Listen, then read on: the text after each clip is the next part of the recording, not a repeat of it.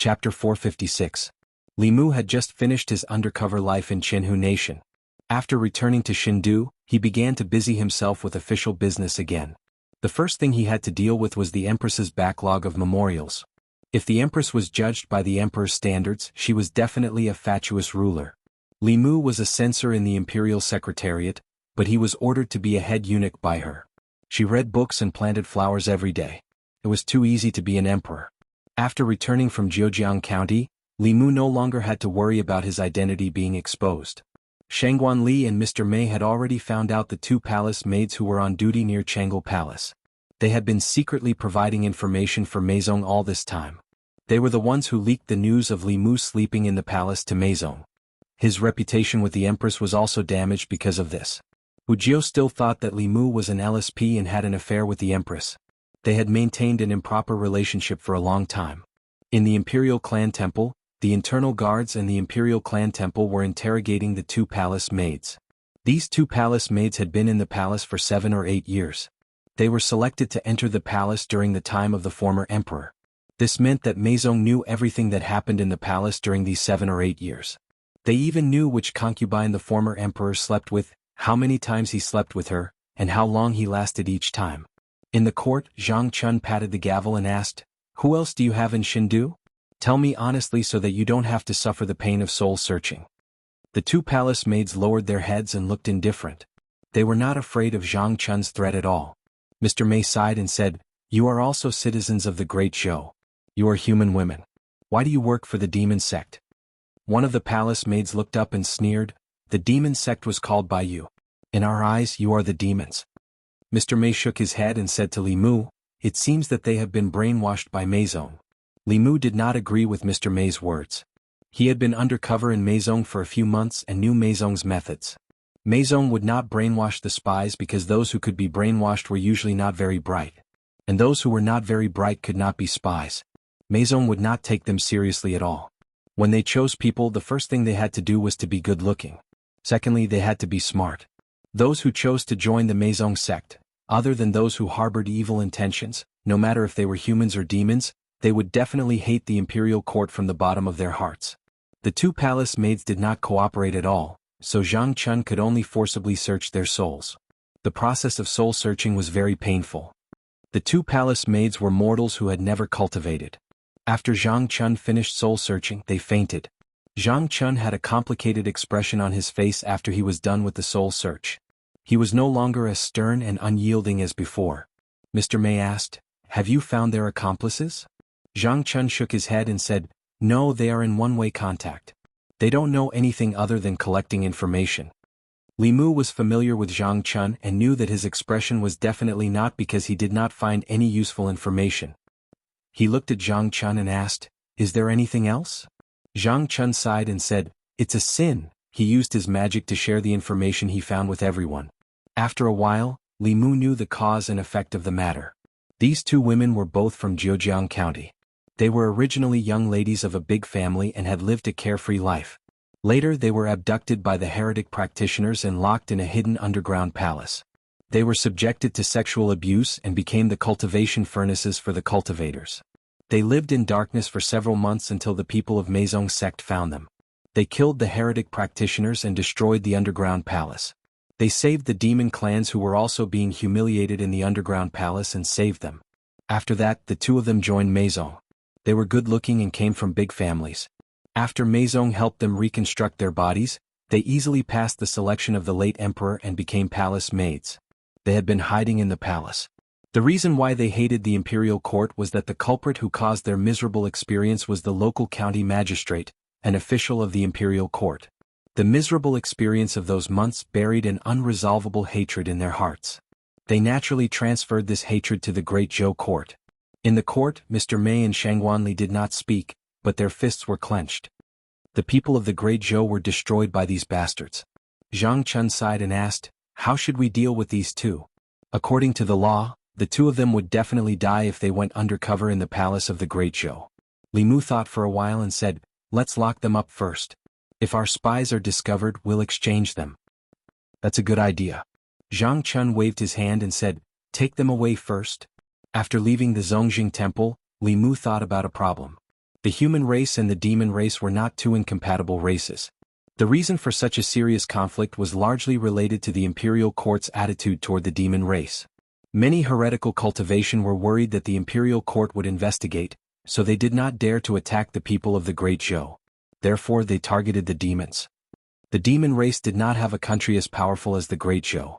The Great Zhou court also did not protect the demon race. Moreover, the demons were generally successful in cultivation and were more valuable than humans. Not only would the heretical cultivation kill the demon race without restraint, but even some righteous cultivators would kill the demon race for their souls and demon cores to cultivate in the name of killing demons and enforcing justice on behalf of the heavens. If the imperial court treated the people and the demon race equally and protected the law-abiding demon race in the Great Zhou, the demons' hatred toward the Great Zhou would certainly weaken. The demons would cause less chaos everywhere and the place would be more stable. It would also be beneficial for the unity of the people's hearts. In fact, when he was in Zhejiang County, Li Mu had already thought about this. If the Great Zhou court could do this, what reason would the Phantom Princess have to overthrow the imperial court? If they lost the righteousness, they would lose some. However, this decree was unprecedented in the history of dynasties. The resistance to its implementation would certainly be great. It was not something that could be taken for granted. He had to consider it thoroughly. In the Chang'e Palace, Li Mu was reading memorials while thinking about this matter. Zhou Yi leaned on the dragon throne and read. When she flipped the pages, she would sneak a glance at Li Mu. Ever since she found out that the vixen of the Thousand Fox Kingdom ordered her favorite official around like a servant, she felt unbalanced in her heart. As the Empress of the Great Zhou, she could not go to the Thousand Fox Kingdom to cause trouble for that vixen. However, what that vixen had, she had to have. What that vixen did not have, she also had to have. She admitted that she could not win against Lu. After all, she was Li Mu's wife. However, she was the Empress of a country. She could not lose to a vixen. She put down the book and rubbed her shoulders. She said lightly, "After sitting for so long, my shoulders are sore." Shangguanli was about to step forward when Mr. Mei grabbed her wrist and said, "Ali, come with me for a moment. I have something important to tell you." Shangguanli was forcefully dragged out. Li Mu finished reading the last memorial. He put down his brush and sighed in his heart. Women were so pretentious. Even the Empress was no exception. She was a seventh realm cultivator. Even if she sat there for 10 days, half a month, or even 8 to 10 years, her shoulders would not ache at all, let alone sitting for less than an hour. Li Mu spent even more time reading memorials than she did. Although he was dizzy from reading them, his body did not feel tired at all. She only read books and planted flowers every day. What was so tiring about it? But then again, whether her body was tired or not was completely different from whether she felt comfortable rubbing her shoulders. Who didn't want to be waited on by others? The Empress reminded him that a few days ago, he was the one waiting on others. Now it was time for him to enjoy himself. He would go back now and let Wanwan and Xiaobai massage his shoulders and legs. He would experience the joy of being a fantasy princess. Thinking of this, Li Mu could not wait any longer. He stood up and said, "I finished reading the memorials. Your Majesty can take a look at them. I'll go back first." With that, he turned and walked out of Chang'e Palace. At the entrance of Chang'e Palace, Mr. Mei looked at Li Mu in surprise. He asked, "Why did you come out?" Li Mu shrugged and said, "I finished reading the memorials. I'm a little tired. When I go back, I'll let Xiaobai and Wanwan massage me." Mr. Mei looked at him blankly. Li Mu waved at the two of them and said, "See you later." Chapter 457. In order to avoid being criticized again, Li Mu did not stay in Chang'e Palace for long after he returned. This way, even if the demon sect still had spies in the palace, they would only think that the Empress thought highly of him and would often summon him to Chang'e Palace to discuss matters of state. They would not spread rumors that he had an affair with the Empress and was a gigolo she kept in the palace. In the Li residence, Wanwan and Xiaobai were in the front and back respectively. Li Mu lay comfortably on a chair, enjoying the service of their little hands. Although he was comfortable, Li Mu could not help but feel a trace of melancholy in his heart. The residence was too big and had countless rooms. There were only 3 of them and they only slept in one room and one bed. The huge residence seemed especially cold and cheerless. In short, the residence lacked a mistress. Just as this thought arose, Li Mu's vision blurred, and a figure appeared in the courtyard. Xiaobai's eyes curved as she giggled and said, "Sister Zhou, you're here?" Wanwan stared at a box in the Empress's hand and asked curiously, "Sister Zhou, what are you holding in your hand?" Zhou Yi handed the box to her and said, "This is a new type of pastry that the imperial chef developed. Tastes pretty good, try it? Wanwan did not have time to massage Li Mu's legs. She hugged the box and ran to the stone table with Xiao Bai, impatiently trying out the new pastry developed by the imperial chef. Li Mu, who had not yet reacted, was still lying comfortably on the chair. Zhou Yi glanced at him and asked, "Are you waiting for me to massage your legs and shoulders?" The empress was standing, so Li Mu did not dare to lie down. He immediately flipped over and said, "Your Majesty, please?" When the empress lay down where he had been lying, Li Mu realized that the two of them were standing in an inappropriate position. The empress was standing and he could not lie down. Otherwise, it would seem like he was waiting for the empress to serve him. However, the empress was lying down while he was standing. Some things could be seen clearly from a bird's eye view. Li Mu didn't even dare to lower his head. Suddenly, a thought flashed through Li Mu's mind. He walked behind the empress and said, "Your Majesty, aren't your shoulders a bit sore? Why don't I give your Majesty a massage?" "Your Majesty's shoulder massaging technique is not bad," Zhou Yi said faintly. "You must have gotten familiar with that vixen when you were in Thousand Fox Country. Back in the palace, I didn't see you being so attentive to me. I didn't expect my subject to be trained by a vixen." Li Mu was startled and a thought flashed through his mind. The empress was obviously jealous of Phantom Princess. When he was in Chengel Palace, he only wanted to come back and find Wanwan and Xiao Bai. He didn't realize that the empress was hinting at him. This wasn't the first time Li Mu noticed that the empress had a strong possessive desire for him. This didn't mean that the empress had fallen in love with him. Possessiveness was human nature. She wasn't the only one who wanted to possess Li Mu. Li Mu also wanted to possess her. Not to mention anything else, if the empress had another subject who was as good to him as she was to herself, Li Mu wouldn't feel comfortable in his heart. Li Mu secretly broke into a cold sweat for himself. Fortunately, he came to his senses early. If he persisted until night fell, he would inevitably be beaten up in his dreams. Zhou Yi looked quite domineering, but she was actually more of a woman than anyone else. She would never say what was on her mind. Instead, she would let Li Mu guess it himself. If he guessed it right, everyone would be happy. If he guessed wrong, she would vent her anger in his dreams. It must be because she didn't enjoy the same treatment as Phantom Princess. Her tone was as if she had drunk an entire jar of aged vinegar. Li Mu took the initiative to put his hands on her shoulders. He rubbed here and there and finally calmed her down. She lay there comfortably and closed her eyes to rest. She didn't speak anymore. At a certain moment, Li Mu said softly, "There is an important matter that I would like to discuss with your Majesty." Zhou Yi closed her eyes and said, "Speak." Li Mu organized his words and said, "This time when I was undercover in Qinhu country, I discovered something. The reason why most of the demons hate the Great Zhou and hate humans is because of the unfairness between humans and demons in the Great Zhou. When demons harm humans, they will be destroyed by the imperial court. However, humans can kill demons wantonly, take their souls, and steal their monster cores. They can even do crueler things to demons. This is actually the root of the conflict between humans and demons. If we want to improve the relationship between humans and demons and promote the stability of the counties, we can only pass the imperial court's legislation." Zhou Yi's eyes were still closed. She said, "Most of the courtiers and even the common people have an inexorable prejudice against demons. Many people will oppose this matter." Li Mu said, "I think that the people of the 36 counties are the people of the Great Zhou. In the Great Zhou, the demons who abide by the laws are also the people of the Great Zhou.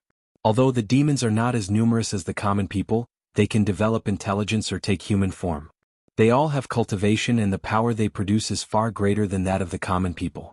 If the demons in the Great Zhou are united, they will condense the Emperor's chi faster and your Majesty will be able to escape as soon as possible." Zhou Yi's eyes suddenly opened. She looked around and said, "Since you think it's right, then do it boldly. I will always be behind you, Morning Court." An official's spittle flew everywhere. Absurd, simply absurd. What does the life and death of the demons have to do with the court? The court is the court of the common people, not the court of the demons.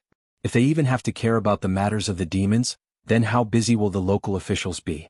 How many cultivators make a living by killing demons?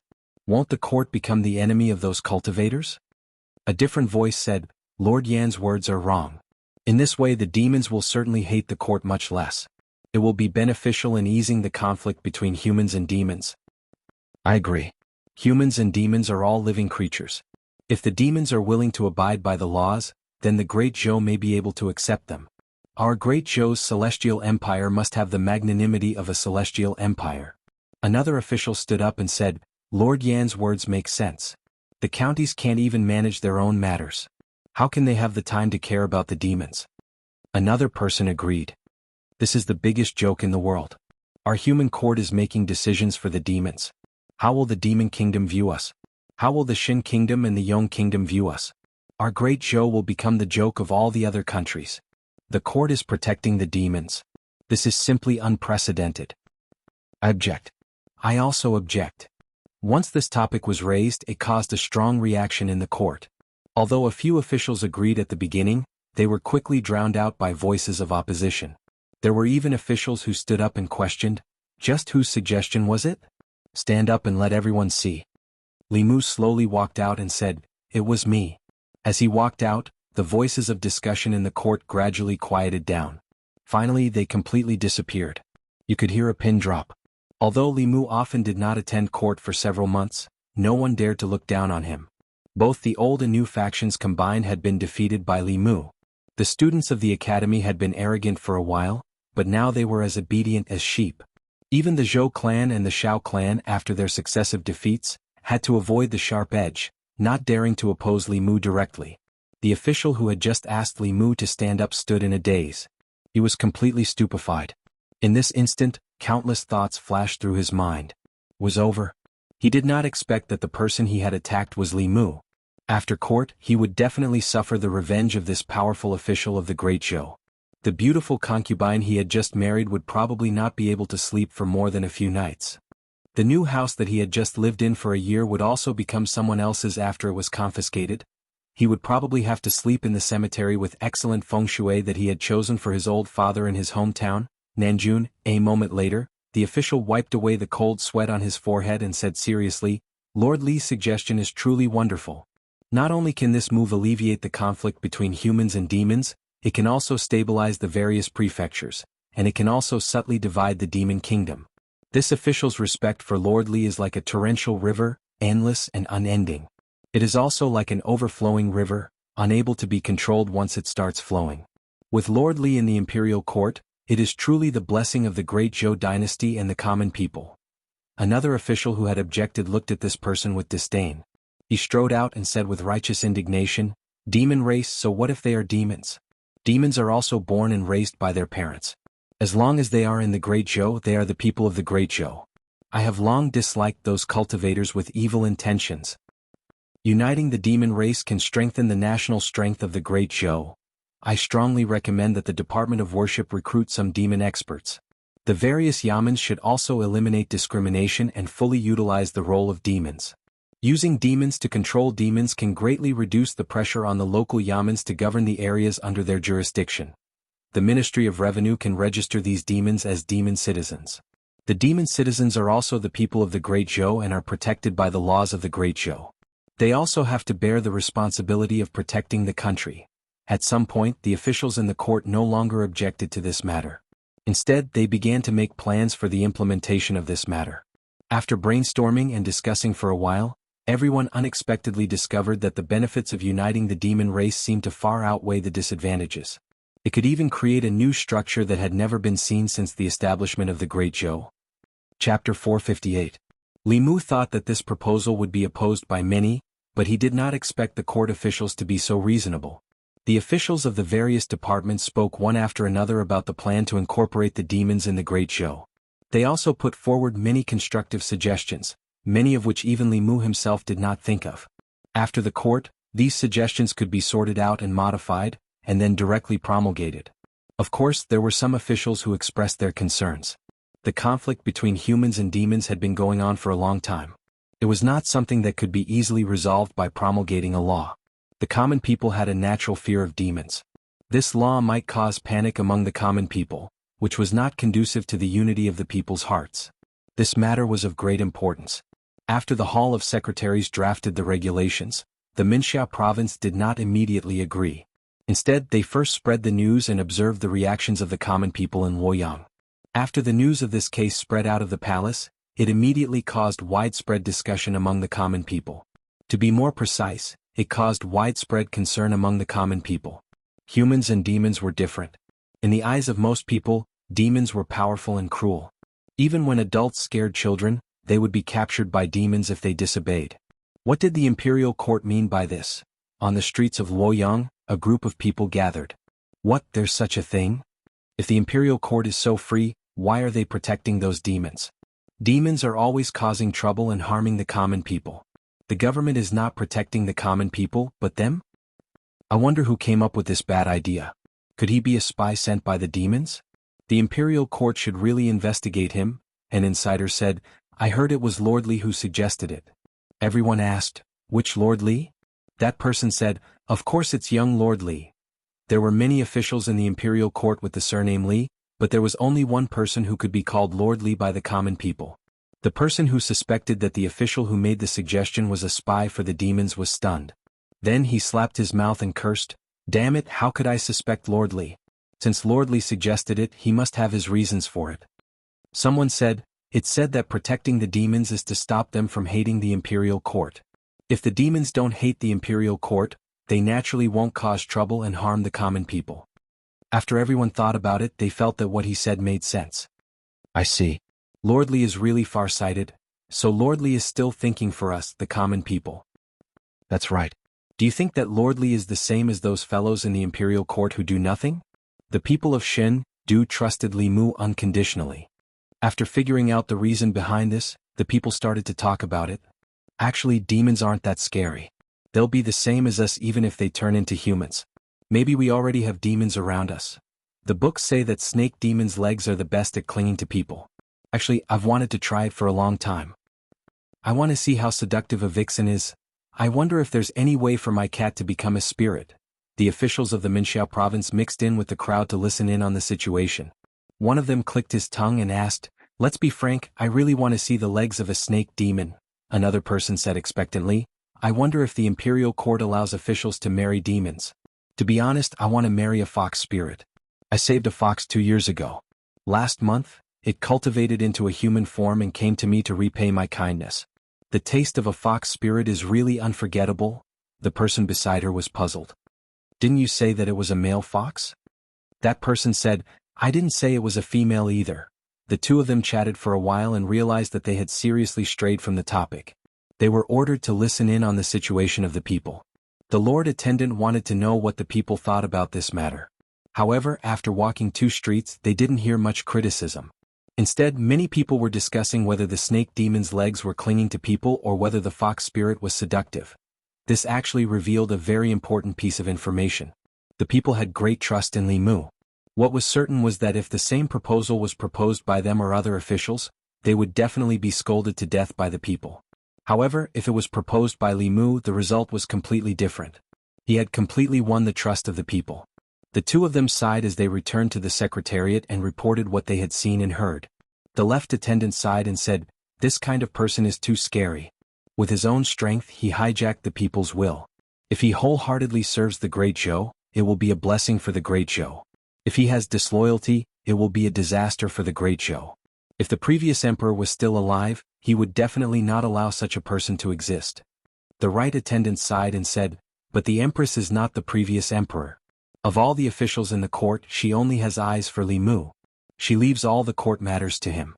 Ever since Li Mu returned to Luoyang, the Chang'e Palace no longer has a backlog of memorials, the left attendant said, but I have to say that this person is indeed a great talent in governing the country. After 2 dynasties of decline, the Great Zhou was able to recover so quickly and even become stronger. Can almost be said that it is his work alone. The right attendant's eyes shone with a strange light. He said, at first glance, the plan to take in the demon clan was a waste of the court's energy.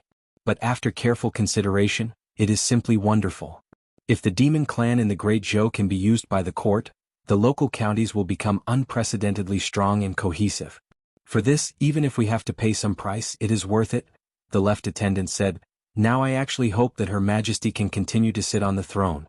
The Great Zhou has been reborn with great difficulty. If after another setback, the other countries will become disloyal again and the Demon Kingdom and Ghost Realm will take advantage of the situation to invade, the fate of the Great Zhou for hundreds of years will come to an end. The right attendant had a doubtful expression and asked, what do you think Her Majesty is thinking? Until now, she has not revealed any information about who she wants to pass the throne to. I'm afraid that the Shao clan and the Zhou clan are not sure. The left attendant pondered for a moment and muttered, do you think there is another possibility? the two of them looked at each other. Their minds were already connected. The following conversation was completely carried out through telepathy. The Li residence. The development of the matter was far smoother than Li Mu had imagined. Not only did the courtiers not show any overwhelming opposition, even though some of the commoners were panicking, they still believed in the court and Li Mu. This was due to the trust he had built up with them over the past 2 years. There was another reason that Li Mu hadn't thought of. Due to the popularity of strange stories from A Strange Story, many novel authors rushed to imitate the plot style of strange stories from A Strange Story. Thus, starting about a year ago, the story of a young man who had a fortuitous encounter and cultivated diligently, slaying demons and eliminating evils for the people, and finally becoming a powerhouse of a generation, was no longer popular with most readers. Men preferred the romance between human beings and demonic ghosts. Some of the works aimed at women were even more explicit and bold. Whether it was an unmarried girl or a married woman, they would more or less have 1 or 2 such books under their pillows or at the bottom of their dowry boxes. A snake demon's legs were the most clingy, and a fox demon's legs were the most seductive in bed. Jokes like these also came from these YY novels. It was true that fox demons were seductive. Xiao Bai would often inadvertently seduce Li Mu until he felt hot all over and had to use the clear heart technique to resist. As for whether a snake demon's legs were the most clingy, Li Mu didn't know. In any case, the Empress was quite clingy. Although he didn't live in Chang'e Palace anymore, the Empress treated this place as her home. When she was here, Li Mu had to carefully serve her. She lay on his chair, drank his tea, held his niece, and even let Li Mu massage her back and shoulders. Li Mu used to hope that he could replace Shangguan Li's position, and now he really did. In the past it was she who served the Empress and now it was Li Mu. There was a knock on the door. Li Mu removed his hand from the Empress's body and walked to the door. Just as he opened the door, a green figure pounced on him. The girl in the green dress hooked her arms around Li Mu's neck and hung herself on him. Her 2 slender legs were tightly wrapped around Li Mu's waist. She happily said, "Uncle, my sister and I are here to seek shelter from you." Li Mu sighed in his heart. A snake demon's legs were indeed clingy. Hu Jiuqing didn't lie to him. Chapter 459. It was true that the snake demon's legs were the most clingy. Li Mu spent a lot of effort to remove Bai Tingxin from his body. After 2 years of not seeing each other, the 2 sisters had grown even more beautiful. One was wearing a white dress, while the other was wearing a green dress. Their figures were also slightly taller as they stood at the entrance of the Li residence. Li Mu looked around and asked, "Where are your parents?" Bai Tingxin said angrily, "Humph, they were traveling around the continent. They thought we were a burden, so they sent us back to the North County to cultivate. Sister said she missed you and insisted on coming here to find you. I could only follow her." Bai Tingxin twisted her ear and said angrily, "Who was the one who made a fuss about coming to the fairies' capital? How dare you talk about me?" Li Mu said helplessly, all right. Come in first." This time the White Demon King and his wife did not come. Only the 2 sisters came. Li Mu was secretly worried for them. These 2 nieces were really daring. Snake demons and fox demons were the favorite of those heretical cultivation. Even 5th realm experts were often captured, let alone these 2 little demons who had just condensed their demon cores. They were lucky to have come here safely. Bai Tingxin walked into the courtyard first and asked, "Are the ants at home?" Li Mu said, "No, they are at Mount Baiyun." "Hee, that's good." Bai Tingxin was secretly delighted. She muttered softly. Then she was stunned and asked, "They are?" Li Mu did not explain too much. He only said, "You have 2 ants now." Bai Tingxin looked at the other beautiful woman standing in the courtyard and said blankly, "Is this 3rd ant?" Li Mu said with a serious expression, "Don't be rude. This is Her Majesty the Empress of the Great Zhou." Zhou Yi only glanced at Bai Tingxin indifferently. She was so scared that she hid behind Li Mu and looked at the Empress with frightened eyes. She grew up in the mountains and was like a little princess at home. She could get whatever she wanted. She did not feel anything about being called the Empress of the Great Zhou. She only vaguely felt that this beautiful woman was very powerful. She was so powerful that she could crush her with her little finger. Li Mu walked to the Empress and introduced, "Your Majesty, these 2 are the daughters of my sworn brother. The wild demons do not know the rules. Please forgive them, Your Majesty." Wan and Xiao Bai also ran over from the side and said happily, "Sister White Snake, Sister Green Snake, you are here?" Li Mu felt that the house was too quiet just now. Now it was so lively that it gave him a headache. Wan and Xiao Bai were not talkative. Inxin used to be lively, but after condensing the Yao core, she gradually became a lady snake. Only Tingxin was crazy. Li Mu thought that she would restrain herself after condensing the Yao core. He did not expect that after her cultivation improved, she became more lively. Even Wanwan and Xiaobai were affected.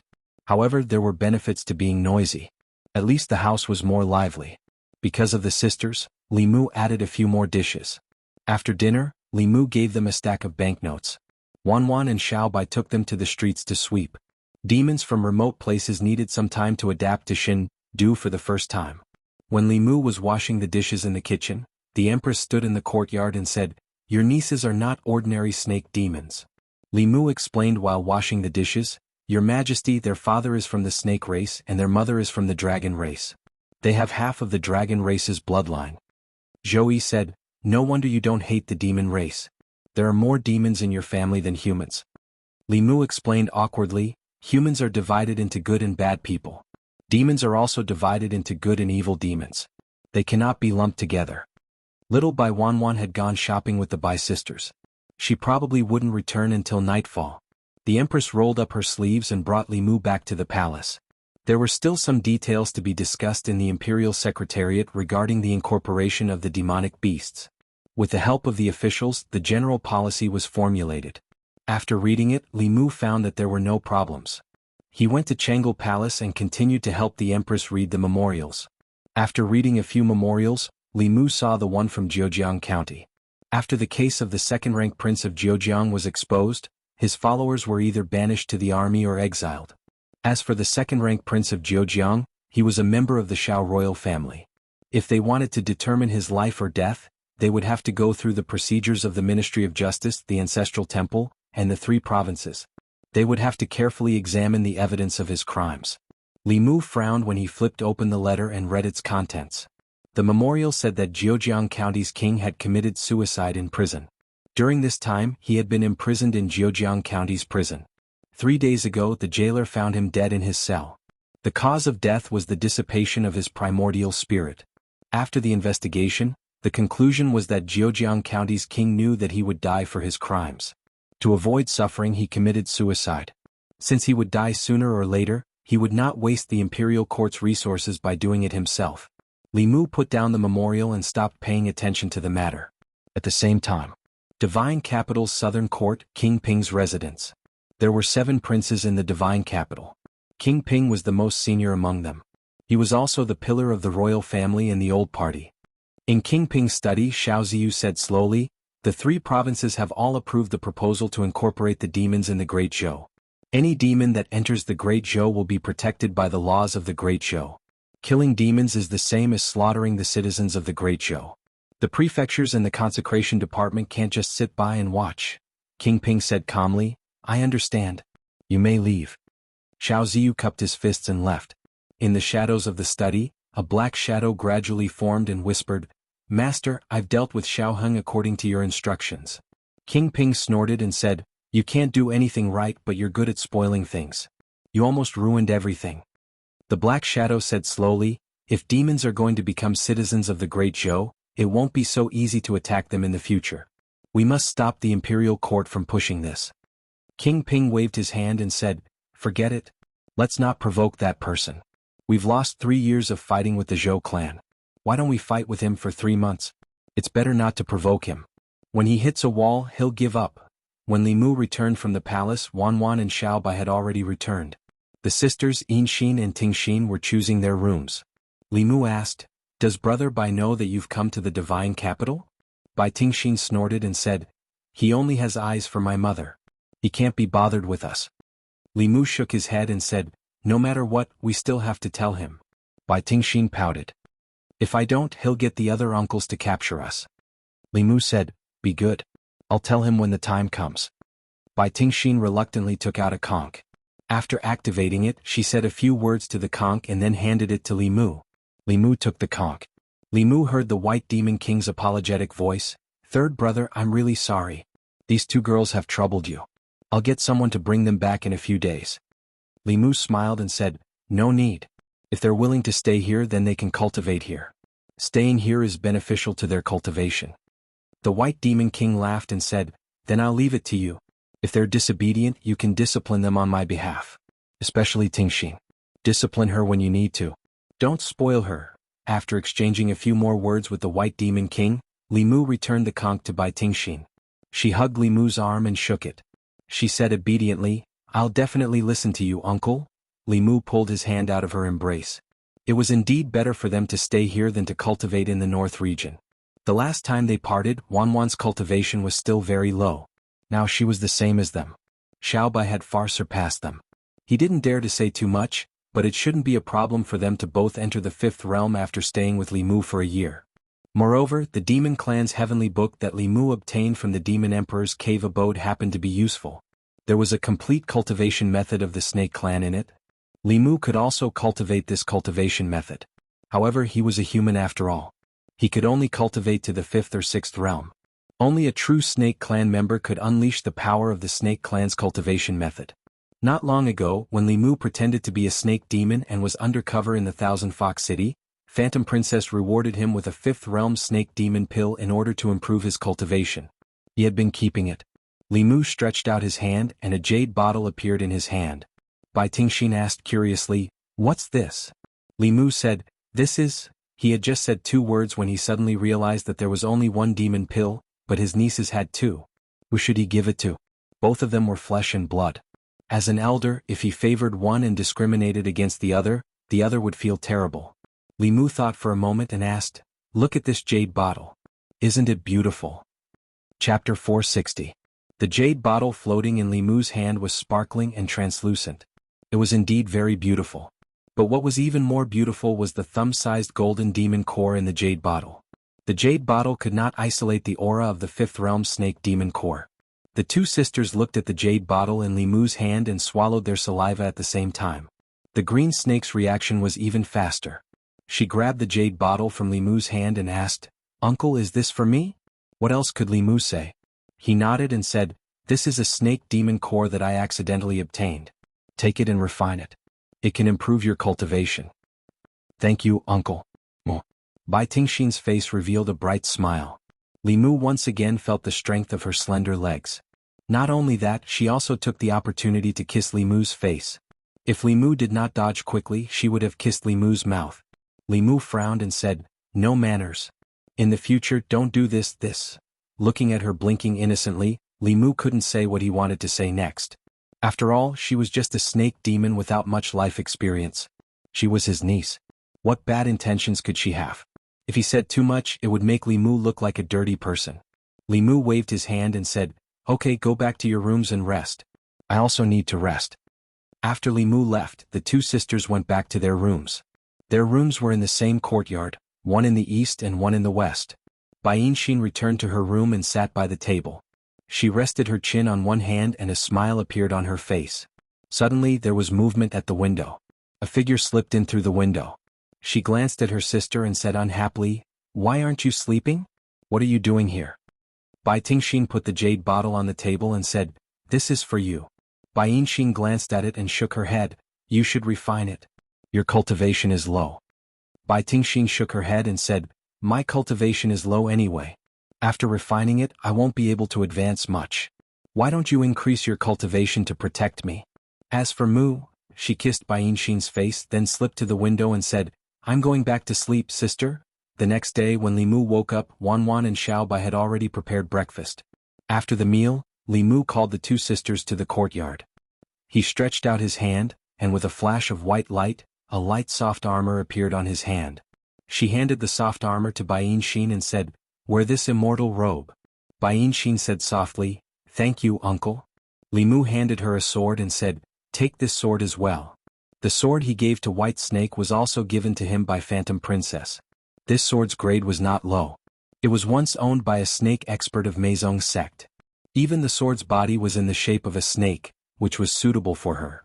Yesterday the demon core was given to Green Snake, and these 2 magic treasures were given to White Snake. It showed that Li Mu was impartial and did not favor anyone. Seeing her sister's immortal robe and immortal sword, Bai Tingxin looked at Li Mu expectantly. However, Li Mu did not look at her at all. Li Mu continued to say to Bai Yinxin, "Come with me. I'll teach you a few more techniques of the demon race." Seeing Li Mu leave with her sister, Bai Tingxin stood in the courtyard and pouted. Tears were rolling in her eyes. The demon core was her sister's, the immortal robe was her sister's, and the magic treasures were her sister's. Even the techniques were only taught to her sister. She had nothing. How could he bully her like this? Boo-hoo, she had never been wronged like this since she was young. Her tears fell on the spot. She cried like a pear blossom in the rain. Li Mu heard the crying and walked back. He was extremely surprised and asked, "What's wrong with you?" Bai Tingxin wiped her tears with one hand and pointed at him with the other. She said sadly, "You're biased." Li Mu felt even more wronged and asked, "How am I biased?" Bai Tingxin said, "You gave her immortal robe, magic treasures and even taught her techniques." "I don't have anything," Li Mu was stunned and said, "Didn't I give you the demon core?" Bai Tingxin felt wronged and said, "I've already given it to her." Li Mu still underestimated the relationship between the two sisters. It was not that he did not have good things, but the problem was the reasonable distribution. He did not want the two sisters to think that he was biased towards one of them.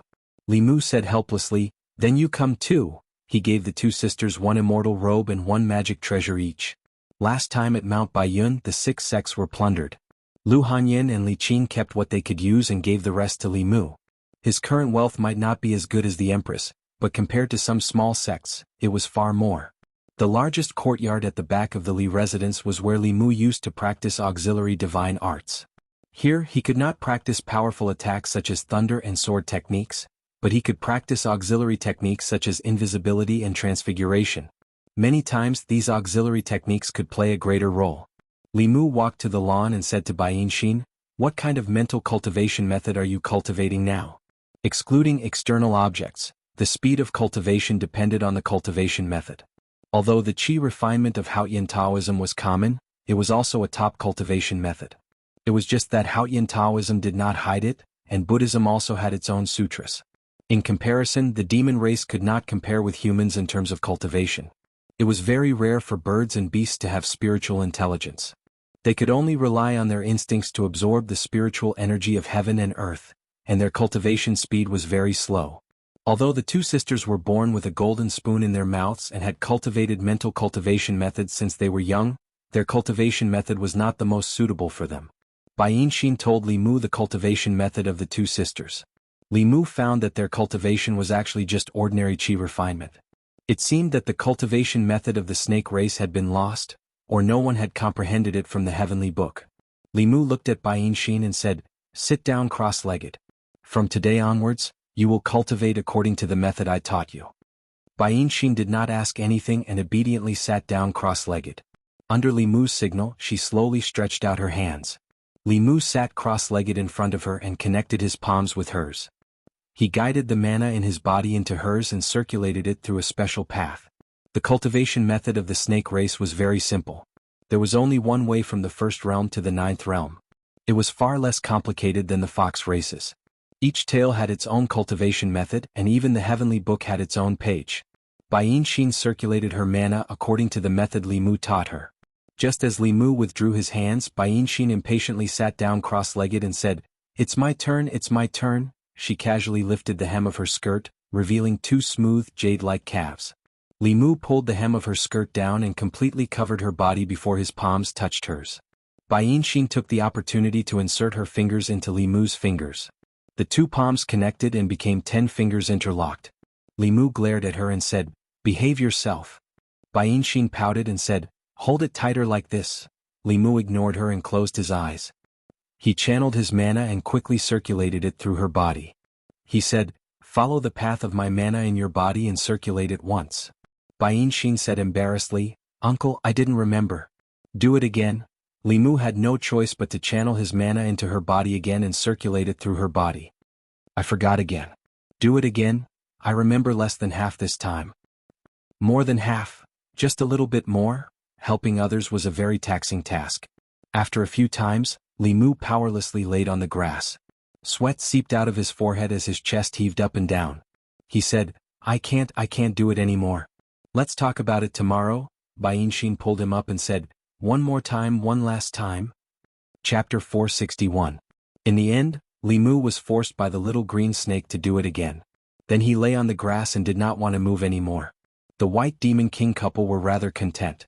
They wandered the world and lived the life Li Mu wanted to live, but they gave their daughter to him. Li Mu not only had to take care of their food and clothing, he also had to worry about their cultivation.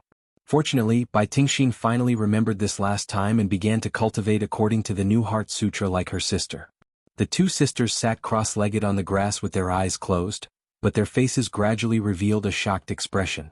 They could clearly feel that the surrounding spiritual chi of the world was surging into their bodies at an extremely fast speed. It was several times faster than their usual cultivation speed. This meant that their cultivation speed in the future would also increase by several times. This kind of Heart Sutra seemed to be tailor-made for the snake race. After circulating her mana for a cycle, Bai Tingxin opened her eyes and stared straight at Li Mu. She asked, "Uncle, are you a snake like us?" Other than the snake race, she could not think of anyone else who could create this kind of cultivation Heart Sutra. Li Mu knocked her head. "What are you talking about? Impudent." Bai Tingxin gently twisted her body and slid to Li Mu's side. She bit her lower lip and said softly, "I was wrong." Li Mu got up from the grass and said, "You two take your time cultivating. I still have things to do. If there's anything you don't understand, ask me." Before Bai Tingxin slid into his arms, Li Mu hurriedly left the courtyard. She used to be angry with T. After not seeing her for such a long time, her anger had gotten worse. Moreover, she was intentionally or unintentionally teasing him. Li Mu had to be on guard against her. Different from her sister, this green snake did not care about the things that humans did. What etiquette, what shame, what forbidden love, she probably did not have such awareness at all. Early the next morning, Li Mu arrived at the Changel Palace. The Secretariat had already drafted the memorial establishing the Great Zhou Demon Registry. Furthermore, it had been reviewed and approved by the sect. In the end, as long as the Empress Jade Seal was stamped, it could be handed over to the Secretariat for specific implementation. Inside the hall, Mr. May looked at Li Mu and asked, "What did you do yesterday? Why are you so pale and weak?" Li Mu sighed and said, "Don't mention it, the two snakes at home are too clingy. Yesterday my mana was drained by them and I almost couldn't get out of bed in the morning." Zhou Yi and Shangguan Li, who were reading, suddenly looked at Li Mu. Mr. May was both embarrassed and angry. He said, "Bastard, this is His Majesty's bedchamber. Don't say anything." Li Mu explained, "Yesterday I taught them a new cultivation method and helped them cultivate more than 10 times. My mana and energy were all exhausted. What were you thinking?" Mr. May was stunned. "So that's what happened?" Li Mu asked in return. "What did you think it was?" Mr. May said awkwardly, "I thought so too." On the side, Zhou Yi and Shangguan Li also retracted their gazes. Li Mu only just realized that although he was just stating facts, if someone's mind was filled with nonsense all day long, it was easy to create ambiguity. However, he did not expect that the Empress, Mr. May and Shangguan Li, these three people's bodies were purer than the other, but their minds were dirtier than the other. What were they thinking in their minds just now? They were all red in the face and ears. The Empress' neck was even covered with a light pink color. After this small episode, the atmosphere of the entire Changel Palace became awkward. The three people's eyes kept glancing at Li Mu. Li Mu felt uncomfortable all over. After reading a few memorials, he said to the Empress, "Your Majesty, I'm not feeling well today. I'll go back first." Zhou Yi nodded and said, "Go ahead." As soon as Li Mu left, Mr. May complained, "He didn't say it clearly. How would I know what he meant? There's a new mistress in his house. I thought he kidnapped 2 snakes from somewhere." Shangguan Li glanced at her and said, "There's nothing wrong with what he said. It's your mind that's not pure." Mr. May looked at her and asked, "Your mind is pure. If your mind is pure, why are you blushing?" Shangguan Li was speechless for a moment. She explained, My face is already red. Besides, your Majesty is blushing too." Zhou Yi stood up and said, "Changel Palace is a bit hot. I'll go take a walk in the Imperial Garden." After returning home, there was nothing to do. Li Mu was bored, so he checked on the cultivation of the girls. Wanwan didn't care about cultivation. She mainly focused on eating, playing, and cultivating. Xiao Bai wanted to become stronger and find the enemy who killed Granny to avenge her. She looked like she was eating and playing with Wanwan, but she was actually cultivating seriously in private. If she didn't take the initiative, no matter how much resources Li Mu provided her, she wouldn't have been able to reach the 5th level so quickly. Li Mu would remind them about their cultivation every few days. The new Bai sisters were the ones that Li Mu had to pay more attention to recently. They had changed their cultivation methods. At the beginning of their cultivation, they would definitely encounter many problems. In addition to the cultivation method, Li Mu also taught them a few powerful snake clan abhijna. Snakes were cold-blooded and were naturally good at hiding. At the same time, they were very sensitive to heat and smells. They were also natural tracking experts. In addition, the snake clan's poison techniques were something that even high-level cultivators would be wary of. Although the two sisters looked sweet, they were actually more poisonous than the other. In the natural world, the more beautiful an animal or plant was, the more likely it was to be poisonous. Li Mu didn't forget that Wu Bo was almost poisoned to death by Yin Xin. If he was really poisoned, other than antidote pills, any Fulu talisman would be useless. As a human, Li Mu could learn about 50 to 60% of some demon clan abhijna. However, even if he was squeezed dry, he wouldn't be able to squeeze out a drop of poison. However, this didn't mean that Li Mu couldn't teach them. In terms of theoretical knowledge, he wasn't afraid of anyone. Li Mu was teaching them how to turn the poison into a mist and then condense it into a poison arrow to cause an area attack. Bai Yinxin learned quickly. In just an hour, she was already very proficient. Li Mu walked to Bai Tingxin and said, "It's your turn. Go all out and attack me with the spell I just taught you." Bai Tingxin shook her head and said, "But what if I hurt uncle?" Li Mu glanced at her and said, "I won't blame you even if you hurt me. If you can hurt me, I can promise you one more thing." Bai Tingxin said excitedly, "You said it. Pinky swear." Li Mu stretched out his little finger and hooked it with her white finger. Bai Tingxin retreated to the side and spat out a cloud of poison mist from her mouth. Soon it surrounded Li Mu. In the poison mist, one couldn't see anything in front of them. Whoosh! An undetectable sound of wind breaking came from the poison mist. Li Mu slightly leaned his body and dodged a poison arrow. Whoosh! Whoosh! Whoosh! In the poison mist, poison arrows were constantly shot from all directions. Li Mu tilted his head and lifted his feet to dodge the poison needles. He always locked onto a breath in the poison mist. At a certain moment, when several poison arrows were shot, Li Mu's figure flashed and disappeared from the spot. He appeared beside the breath and stretched out his hand to grab it. A long object was caught in Li Mu's hand. Then a trace of doubt appeared in Li Mu's eyes. Even if she revealed her true form, it wouldn't be so thin and hard. Li Mu withdrew his hand and found that he was holding the sword he gave Bai Tingxin. Her emerald green shirt was hanging on the sword. Then, a head quietly appeared beside his wrist and gently bit his wrist. Li Mu felt a sharp pain in his wrist. Then his whole body began to feel numb. His legs went soft and he fell into Bai Tingxin's arms. Bai Tingxin hugged him and said with a smile, "Uncle, I won." Li Mu never thought that he would be pecked in the eye by a wild goose all day long. He played with snakes all day long and finally got his wrist bitten by a snake. Bai Tingxin was smart enough to use the concealment technique he taught her to hide her breath. With the cover of the poison mist, she deceived Li Mu. Then, when he thought that victory was in his hands, she gave him the final blow. This time, Li Mu was indeed careless. On the one hand, he underestimated the enemy too much. Now, even if he was facing a powerhouse in Dongshan, as long as he hadn't been in Dongshan for many years or was half a step into the upper realm like the slovenly Taoist priest, he could fight. He didn't believe that he would fall in the hands of a little snake demon who had just condensed a monster core. On the other hand, she was Li Mu's niece. Li Mu's trust in her made him not treat her as a real enemy. Various reasons caused him to fail in front of the two sisters and lose face. Now he was still lying in Bai Tingxin's arms. Li Mu suppressed the snake venom with his magic power and stood up. Just as he was about to throw an antidote into his mouth, he was stopped by Bai Tingxin. She grabbed Li Mu's wrist and said, "The antidote can't be removed completely. Let me help you." Li Mu asked, "How are you going to remove it?" Bai Tingxin licked her red lips and a trace of shyness appeared in her eyes. She said, "My saliva can be removed. I'll feed you." Li Mu shook off her hand and said, "It's just snake venom. How can it stump me? I'll force it out myself." With that, he strode to his room. Bai Yinxin looked at her sister with dissatisfaction and said, "Tingxin, you're too much. How can you bite him?" "What? Are you heartbroken?" Bai Tingxin rolled her eyes and said, "He asked me to do my best. Besides, I wanted to detoxify him, but he didn't let me." "You're still talking." Bai Tingxin retracted her head.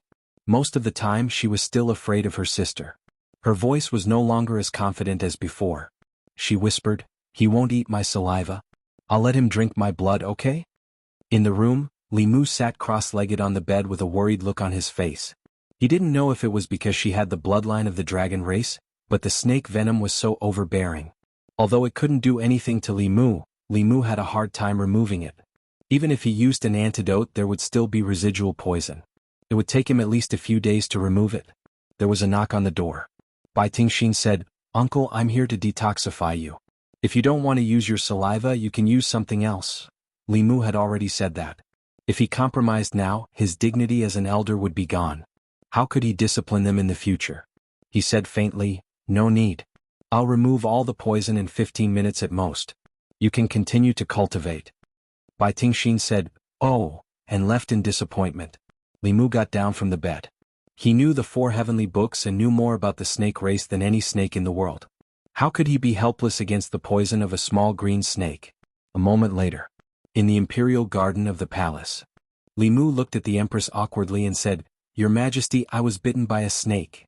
Zhou Yi frowned and said, "The 2 snakes in your house?" Li Mu said, "She was careless. The snake venom is very overbearing. I can't remove it in a short time, so I came to your Majesty." Zhou Qiong was deep in thought. She was wondering under what circumstances Li Mu would be bitten by the snake demon at home. Where was he hurt? Was it his tongue or some other place? She looked at Li Mu and asked, "Where are you hurt?" Li Mu pulled up his sleeves, revealing 2 rows of small wounds on his wrists. Zhou Yi's face relaxed a little and said faintly, "Give me your hand." Li Mu reached out his hand. Zhou Yi held his hand. Li Mu felt a majestic mana invading his body. A few drops of white liquid flew out from the wound. At the same time, the discomfort in his body disappeared completely. After removing the snake venom from his body, Li Mu returned home quietly. Xiao Bai, Wanwan, and the sisters Yinxin and Tingxin were playing cards in the yard. Li Mu turned invisible and swaggered across the yard. Li Mu could use ordinary invisibility in front of them. With their cultivation they couldn't find him at all. Bai Tingxin played a card, then looked at Wanwan and said, "Wanwan, it's your turn." "Oh." Wanwan came back to her senses and saw Bai Tingxin's card. She pushed down her own card and said, "I won." Li Mu went through the wall and returned to the room. He tidied up his clothes, opened the door and walked back to the front yard. Bai Tingxin had lost several times in a row and had long wanted to find an excuse to slip away. When she saw Li Mu walk out of the room, she immediately trotted over and looked around him. She said disappointedly, "You really solved it?" Li Mu glanced at her and asked, "You seem very disappointed?" Bai Tingxin's gaze wandered and she smiled guiltily. "No, how could I?" She quickly looked at Li Mu again and asked, "You said that if I can beat you, you will agree to one of my conditions. Does it still count?" Li Mu nodded and said, "Of course it counts." Bai Tingxin said, "Then I'm going to say it now." Li Mu was already prepared to lose a lot of money. He said, "Say it." Bai Tingxin said, "Marry me." In the courtyard, Bai Yinxin was speechless. Wanwan and Xiao Bai stood up nervously. Li Mu thought he heard wrong and asked again, "What did you say?" Bai Tingxin said, "Marry me." Li Mu said, "This joke is not funny." Bai Tingxin said with a serious face, "I'm not joking." Li Mu also became serious, "I'm your uncle. If you do this again, I'll tell your father." Bai Tingxin was not worried at all and said, "Tell him. My father said that love should be free and should not care about the prejudice of the world. When he was with my mother, everyone was against it, but they still got together. Moreover, they have us. He often encourages us. We are demons, so we don't care about the things of humans. He doesn't care if you call him big brother or father-in-law. Like father, like daughter." Li Mu finally knew why Bai Tingxin's personality was like that. He could no longer persuade her from an ethical point of view. He thought about it and said, "But I already have a wife." Bai Tingxin pointed at Wanwan and Xiao Bai who were not far away and said, "You still have them. This is not your excuse." Li Mu opened his mouth and finally looked at Bai Yinxin and said helplessly, "You have to control your sister." Chapter 462. Bai Yinxin walked over and said helplessly, "Tingxin, don't talk nonsense all day." Bai Tingxin was unconvinced. "I'm not talking nonsense. Dad said that if you like someone you have to say it out loud. Is it wrong to like someone?" Li Mu was extremely suspicious of what his big brother, White Demon King, had taught his daughter. If she could use half of this thought on cultivation, she would not be at her current cultivation level. Since the hard method did not work, Li Mu could only use the soft method. He looked at Green Snake and said earnestly, "Tingxin, when it comes to love, both parties have to love each other. It can't be forced." Bai Tingxin understood what he meant and asked, "You don't like me?" Li Mu nodded and said, "I like you because you're my niece, but I hope you can understand that this kind of like isn't between a man and a woman." Bai Tingxin was unconvinced. "Why don't you like me? Am I not beautiful enough?" Li Mu looked at Xiao Bai. Bai Tingxin looked back and did not refute. Even if she was confident in her appearance, she could not go against her conscience and say that she was prettier than Xiao Bai. She took a deep breath and asked again, Am I not obedient enough? Li Mu looked at Wanwan. Bai Tingxin lowered her head again and was silent for a long time. She still did not give up and asked, Are my legs not long enough and not clingy enough? Don't you men like this? Li Mu looked at Bai Yinxin. Among the 4 people in the yard, she was not as beautiful as Su Bai, not as obedient as Wanwan, and not as long as her sisters. Little Green Snake finally fell silent and returned to her room without a word.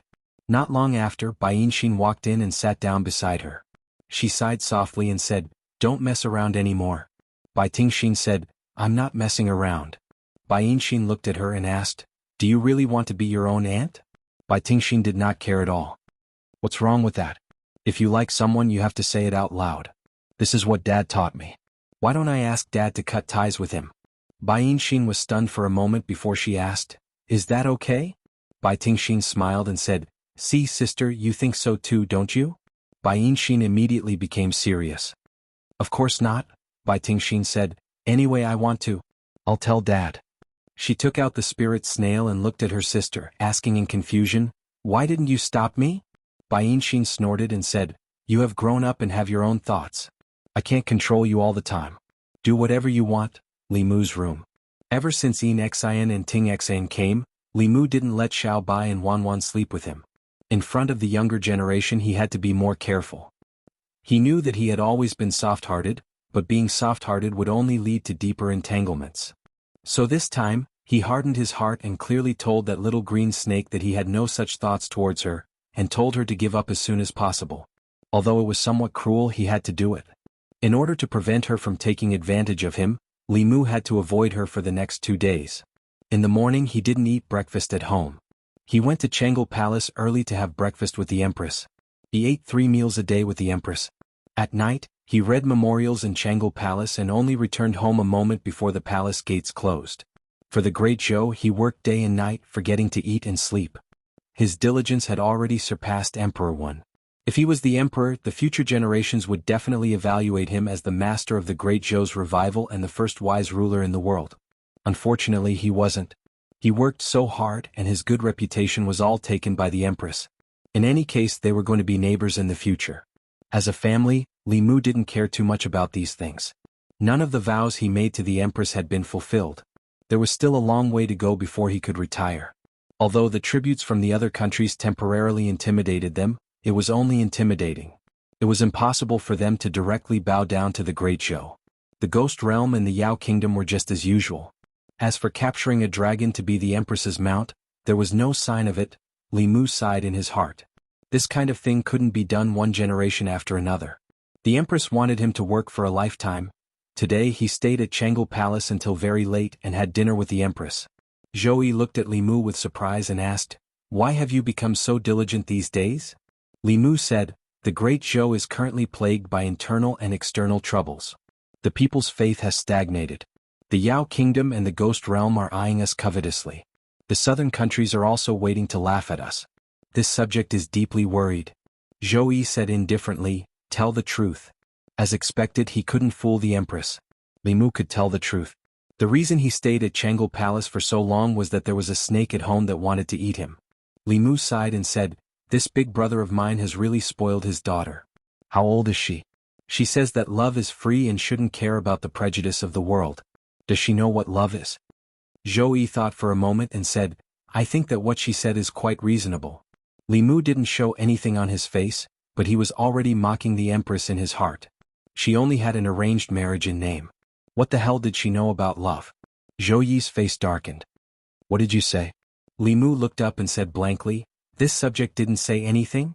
Zhou Yi said, You said it in your heart. Li Mu said firmly, This subject didn't.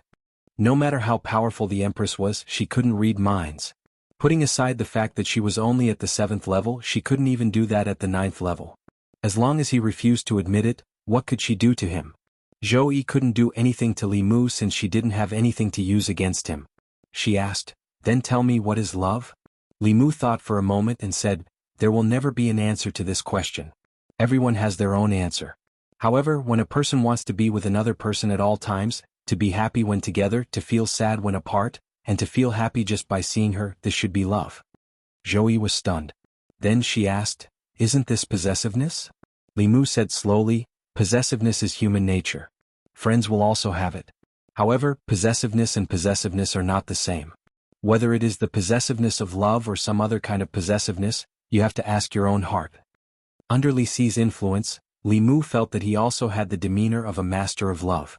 The Empress fell into deep thought after hearing his words. This was normal. For a woman who had never experienced love, love was indeed something difficult to understand. After thinking for a while, the Empress suddenly looked at Li Mu and asked, "So, you and Lu Hanyan, Li Qing Wanwan and Xiao Bai all have feelings for each other?" This question really stumped Li Mu. If he said that it was all love, it would be an insult to love. Love was loyal. Liang Shambua and Zhu Yingtai, White Snake and Su Xian, those who were truly unswerving and unswerving were true love. Li Mu was at most a lecher. As expected, the person who understood him the most was still Hu Jiu. He sighed and said to the Empress, "This subject is just a lecher." Zhou Yi snorted softly and said, "Your understanding of yourself is quite accurate. It was important to know one's own limits." Li Mu admitted that he was a vulgar person who had not broken away from vulgar interests. Since he had admitted it himself, the Empress could not stand on the moral high ground and criticize him. Zhou Yi continued to mock, "If you switched places with me, I'm afraid that the harem would be full, right?" Li Mu waved his hand and said modestly, "It's not that bad, it's not that bad." In order to choose concubines, the former emperor had expanded the harem once. There were 72 concubines in 3 palaces and 6 courtyards. However, he only had children with the Empress and the noble consort. Although Li Mu was also a lecher, he would not only care about physical pleasure when there was no emotional foundation. Until now, his body only belonged to Lu Hanyan. Zhou Yi asked again, "Don't tell me you're interested in those 2 nieces again?" Li Mu looked at the Empress and said in disbelief, "Am I such a person in your Majesty's eyes?" Zhou Yi waved her hand and said, "I'm just asking out of curiosity." Li Mu said firmly, "Although I'm lecherous, I also have principles. I won't have any thoughts about my nieces. What's the difference between that and a beast?" Today he had talked a little too deeply with the Empress. Seeing that the palace doors were about to close, Li Mu stood up and said, "It's getting late. I'll go back first." Zhou Yi said casually, "It's getting late. Why don't you stay in Chang'an Palace tonight? You can read a few more memorials." Li Mu shook his head and said, No, I'll come back tomorrow." These past few days he had been sick of reading memorials. Now he did not want to read any more. Zhou Yi waved her hand disappointedly and said, "Go, go." Seeing Li Mu leave Chang'an Palace, Zhou Yi returned to her bedroom and sat in front of her dressing table. She inadvertently saw herself in the mirror and was slightly stunned. The woman in the mirror was naturally very beautiful. However, no matter how beautiful she was, it could not hide the disappointment on her face. She began to think about why she was disappointed. It seemed to be because Li Mu had left. However, she had spent at least 16 hours with him today. During these 16 hours, the furthest they had been apart was no more than 10 steps. Why would she be disappointed when Li Mu left? Could it be that she wanted Li Mu to be with her 24 hours a day eating and sleeping? Mei Wei told her that this was just normal possessiveness. However, Li Mu told her that this was love. Zhou Qiong's expression suddenly became one of bewilderment. She did not know who she should listen to. The Empress was somewhat abnormal these past 2 days. While Li Mu was reading memorials, she did not read novels. She leaned on the dragon throne alone, thinking about something. However, it was normal for women to have more thoughts. Li Mu did not take it to heart. He had encountered difficulties in the matter of incorporating the demons of the Great Zhou. After the palace secretariat had decided on the policy and approved it, the palace secretariat immediately sent it to the various counties. These past few days, the various counties had successively responded. Contrary to Li Mu's expectations, only a few out of the 36 counties of the Great Zhou responded to the policy with a small number of demons. This policy was completely beneficial and harmless to the weak demons in various places. After becoming the demons of the Great Zhou, they did not need to bear any responsibility. They would remain as they were in the past. The only difference was that the Great Zhou court had become their backing. In the future, regardless of whether it was righteous or evil path cultivators or powerful demons that threatened their lives, the local authorities would not sit idly by. They would be treated as true citizens of the Great Zhou. Even so, not many demons were willing. Li Mu guessed that it was probably because they did not trust the court at all. This was not surprising. Within the borders of the Great Zhou, the demons were in an awkward situation. Although they were all native demons of the Great Zhou, and the Great Zhou was their hometown, the court was the court of the human race. On this land, humans could wantonly slaughter them. However, if they dared to slaughter humans, only death would await them. This situation had persisted for tens of thousands of years. From the Great Zhou to the previous dynasty, it had been like this for generations. The conflict between the demons and humans was engraved in their genes. Li Mu put down the reports from the various counties. After thinking for a while, he stood up and said, "Your Majesty, I will go out to investigate. I will be back in 2 or 3 days at most." Zhou Yi said absent-mindedly, "Be careful." After Li Mu left, outside the hall, Mr. Mei stuck his head out to take a look. He asked Shangguanli, "Ali, did you notice that something is not right with His Majesty these past 2 days?" Shangguanli asked, "What's wrong?" Mr. Mei said, "His Majesty has become less talkative and smiles less. He is often in a daze by himself. I don't know what he is thinking about." Shangguanli thought for a while and said, "Maybe His Majesty is worried because the demons are not progressing well." Mr. Mei did not take her answer to heart. Ever since Li Mu was born, His Majesty had never cared about these things. Big and small matters, it was always Li Mu who took care of them. "Mei Wei, Ali, come in." The Empress's voice came from inside the hall. Mr. Mei walked in, bowed and asked, "Your Majesty, what are your orders?" Zhou Yi looked at her and asked, "Mei Wei, tell me, what is love?" Mr. Mei was stunned for a moment. Then a complicated expression appeared on his face. He said, "Your Majesty, if I knew what love was, I would not be alone now." Zhou Yi reacted and said, "Ali, you." It was only then that she realized that the other 3 women in the hall, including her, were completely clueless about this matter. According to Li Mu, the green snake seemed to know a lot about love. Zhou Yi stood up and said, "Let's go. Take 2 boxes of pastries from the imperial kitchen and go to the Li mansion. I haven't seen Xiaobai and Wanwan for a few days." Central County? There were 36 counties in the Great Zhou. Central County was located in the center of the country. It was where the divine capital was located. However, the development of Central County was not as good as the other 36 counties. The entire Central County had to provide convenience for the divine capital. All resources were provided to the divine capital. This made it impossible for Central County to become prosperous. The people were not too poor, but they barely had enough to eat and wear. The demons in Central County had a relatively miserable life. The people were not rich. They had no livestock to steal, and they did not dare to do so. It was too close to the divine capital and there were too many cultivators. No demons dared to cause trouble here. Instead, they were worried that the cultivators would steal their souls. They longed to go to the demon nation. However, as local demons of the Great Zhou who grew up here, they were already familiar with this place. No one wanted to and no one dared to leave. With their cultivation, it was very likely that they would die on the way to the demon nation before reaching it. In a mountain somewhere in Central County, a dozen figures sat cross-legged in an open space filled with fallen leaves. All the demons who had taken human form within 100 miles were gathered here. These demons usually cultivated in their own hidden abodes. Other than those who were close to them, they rarely gathered. This was the first time they had gathered together. Not long ago, the Great Zhou court announced a piece of news. From today onwards, any demon who cultivated in the Great Zhou could apply to become a demon citizen of the Great Zhou. After reporting to the government and becoming a demon citizen, they could still cultivate in their original abodes. Furthermore, they did not have to worry about being devoured by stronger demons or being hunted down by human cultivators. As long as they became a demon citizen of the Great Zhou, the court would protect them as if they were ordinary citizens. As monsters, their greatest danger was their more powerful brethren and human cultivators. If their safety could be guaranteed, they could cultivate in peace. To them, this was a great thing. It was so good that they felt it was unreal. Among the demons, a tiger demon with 3 horizontal lines on its forehead said in a deep voice, "What do you all think about this?" A leopard demon said, "If this is true, then it's great. We don't have to worry about those human cultivators anymore. We don't have to hide anymore. We can cultivate openly in the mountains." "Idiot!" Another wolf demon's face darkened. He gritted his teeth and said, "This is a conspiracy of the humans. Humans are cruel and cunning. Why would they be so nice to demons for no reason? They must want to catch us all in one fell swoop. Have you forgotten how your parents died?" The leopard demon's face was filled with hatred. He gritted his teeth and said, "It's those damned human cultivators." Following that, the other demons also spoke. "Brother Wolf is right. Humans are the most cruel and cunning. This must be their conspiracy. They want to lure us out and kill us as easily as blowing off dust. The goal of the human court is too obvious. Who would be stupid enough to believe humans?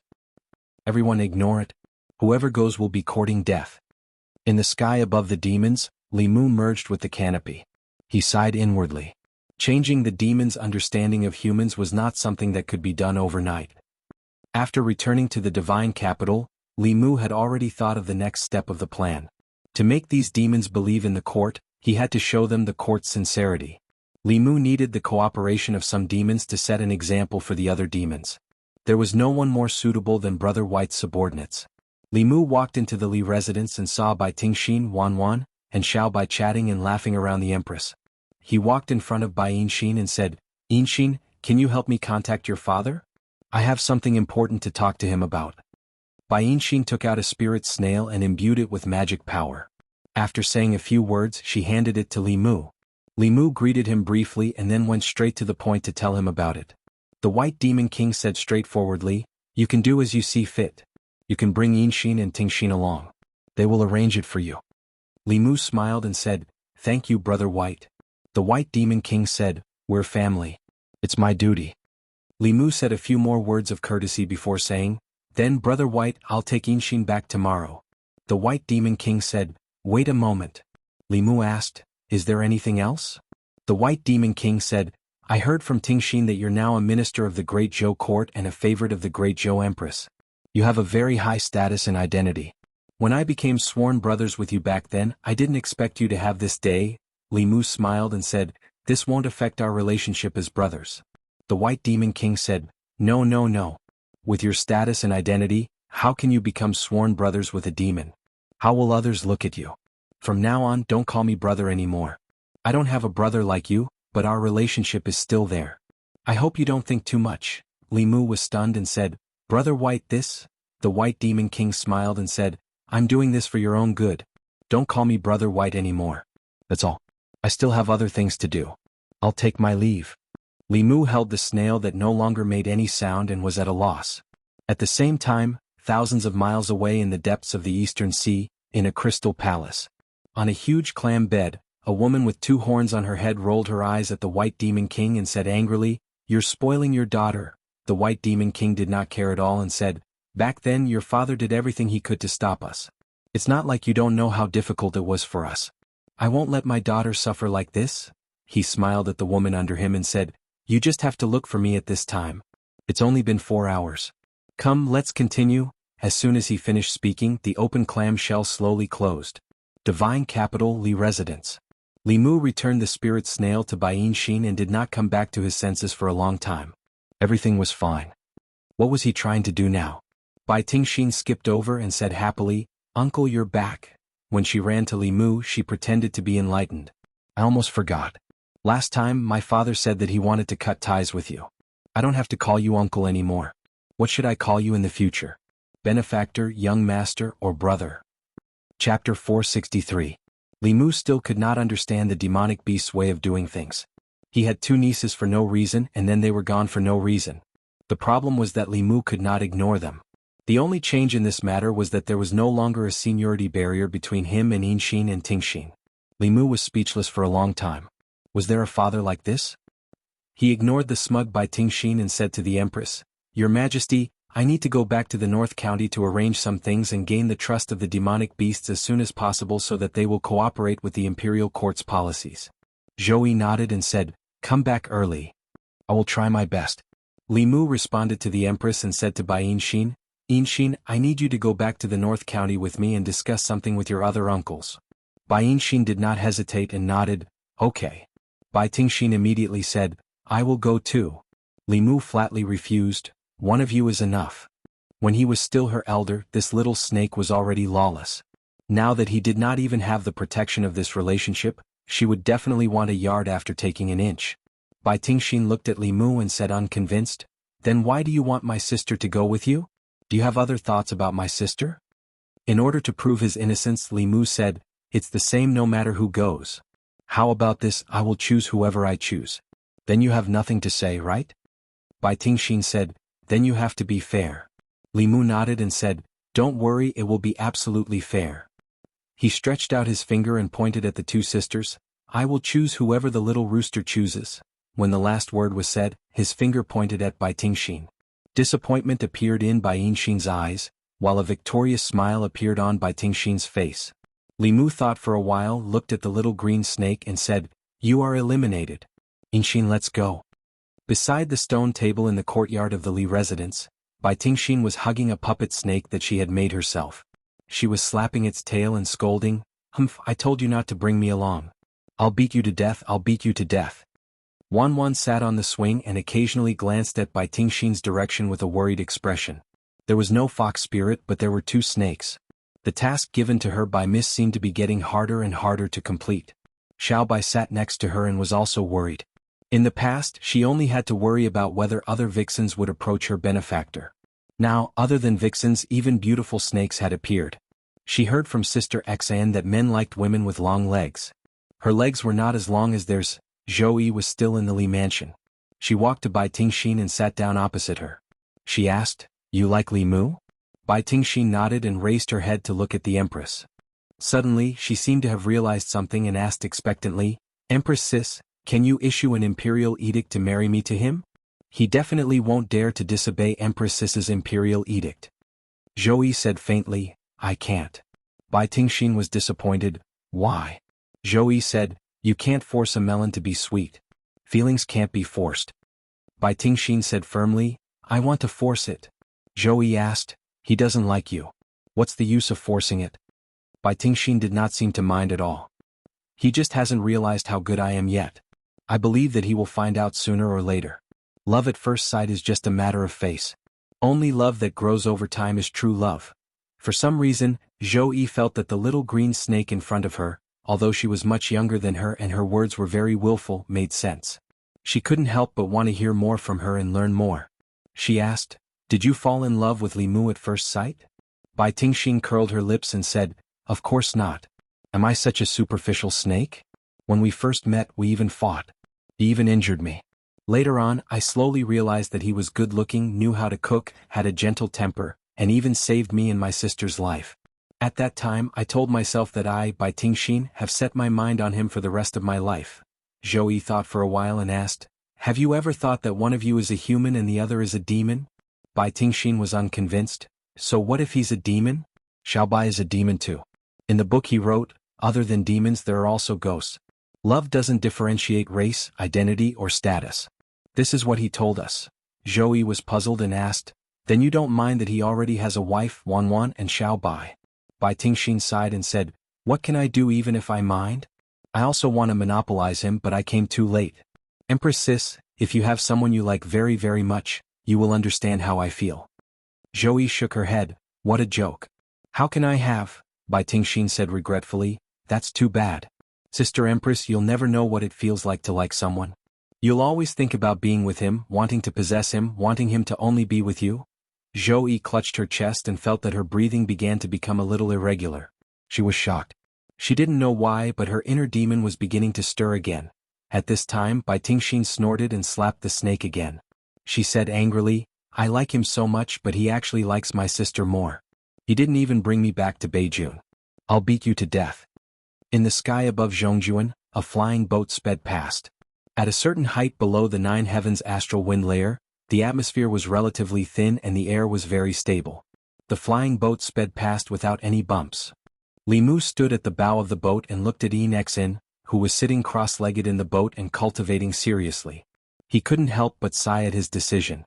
If he had brought another snake on this trip to Beijing, he wouldn't have been able to have a peaceful journey. Li Mu sized her up and thought of her appearance 2 years ago. She didn't seem to be much better than Tingxin. However, a woman changed 18 times between childhood and womanhood. Not only did she become more and more beautiful, even her personality had become so likable.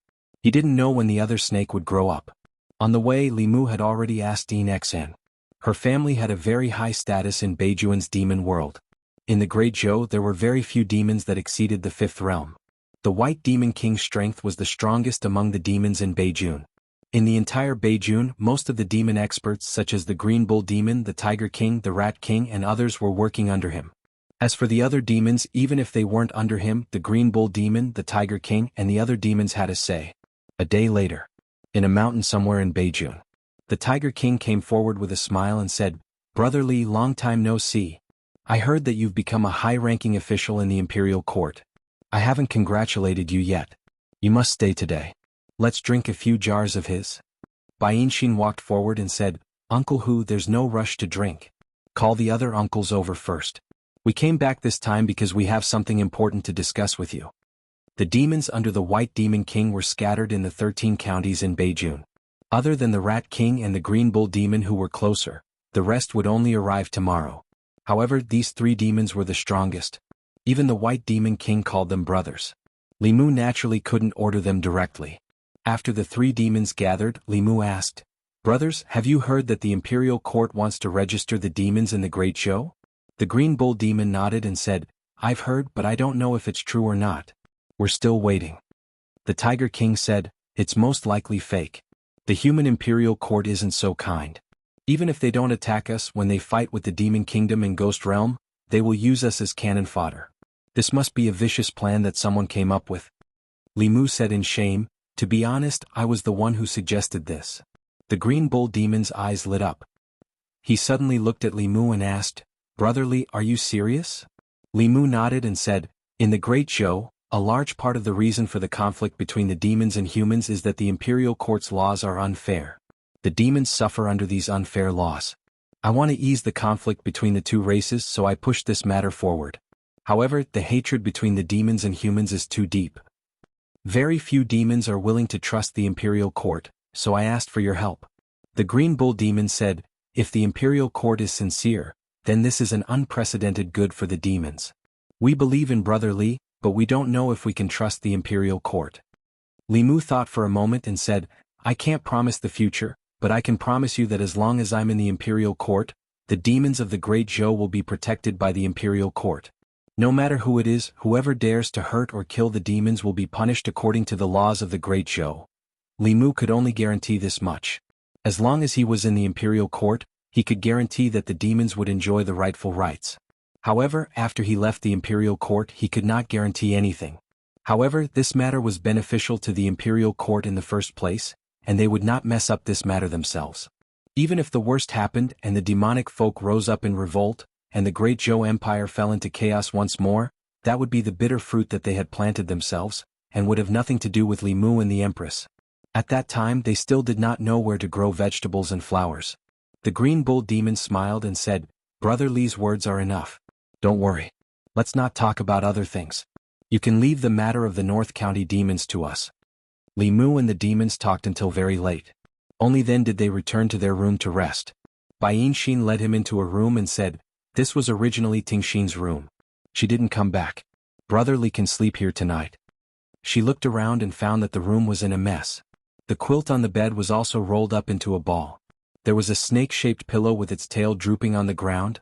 The room was so messy that even she felt a little embarrassed. She hurried forward and tidied up as she said, It's a little messy here. Brother Li, you can go out first. You can come in after I tidy up. Li Mu said, I'll help you tidy up.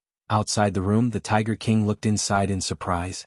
He wondered, Isn't Brother Li the Demon King's sworn brother? Why is Tingxin calling him brother? The seniority is messed up. Could it be that Brother Li has cut off all ties with him? The Green Bull Demon patted him on the shoulder and said, What does this have to do with you? Calling him brother is not as close as calling him uncle. Let's go. Don't stand here. Go do your own things. The Tiger King looked puzzled. He muttered, How can brother be closer than uncle? Uncle is clearly closer. Lying on the bed made by Tingxin and sleeping under the quilt made by Tingxin, Li Mu quickly fell asleep. A few days ago he was tormented by the 2 sisters. His physical strength was not small. His overdrawn body had not fully recovered. Because he had to deal with memorials for a long time every day, his energy was greatly depleted. He slept until late in the morning. When he woke up, Li Mu's physical and mental exhaustion had been swept away. When his body and mind were completely relaxed, he even had a dream. It was an extremely erotic dream. He had been separated from Lu Hanyan for a few months, and he had also been abstinent for a few months. For a newlywed who had tasted the forbidden fruit for the first time, it was a very difficult few months. Li Mu admitted that he was a lustful person, but even a lustful person had a bottom line. However, things like dreaming were not something that could be controlled by his subjective consciousness. Li Mu smelled the fragrance on the quilt that belonged to Bai Tingxin and swore that he would not sleep here tonight. Recalling the contents of the dream, he felt a little ashamed. He felt sorry for calling brother by countless times. Bai Yinxin had already woken up. She helped Li Mu bring his toiletries. Li Mu walked out of bed and said, "Thank you, Yinxin. Leave it there. I'll do it myself." Bai Yinxin still helped him wet the towel. After wringing it dry, she handed it to him. In fact, cultivators had their own supernatural powers to avoid dust. However, most of the time they still maintained the habits of ordinary people. This could make them feel that they were still human at all times, reducing the possibility of inner demons during the cultivation process. After washing up, Li Mu walked out of the room. The demons under the White Demon King had received the summons and had rushed over overnight. After hearing the Green Bull Demon and the Tiger King explain the purpose of gathering them, some of the demons were overjoyed, while others expressed their worries. Could this be a conspiracy of the imperial court? Why would they do something that is only beneficial to the demons for no reason? This is a matter of great importance. It's better to be careful. The demons' guard against humans was engraved in their bones, blood, and genes. It was impossible to convince them with just a few words. Fortunately, they did not completely refuse because of the White Demon King. In order to dispel their concerns, Li Mu made some concessions. The demons of the North County did not need to go to the various government offices to register. He would transfer a few officials from the county office to help them register their demons here. This could dispel some of their concerns. Many demons believed that the entire matter was a conspiracy of the imperial court. The day they went to the government office to register their names would be the day they died. In addition, the demons of the Great Zhou did not need to listen to the orders of the local government. After the demons were registered, they would establish a demon division that specialized in dealing with demons. There were demon officials in the demon division who were local powerful demons. They could receive a salary from the imperial court and command the demons of a county. Although this would increase the expenses of the national treasury, after Li Mu reformed the consecration department, the national treasury had a large amount of expenses left. It was more than enough to pay the salaries of the demon officials of the demon division. The demons of the various counties, regardless of race, were forbidden from killing each other. Once discovered, the demon division would directly capture them. After reporting to the imperial court, they would be dealt with according to the laws of the Great Zhou. If a cultivator harmed or killed a demon, the demon division could also capture them and hand them over to the imperial court. In addition, demons with a certain level of strength could complete missions issued by the various government offices in exchange for spiritual jades, dharma treasures, fulu pills, and other cultivation resources. When they heard about the benefits of being registered as a demon, the demons of the North County were in an uproar.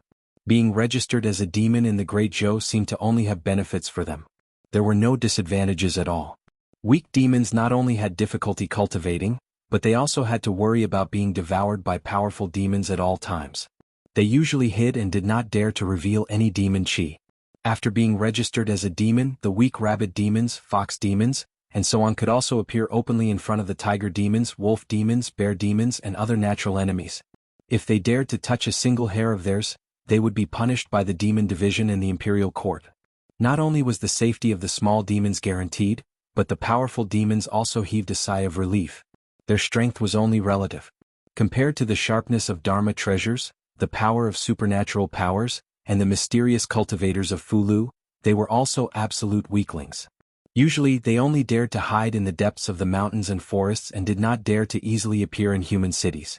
Even so, they still had to worry about human cultivators coming to their door, killing them, and taking their souls and demon cores to cultivate. With the demon registration, everything was different. Even demons had a strong sense of belonging to the land under their feet. If they could have a powerful backer to support them, who would be willing to be a weak mountain spirit with no one to rely on. From now on, their identities were no longer mountain demons, but the demons of the Great Zhou. Anyone who wanted to harm them had to consider carefully whether they could afford to offend the Great Zhou court. The White Demon King was very prestigious in the hearts of the demons of the North County. After the news spread, the demons of the North County began to rush here, afraid that they would miss this once-in-a-lifetime opportunity if they were too late. Li Mu opened his heavenly eye and saw the large and small demon auras in the mountains. He was gratified. As expected, the demons did not trust the imperial court, but they trusted the demons. This time the White Demon King had helped him greatly. It was not in vain that he had spent so much effort on his two daughters. It was late at night. Li Mu was still thinking about all kinds of possible changes when Bai Yinxin knocked on the door and walked in with a bowl of ginseng soup. She said, "Brother Li, you've been busy all day. Drink this bowl of ginseng soup and rest early. Thank you, Yinshin. Li Mu took the bowl and found that the soup in the bowl was neither cold nor hot. He drank a few mouthfuls and then asked, Yinshin, are there any other empty rooms here? Bai Yinshin asked, what's wrong? Is Brother Li not comfortable sleeping here? Li Mu nodded and said, I'm not used to sleeping in Tingxin's room. Bai Yinshin thought for a moment and said, then I'll sleep here. You can sleep in my room next door. After drinking the ginseng soup, she brought Li Mu to her room. Although the two sisters were born from the same parents, their personalities were completely different. Their rooms were also completely different. The younger sister's room was as messy as a snake's nest, while the elder sister's room was clean and tidy. It gave people a very comfortable feeling. The only thing in common between the two rooms was that the quilts were very fragrant. Li Mu lay on the bed and fell asleep amidst a faint fragrance. The next day he still didn't wake up until late in the morning. Li Mu sat on the bed and recalled the dream last night. After being stunned for a long time, he slapped himself and said angrily, I'm not human. Chapter 464. Bai Yinshin came in with toiletries and saw Li Mu slap himself. She asked in surprise, Brother Li, what's wrong? Li Mu was ashamed and didn't dare to look at her. It's nothing, he said. I'm just trying to clear my head. He had this dream for 2 days in a row. One day he dreamed of Heixin and the next day he dreamed of Yinshin. This made Li Mu realize that he might have suppressed himself for too long and couldn't continue like this. Cultivators also had things they couldn't control. If this continued, Li Mu couldn't guarantee that he wouldn't dream of the Empress at night. If he got used to dreaming and was caught by the Empress in his dreams, he might as well die. He had already arranged everything for Shishan. The Green Bull Demon and the others would complete the next task. After Li Mu finished washing up, he said to Yinshin, I'm going back to Mount Baiyun. I'll be back in 3 to 5 days at most. Wait for me here. When the time comes, we'll go back to Shin-do together. Bai Yinshin nodded and said, okay, I'll be able to help you uncles here. Soon, Li Mu bid farewell to Yinshin and the group of demons. He activated the flying boat and headed for Mount Baiyun. 2 hours later, on the main peak of Fulu School, Xian Jizi smiled and asked, Junior brother, you suddenly came back. Is there something important? Li Mu waved his hand and said, it's nothing important. Where are Han Yin and Qingqing? Xian Jizi said, they're still in seclusion. Li Mu was really depressed this time. He complained, why are they in seclusion every day? How can there be so much seclusion to do? Xian Jizi said softly, this is something a core disciple of Fulu School must go through before becoming the head. All the brothers have gone through it. When you leave the Great Zhou Court in the future, you'll also have to go through it. Li Mu thought for a while and said, let me see where they're in seclusion. Xian Jizi flicked his sleeves. The scenery before Li Mu's eyes changed. His body appeared in another space. This place was filled with verdant mountains, birds chirped, and flowers bloomed. The ground was covered with thick vegetation. In the sky, 7 inverted mountains floated between the clouds. Between the mountains, white clouds drifted and red-crowned cranes flew. There were stairs connecting the mountains. It was a fairyland. The size of this space was no less than Li Mu's demonic emperor space. It must have been left behind by a 9th realm senior in the history of Fulu School. Although those experts had passed away, they had left behind countless legacies for the sect. Li Mu sensed the auras of Lu Hanyin and Li Qing on one of the mountain peaks. He also sensed the auras of several chiefs on the other mountain peaks. In addition, in front of Li Mu, there were balls of light that floated aimlessly in the air. Sometimes they would fly into the mountains and then fly out again. Li Mu looked at those balls of light and said in surprise, these are memory balls of light? Hyun Jinko nodded and said, these are the memories of our sect's seniors. When they reached the end of their lifespan, they would pass down their lifetime of cultivation experience through this method for future disciples to comprehend. Hearing this, Li Mu could not help but feel deep veneration for the Fulu School's seniors. Although the demonic emperor White Emperor had also left behind his memories, his goal was to be reborn thousands of years later. The Fulu School's seniors were so selfless. Even though they had passed away, they continued to shine for the sect. In their memories, there was a lifetime of cultivation experience, understanding of Abhijna and the Fulu way. Future disciples only needed to comprehend their memories, and they would be able to save themselves the hard work of groping on the path of cultivation. Of course, whether it was the Fulu way or the Abhijna way, they were all constantly evolving. The cultivation knowledge of the past might be somewhat outdated now, but it was still the same. To the sect, the memories of every expert were precious and irreplaceable resources. The selfless contributions of these experts must have played a huge role in the reason why large sects were able to last for thousands of years and pass down their legacies. Hyun Jinko looked at those balls of light and said emotionally, "This place is called the Ruins of End. It is the final resting place of the sect's seniors, and also the final resting place of us." Li Mu looked at those balls of light and understood that staying here would be of inestimable benefit to Lu Hanyan and Li Qing's cultivation. Li Mu did not intend to disturb them any further. Just as he was about to leave, a streak of light suddenly flew over from a mountain peak. Within the streak of light was a figure that Li Mu had been thinking about day and night for a very long time. Lu Hanyan looked at Li Mu from afar. Her eyes were filled with longing, as well as some other emotions that only the two of them could understand. The two of them glanced at each other. Nothing needed to be said.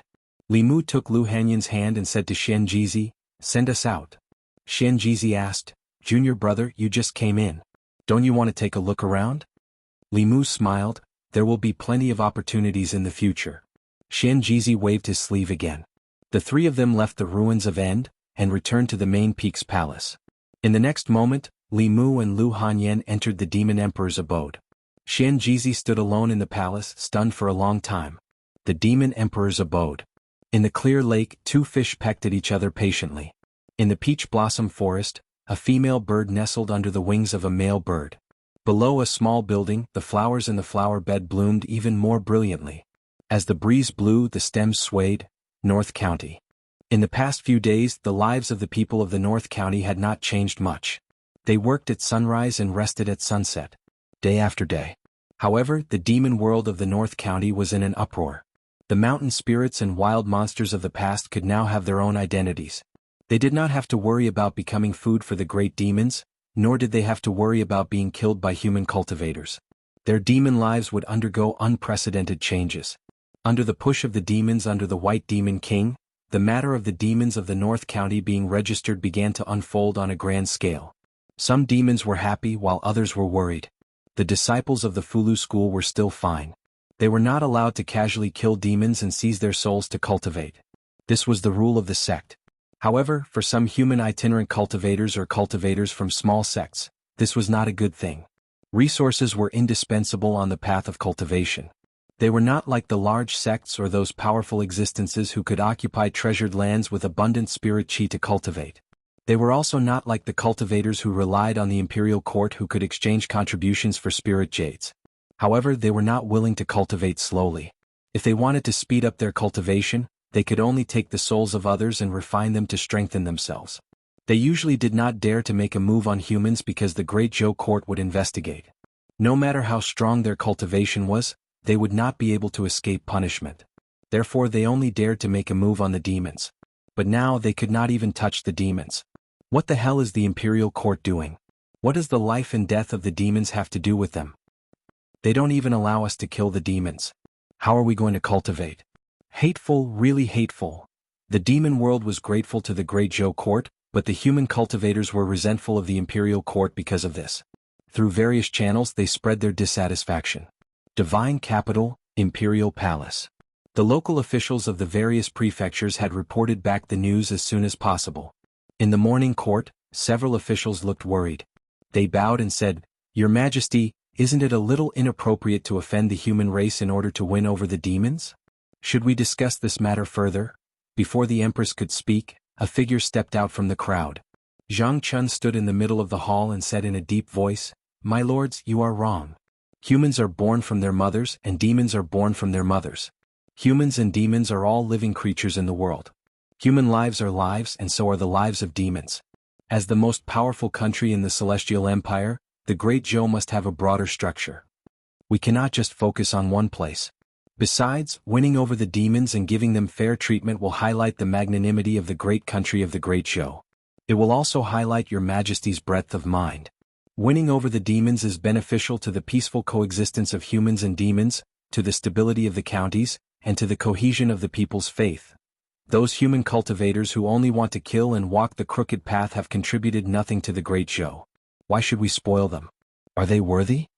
If they dare to blabber and stir up the emotions of the people again, I'll catch a few of them and make an example out of them." The words of Li Mu's #1 henchman Zhang Chun caused the court to fall silent. This person's words were crude but reasonable. How much benefit would it bring to the court by incorporating the demons? After several rounds of discussion, everyone agreed that this was a win-win situation for both the demons and the Great Zhou. From a humanitarian point of view, this was also the embodiment of the magnanimity of a great country. It would definitely be praised by future generations. On the other hand, some human cultivators, ever since they embarked on the path of cultivation, had completely broken away from the control of the Great Zhou. They ignored the law and used martial arts to break the rules, often causing headaches for the local government. The court actually did not encourage too many people to cultivate. For this reason, the local government kept the registration of newborns a secret. For the sake of some people who disobeyed the rules of the court and often caused chaos, it was clearly the height of stupidity to affect this important matter that would benefit the future generations. Soon, the court officials' opinions were unified with Zhang Chun's. After the court, Zhou Yi returned to Chengel Palace and asked Mr. Mei, "Are there any six-section residences in the North Court?" Mr. Mei said, "I'll go and check in a while." Zhou Yi nodded and said, "If there are any, give them to Zhang Chun." Mr. Mei sighed, "It's only been a year and he's moved several times." Zhou Yi said, "Give them to him. Otherwise, someone will come back and say that I've neglected his people." Speaking of someone, Zhou Yi remembered that she had not heard his voice for 3 days. In these 3 days she had activated the spirit snail, but there had been no response from the other side. A few months ago when he was undercover in Meizong, it was fine if he did not respond to him. But what was he doing in these 3 days? Zhou Yi activated the spirit snail again. This time, a familiar voice finally came from the other side. Zhou Yi asked in a low voice, "What have you been doing in these 3 days? Why didn't you come back to me?"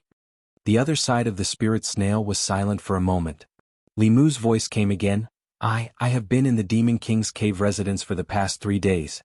I haven't received any news from your majesty." Zhou Yi asked, "Why would you stay in the Demon King's cave residence for 3 days for no reason?" Li Mu stammered, I took care of the cave residence with my wife. Your majesty, is there anything I can do for you?" Hearing the first few words, Zhou Yi already understood. She said coldly, "Nothing," and cut off the supernatural power. Then she sat in Chengel Palace and fell into deep self-doubt. Was she angry just now? Why was she angry? Why was she angry? She had no right to be angry and there was no reason for her to be angry. Zhou Yi did not understand why she had such thoughts. She wanted to ask Shangguan Li and Mr. Mei, but she felt that it was useless to ask them. The 3 people in this palace together did not know as much as the little green snake. A moment later at the Li mansion, Bai Tingxin was eating the pastries Zhou Yi brought out from the palace and asked, "Sister Empress, what's the matter?" Zhou Yi thought for a moment and said, "I have a friend who has encountered some problems. I want to ask you on her behalf." Bai Tingxin stuffed a piece of pastry into her mouth and said, "Ask away." Zhou Yi was silent for a moment and said, "My friend always misses a man and wants to keep him by her side. She wants to hear his voice. When she hears that he is with another woman, she will be angry for no reason."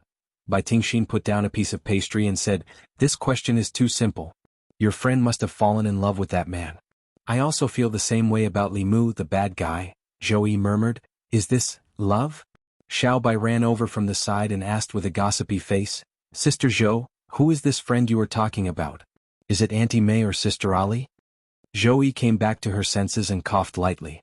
She said, "Actually I am talking about Ali, Chengel Palace." Shangguan Li sneezed inexplicably. Mr. Mei, who was beside her, glanced at her and said, "You shouldn't have caught a cold. Is there someone missing you?" Shangguan Li said lightly, "Who would miss me?" Mr. Mei teased, "That's not necessarily true. Maybe it's Li Mu the lecher. He likes all young and beautiful girls. Although you are not young, you are indeed very beautiful. Beijun." Li Mu sneezed a few times. He was extremely suspicious that someone was speaking ill of him behind his back. At this time he had already left Fulu School and was on his way to Yinxin. Absence makes the heart grow fonder.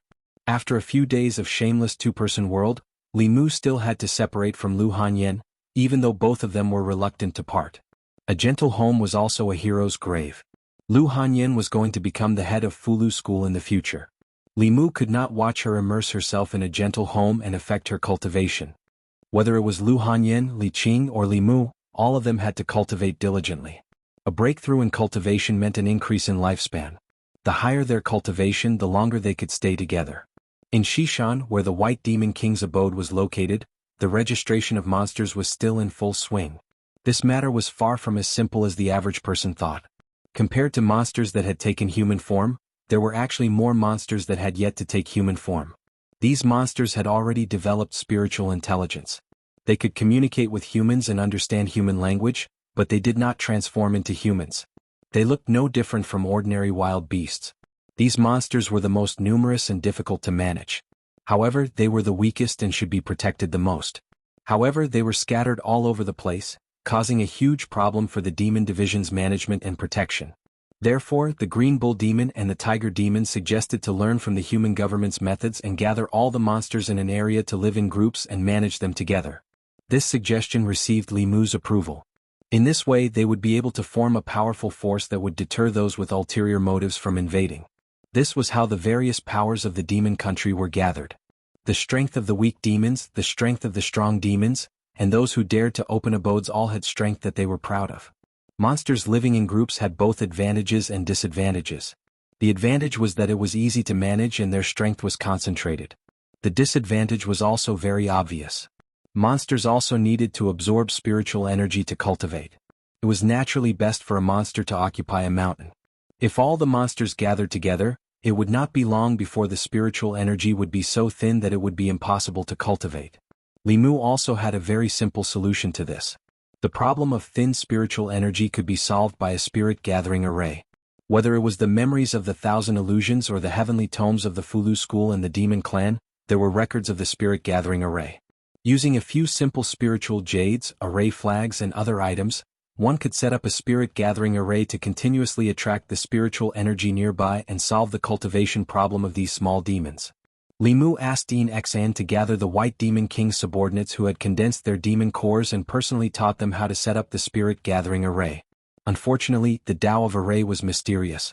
Li Mu teaching them about array formations was like teaching advanced mathematics to people who had not even gone to primary school. Among the few demons, other than the Green Bull Demon who was still struggling to hold on, the other demons had long been scratching their ears and cheeks and could not sit still. The Tiger Demon had even fallen asleep. Its snoring was so loud that even Li Mu's voice could be heard. Li Mu finally could not hold it in. He pointed at the Tiger Demon and said angrily, "Throw him out." The Green Bull Demon grabbed the Tiger King's tail and threw him out. The other demons looked in the direction where the Tiger King flew out enviously. They would rather be beaten up by Big Brother Green Bull than listen to these things here. Li Mu saw their desire and secretly laughed at his stupid decision. He waved his hand and said, "Get lost, get lost. If you don't want to learn, then forget it." All the demons cheered and rushed out. The Green Bull Demon touched the back of his head and said, "Brother Li, it's not that we don't want to, but your words are too profound. We really don't understand." Li Mu had already realized that teaching them about array formations was like playing the lute to a cow. He sighed and said, "Forget it, you can go too." The Green Bull Demon left in shame.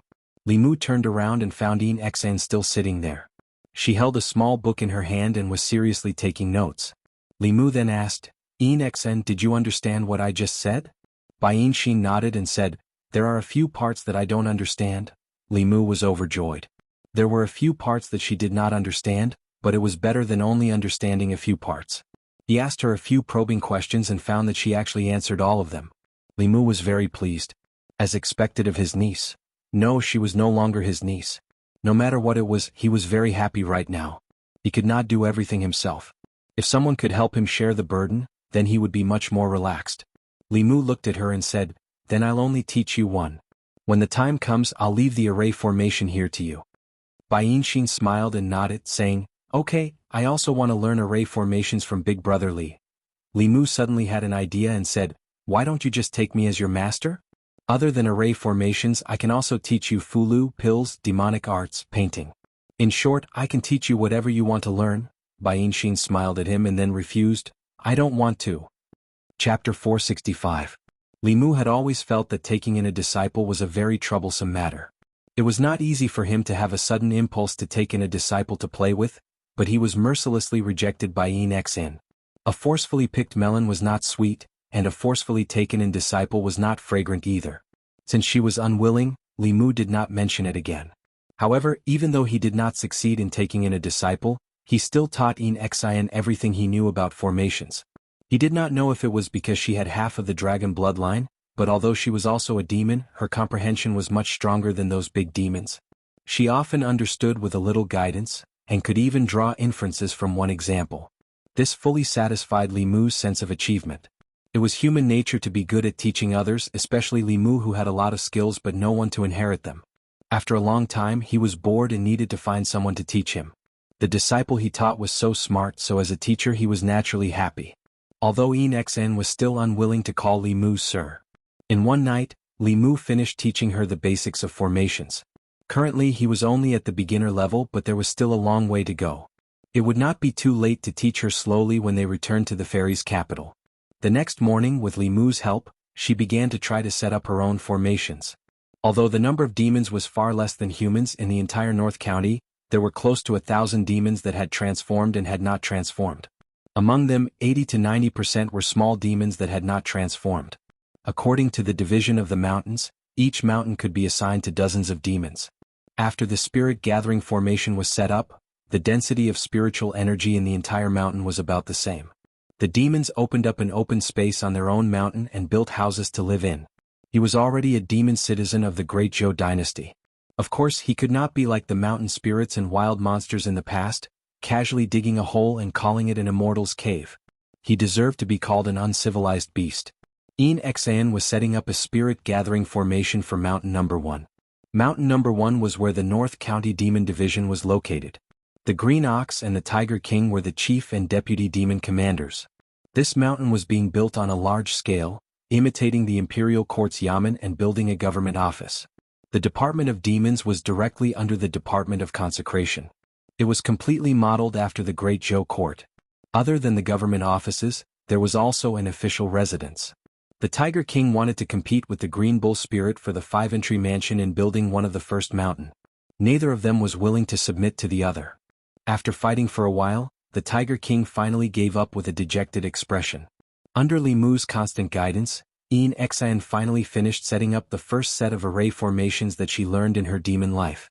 After the last piece of spiritual jade was completed, the demons of Mount Number 1 immediately sensed the changes. The spiritual energy around them was rapidly condensing. In less than 2 hours, the concentration of spiritual chi here was already several times higher than usual. This meant that cultivating here for one day was equivalent to cultivating for several days in the past. Tiger King wiped his saliva and said, "This thing is good. If I cultivate here in 10 years, no, in 5 years I will be able to break through to the 5th realm." Green Ox and Tiger King were the strongest subordinates of the White Demon King, but they were still some distance away from the 5th realm.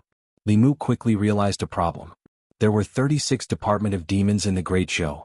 In any case, they were the officers of the Department of Demons. 4th realm cultivation was far from enough. One had to know that the chief officers of the 36 counties all had to be at least at the 5th realm. If outsiders found out that the Great Demon Commander was only at the 4th realm, they would think that there were no demons in the Great Zhou. However, compared to the demon nation, the Great Zhou did not have any powerful demons. A 5th realm demon could already be called a demon king. There was still no news of a 6th realm demon in the Great Zhou. Li Mu had to think of a way to raise their cultivation as soon as possible. Suddenly an idea flashed through his mind. He stretched out his hand. A white light flashed and a few jade bottles appeared in his hand. 3,000 years ago, the demon emperor Baidi had set up a vicious trap. He wanted to use the top-notch elixirs of the demon clan to attract the later generations to kill each other. Back then, in the demon emperor's cavern, the demons had fought until their blood flowed like a river for these elixirs. In the end, these bottles of elixirs were secretly kept by Li Mu.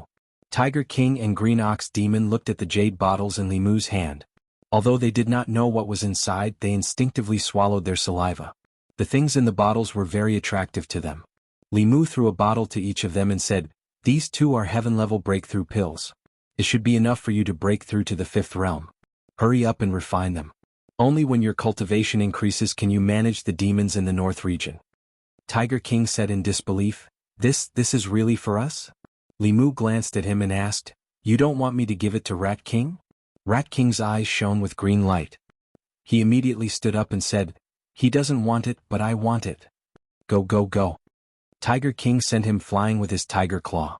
He said to Li Mu, I want it, I want it. Thank you, brotherly, thank you, brotherly." Green Ox Demon also thanked him gratefully. Regardless of whether it was a human or a demon, A pill that could help a cultivator break through to the fifth realm was a treasure. Li Mu said again, I will teach you 2 new cultivation techniques. In the future you will cultivate according to these techniques. The demonic techniques of the various races in the heavenly tomes were very complete. If one had enough talent and luck, it was enough to allow a small demonic beast to cultivate to the 9th realm. Li Mu circulated his mana through the 2 demonic beast bodies and said, remember this mana circulation route. In the future, cultivate according to this mantra.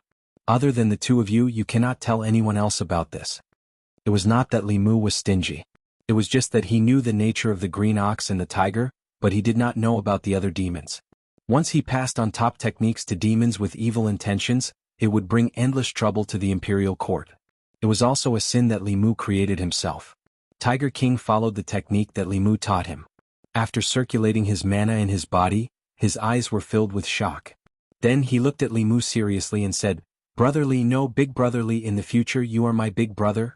Green Ox Demon knelt on the ground and bowed respectfully to Li Mu. Tiger King saw this and also knelt down without hesitation. He bowed a few times to Li Mu. Li Mu not only gave them pills but also imparted knowledge to them. On the path of cultivation, demons had a much harder time than humans. It was even more difficult to obtain a cultivation technique. The cultivation technique that Li Mu taught them was almost tailor-made for them. It allowed their cultivation speed to increase exponentially. With so much kindness, the 2 demons did not know how to repay it. Li Mu waved his hand and said, all right, we are all brothers. There is no need to be so formal. After you have refined these pills, I will teach you some of the techniques of our race. After giving the 2 realm breaker pills to the 2 demons, Li Mu suddenly thought of Yin. This little girl should not think too much. He looked at the girl beside him and said, Yin, don't think too much. It is not that I don't want to give them to you, but your cultivation is still too shallow. The realm breaker pills are useless to you. Also, these 2 pills are from 3,000 years ago. Who knows if they have expired? When your cultivation is enough, I will make new ones for you. The green bull demon had already poured out the pills. His 2 large eyes looked at Li Mu. Tiger King had just thrown the pills into his mouth. He looked at Li Mu in shock. Finally, he gritted his teeth and swallowed the pills. Reality proved that even if it was a pill from 3,000 years ago, as long as it was preserved properly, its medicinal effects would not be affected. Li Mu's efforts were not wasted. In just 3 days, the 2 demons had refined the pills and reached the 5th level. As long as they stabilized for a while, they would be able to use the full power of the 5th level.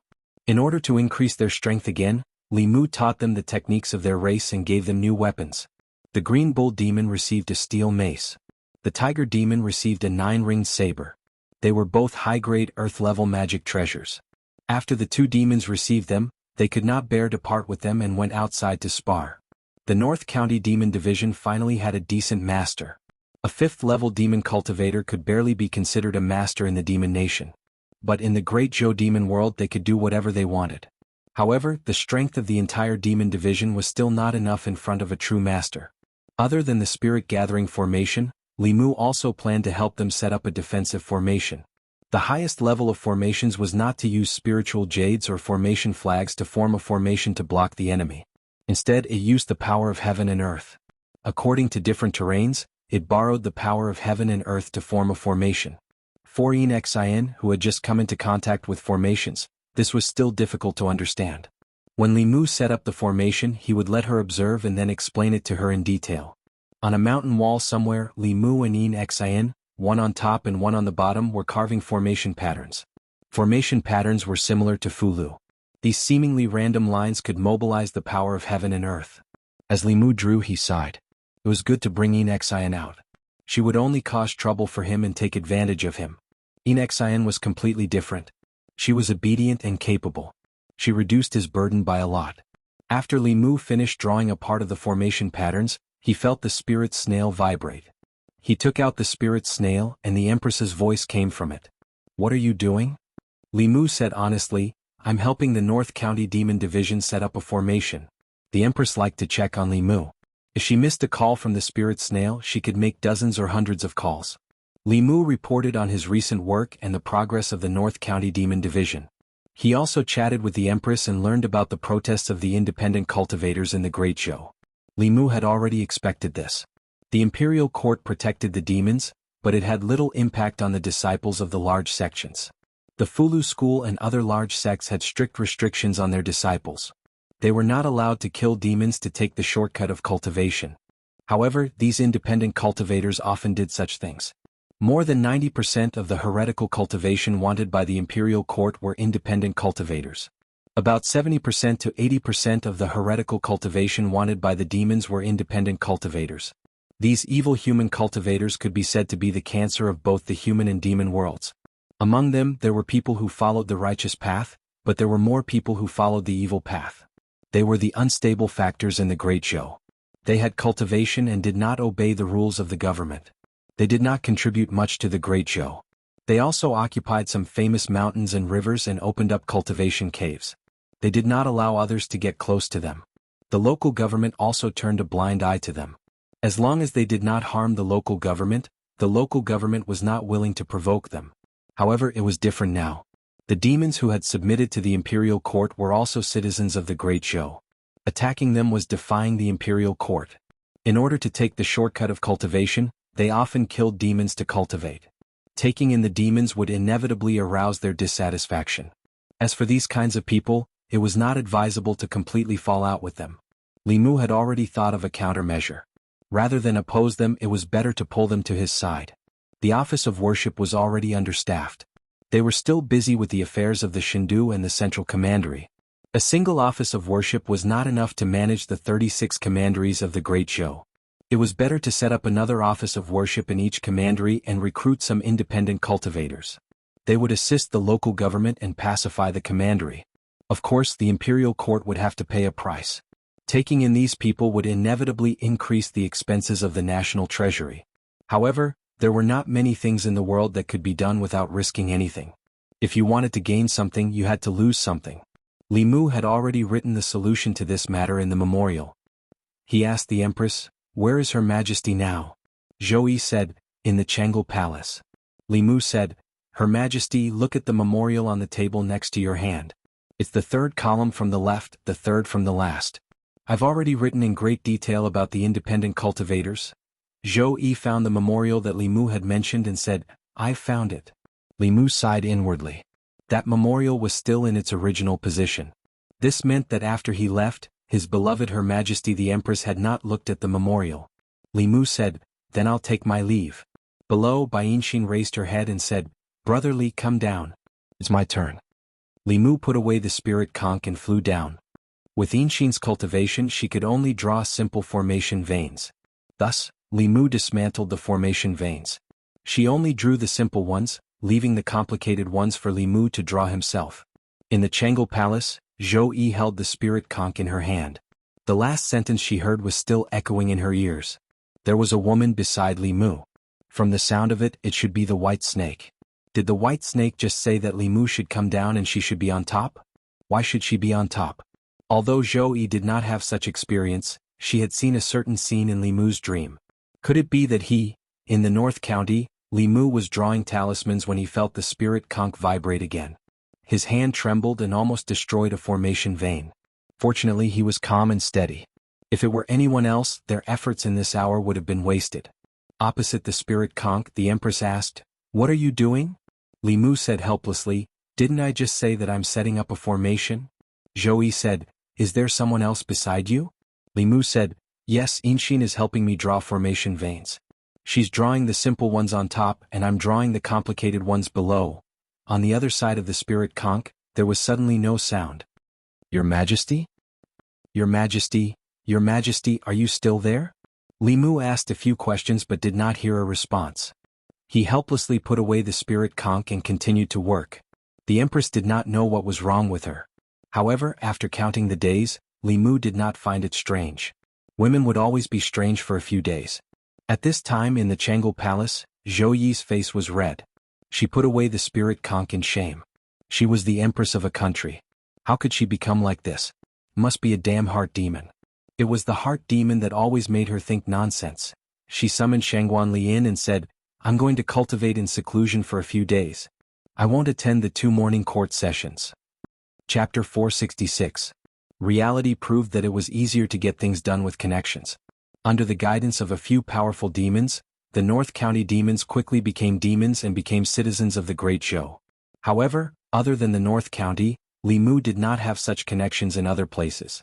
Of the 36 counties in the Great Zhou, only the North County responded to the imperial court's call. It was far from enough. Limu gathered the Green Bull Demon, Tiger Demon, Rat Demon, and the other demons and asked, "Do you have any relatives or friends in other counties? It's best if you know them well and have good natures." The demons all shook their heads. They were all born and raised in the North County and did not know any foreign demons. The Tiger King thought for a while and suddenly said, "My aunt married to Yunzhong County decades ago. I have a cousin in Yunzhong County, but I haven't contacted him for a few years." Limu asked, "What's his cultivation level?" The Tiger King said, "He condensed a demon core 3 years ago. He should be in the 4th realm now." Limu clapped his hands. "He's the one then." Yunzhong County was not far from the North County. The Tiger King sent his subordinates to Yunzhong County to invite his cousin, whom he had not seen for many years, to celebrate with him. The two brothers had not seen each other for a few years and their relationship had faded a lot. However, when he heard that his cousin had advanced to the Demon King realm, Wuchang still brought enough congratulatory gifts and came personally. In the Great Zhou, as long as a Demon King of the 5th realm did not act arrogantly near the divine capital, he could do whatever he wanted. He had a Demon King cousin in the North County. When the other demons in Yunzhong County saw him, they had to give him some face. He had to use this opportunity to get in touch with his cousin again. In the mountains of the North County, Wuchang rode on a fierce tiger. He patted the head of the tiger under him and asked, "Have we arrived?" The tiger opened its mouth and said, "Your Majesty, we're almost there." The tiger ran for 15 minutes in the forest and finally arrived at a mountain. Two transformed demons stood at the intersection and stopped them. They asked, "Who are you? Tell me your name." The tiger said, "The king on my back is the Tiger King's cousin. Hurry up and let us in." After the two shape-shifting monsters checked the invitation, they immediately stepped aside. Wuchang got off the tiger and walked into a tall gate. The gate had the words North County Demon Division carved on it. The gate was 10 meters tall and had all sorts of mysterious runes carved on it. Wuchang felt dizzy after looking at it for a while. He quickly looked away and did not dare to look anymore. Wuchang stepped into the gatehouse and took another step forward. Then he stopped. The air here was filled with dense spirit qi, which was many times denser than the spirit qi in his cave abode in Yunzhong County. He took a deep breath and coughed due to the impact of the spiritual aura. Wuchang's eyes lit up. If he could cultivate in such a place, wouldn't his cultivation soar? Bathing in such dense spiritual energy, he would be able to advance to the 5th realm in another 10 years. "Haha, cousin, long time no see." A hearty laugh came from the front. Wuchang looked over and a smile appeared on his face. He quickly walked over and said, "Congratulations on advancing to the Archfiend realm, cousin." The Tiger King put his arm around his shoulder and said, "Let's go. Let's have a good drink today." Wuchang followed the Tiger King for a few steps and saw a magnificent house in front of him. If he was not in the mountains, he would have thought that he was in a human town. As Wuchang walked, he asked, "Cousin, what's going on?" The Tiger King laughed and said, "Your cousin is now the North County Demon Commander of the Great Zhou. I'm in charge of the demons in the North County. Of course, I can't live as casually as before." Wuchang was shocked and asked, "Cousin, have you submitted to the imperial court?" The Tiger King said unhappily, "Submit? What do you mean submit? I'm in charge of the demons, protect them and work for them. How can that be considered submitting?" "Don't call me that." Wuchang said a few words and asked expectantly, "Cousin, can I come here to cultivate in the future?" The Tiger King said, "You're doing well in Yunzhong County. What are you doing here?" Wuchang said honestly, "The spiritual qi here is much more abundant than in my cave abode. It's faster to cultivate here." The Tiger King glanced at him and said, "Look at you. It's just a spirit gathering array. When the time comes, I'll get someone to set one up for you." Wuchang quickly said, "No need, no need. I'll just cultivate with you." He was not stupid. Without strength, what was the use of a spirit gathering array? In the Great Zhou, the blessed grotto heavens with abundant spiritual qi were all occupied by humans. Some of the inferior cave abodes that human cultivators looked down on were also occupied by demon cultivators. He was just a small demon of the 4th realm. If he cultivated in such a place with abundant spiritual qi, it would not be long before a stronger human or demon took over his cave abode. They would use his tiger skin as a blanket and cut off his penis to make wine. To them, possessing treasures that did not match their strength was akin to wishing for an early death. The Tiger King led him into the house that he had just built and said, Actually, I've asked you to come here for an important matter. You should know that the Imperial Court is planning to establish a demon division in each county to manage the demon race. There are no suitable candidates in Yunzhong County for the time being. Do you want to be the demon commander of the demon division in Yunzhong County? Hu Chang was stunned for a moment and then shook his head repeatedly. It was common knowledge among the demon race that humans could not be trusted. If he became a lackey of the human Imperial Court, not only would he be in danger, he would also be ridiculed by all the demon race. Hu Li did not force him and said, "Since you're not willing, then forget it." He took out a flying sword and a few bottles of elixirs and placed them on the table. Hu Chang's tiger eyes sparkled. The flying sword had a strong spiritual qi. At first glance, he could tell that it was not an ordinary magical weapon. It was much better than his own weapon. The spiritual qi on the surface of these bottles of elixirs made him restless. He looked at the Tiger King and was excited. Did his cousin give him all these? The Tiger King said, "You're more familiar with Yunzhong County than I am. Take these things. When you return to Yunzhong County, help me ask if there are any core condensation demons who are willing to be the demon commander of Yunzhong County. Then give these things to them." This sword is a product of the North Sect. These elixirs can increase their spiritual qi. When they have enough spiritual qi, the Imperial Court will give them a realm-breaking pill to help them break through to the 5th realm. The Imperial Court plans to let all the demon commanders reach the 5th realm within 3 years. Hu Chang took a deep breath and put away these things. He said seriously, "Don't worry, cousin. I'll help you pass on the message." He stayed for a night and left early the next morning. 3 days later, he sent someone to report that there were no monsters in the Yunzhong Commandery who were willing to be the demon medallion. However, in order to live up to his cousin's trust, he was willing to take up the responsibility of the demon medallion. He would unite the monsters in the Yunzhong Commandery and cooperate with the Imperial Court to do his part in building a civilized, harmonious, free and equal Great Zhou. In the North County Demon Division, Li Mu stared at the cauldron in front of him. Refining elixirs was more difficult than writing talismans. He had to control the flame and the precious elixirs in the cauldron.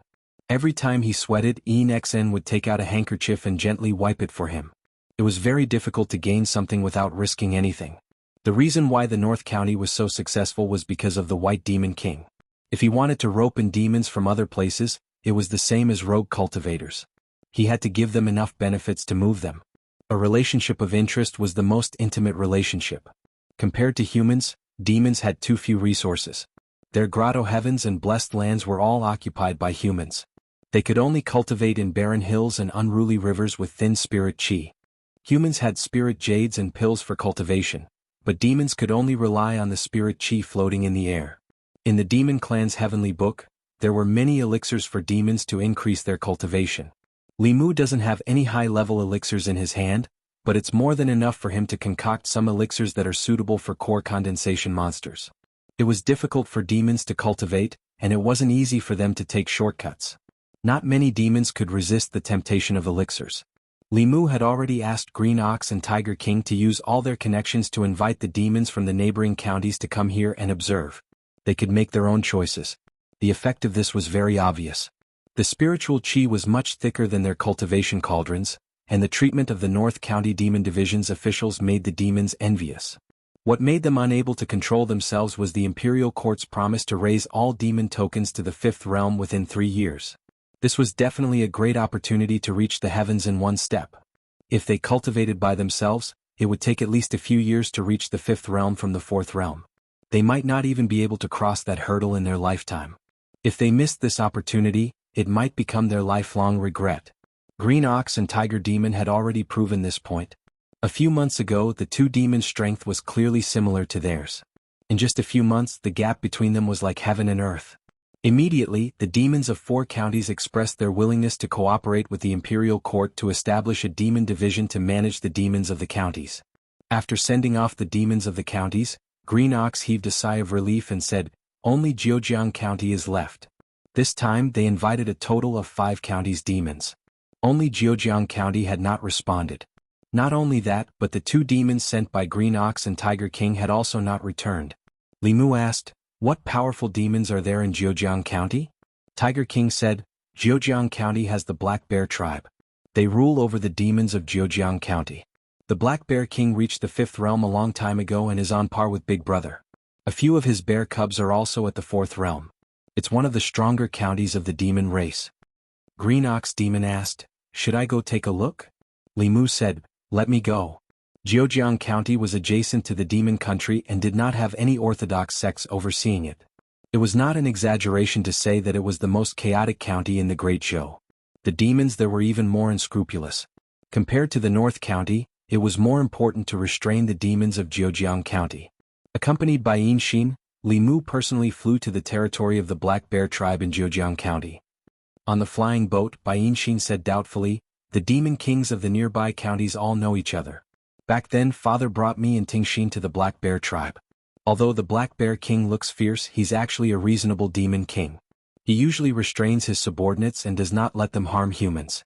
Logically speaking, he should agree to this matter that benefits both humans and demons." Regardless of whether he was a reasonable bear or not, incorporating the demons was the imperial court's policy. It would not change for anyone. The demons of the counties could choose not to cooperate with the imperial court and not be registered as demons. However, if anyone dared to openly oppose the imperial court, they would not have a good ending. The two flew for more than 2 hours and entered the territory of Zhejiang County. Bai Yinxin pointed at a mountain in front and said, "It's there. That's the cave of the Black Bear tribe." Li Mu and she landed on a mountain. Bai Yinxin said doubtfully, "That's strange. There should be bear demons guarding this place. Where did they go?" Li Mu sensed and discovered a few powerful demon auras in the distance. He said in a low voice, "Don't speak. Follow me." Black Bear Ridge. To the people of Zhejiang County, this name was perhaps unfamiliar. Zhejiang County had many mountains and many demons in the mountains. The people usually did not go deep into the mountains. Even the boldest woodcutter only moved about halfway up the mountain. However, to the demons of Zhejiang County, there was not a single demon that did not know about Black Bear Ridge. That was the territory of the Bear Demon Clan. The leader of the Bear Demon Clan was a level 5 bear demon. He was one of the few demon clan experts in the Zhejiang County. Other demon clans did not dare to provoke the Bear Demon Clan. However, at this moment, the bear demons that dominated Zhejiang County were in an extremely miserable state. A few bear demons that had yet to take human form were tied to trees. They were being whipped until their skin and flesh were lacerated. They kept howling. The bear demons that had taken human form and condensed their golden core were enraged. They wanted to save them, but they were also in danger. Under the attacks of the other figures, they could not fight back at all. The only 5th realm bear demon was trapped in a huge barrier of light and could not escape. A handsome man looked at the bear demon within the light barrier and said with a smile, "How about it? Agree to our conditions and I'll immediately release your subordinates. If you still refuse to come to your senses, I'll kill a black bear every 15 minutes and chop off its paws." The bear demon said angrily, "I have no intention of becoming your enemy, nor will I submit to the Great Zhou court. Why must you force me?" The handsome man shook his head. "In our eyes, if you're not a friend, you're an enemy. You've already wasted some time. Once we're done with their paws, it'll be your turn." The bear demon growled, "The Great Zhou court will not let you go." The handsome man looked at him with a hint of killing intent. He said calmly, "I hate it when people threaten me with the human court. It seems like you've already made your choice." He looked at the person beside him and said, "Do it." That person pulled out his long saber and walked towards the bear demons tied to the tree. "There's something to go with tonight's wine." He looked at a bear demon and licked his lips. The long saber in his hand chopped down without hesitation. Thud. Soon, the sound of something heavy falling to the ground could be heard. The saber in that person's hand fell to the ground. He also fell head first, foaming at the mouth. A faint green color appeared on his face. Thud thud. People around them began to fall to the ground. In the blink of an eye, only 3 people were left standing. A barrier of light suddenly appeared around the handsome man, blocking a poisonous arrow that was aimed at his throat. The other 2 figures also blocked the poisonous arrow. They flew behind the handsome man and vigilantly observed their surroundings. The handsome man looked at his subordinates who had fallen to the ground. His expression was gloomy. He shouted, "Who dares to stab us in the back? Come out if you dare." 2 figures walked out from behind a large tree in front of them. They were a man and a woman. Both of them were young and handsome. The young man looked at the handsome man and said calmly, "So it's you, the fox, who's playing tricks." The handsome man stared at him and asked, "Who are you?" Li Mu was too lazy to talk nonsense with him. He waved his hand and a golden light shot out, binding the 3 people tightly. The immortal binding lock was the most practical of all the treasures the Empress gave him. It was so fast that ordinary Fifth Realm cultivators would not be able to react to it. They would be bound in an instant. Incorporating the demon race was beneficial to the imperial court. As expected, the demon sect would not just stand by and do nothing.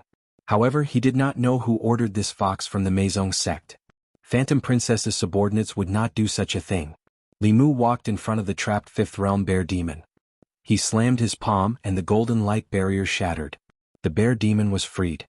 He bowed to Li Mu and said respectfully, "Thank you for saving me." Li Mu said, "No need to thank me. Whether human or demon, they are all citizens of the Great Zhou. Protecting the citizens of the Great Zhou is the duty of the Consecration Department." The bear demon's eyes flashed. He bowed to Li Mu again and went to rescue his trapped subordinates. The three Fifth Realm cultivators, including the handsome man, did not expect to be captured by the young man in front of them. They could not use their magic power and were extremely shocked. At this moment, three powerful auras were approaching rapidly from afar. Feeling the three auras, Li Mu's expression changed but quickly returned to normal. The three demons that were bound by the immortal binding chains were overjoyed. They shouted, "Lord Phantom Princess, save us." The three figures arrived in an instant. Two demons and one ghost landed in front of Li Mu. Li Mu looked at Phantom Princess, Hu Jiao and Hu Lu. He said, "Three foxes, we meet again."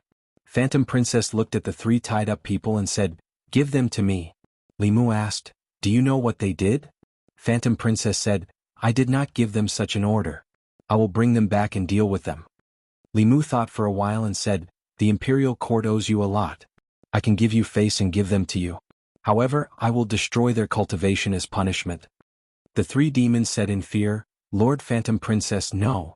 A trace of hesitation appeared in Phantom Princess's eyes.